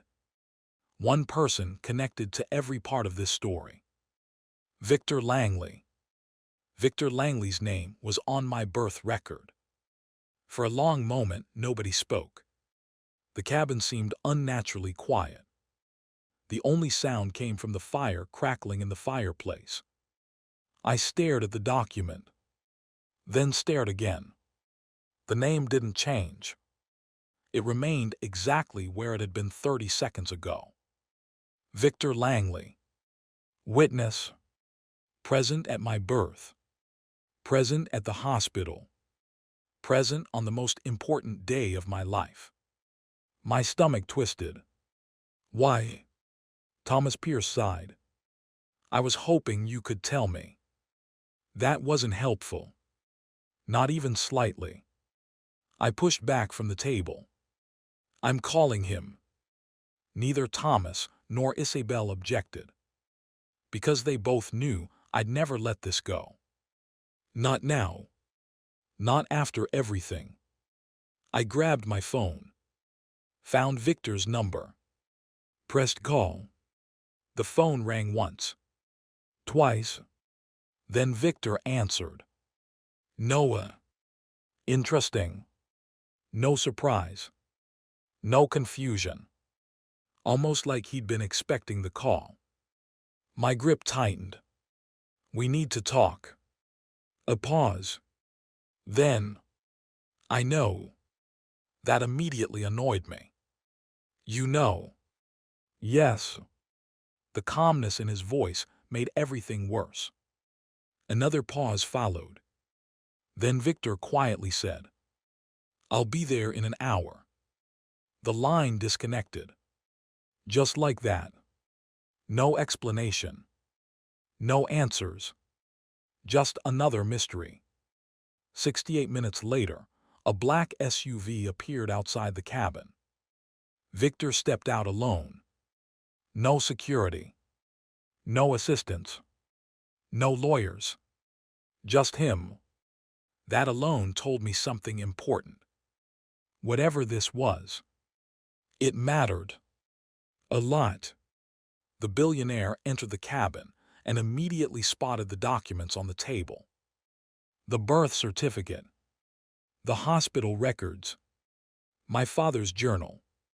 His expression darkened. You found it.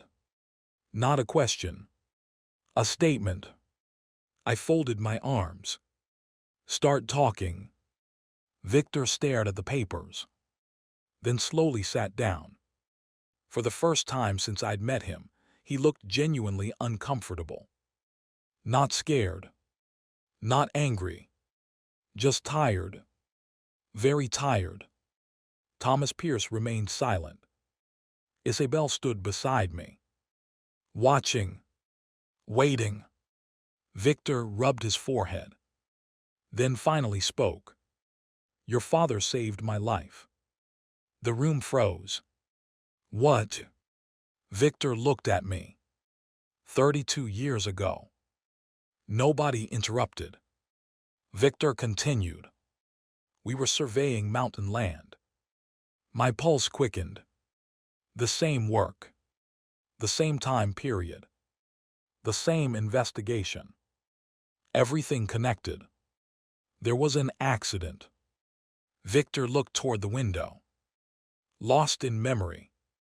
The ridge collapsed. The truck rolled. I was trapped. He laughed softly. Without humor. The doctors said I should have died. A pause. But David Walker pulled me out. Silence. My father. Again. Always my father. Victor looked down at his hands. He saved me. Nobody spoke. Then Victor delivered the next revelation.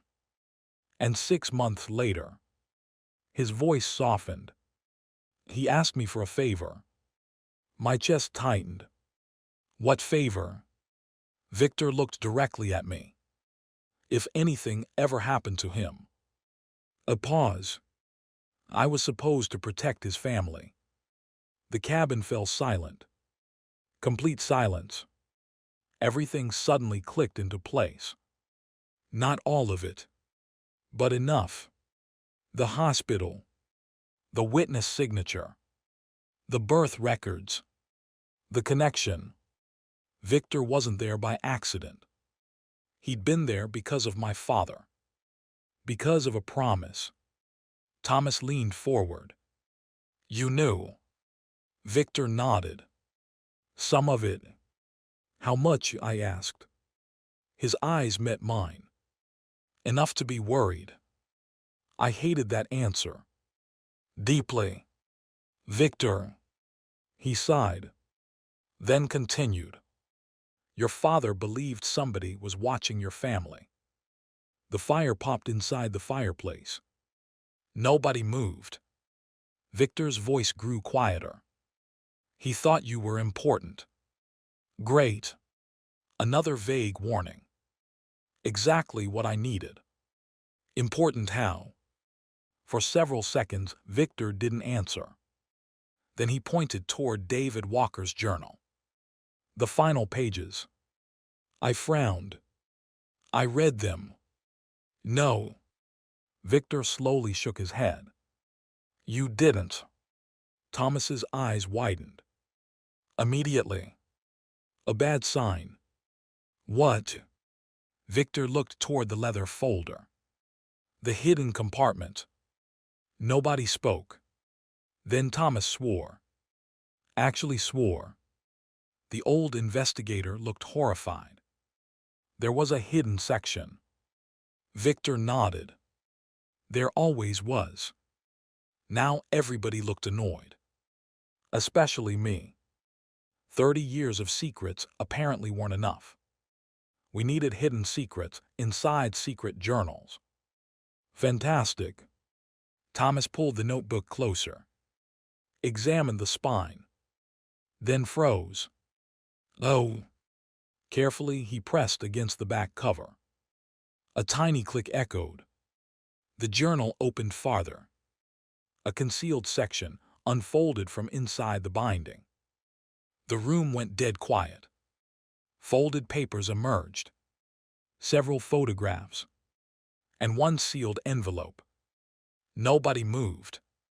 My pulse hammered. Because the envelope was clearly addressed to someone. Me.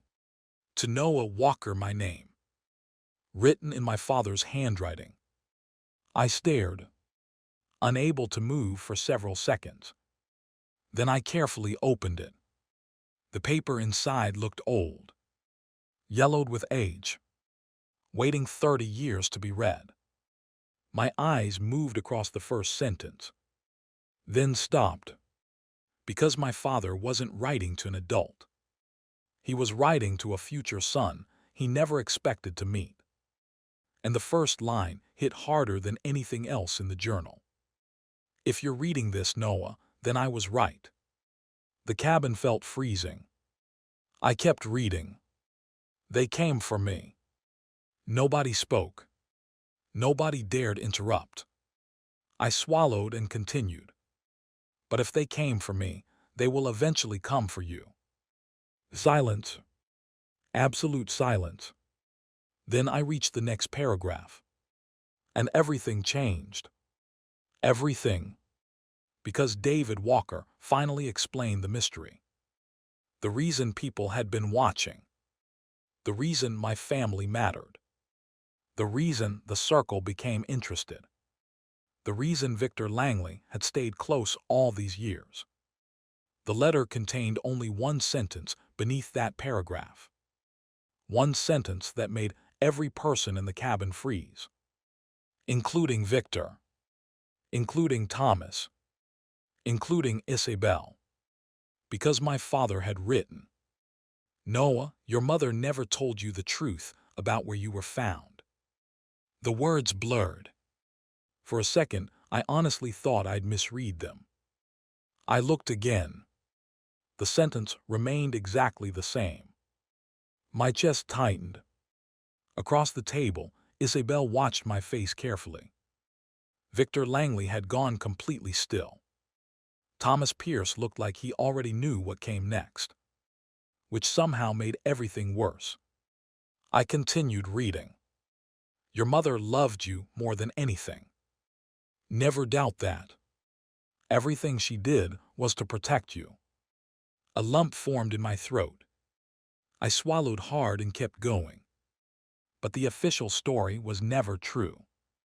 You weren't born in Pine Creek Hospital. The cabin fell silent. Dead silent. I heard Isabelle inhale sharply. Victor closed his eyes, almost like he'd been dreading this exact moment. I looked up. "What does that mean?" Nobody answered. Because they didn't need to. The letter was already doing it. I continued. The birth certificate was created afterward. The adoption records were altered. The dates were changed. The witnesses were instructed what to say. Every sentence landed like a hammer. My pulse thundered. "What?"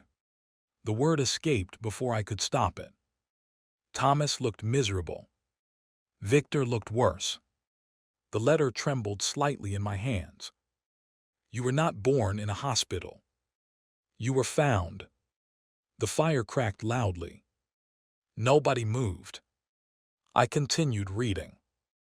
On February 11th, 30 years ago, a survey team discovered a vehicle deep in the northern mountains. The vehicle was abandoned. The driver was dead. But inside the vehicle was an infant. My hand stopped moving. My entire body froze. The infant. Me. The realization hit everyone simultaneously. Even Isabelle looked stunned.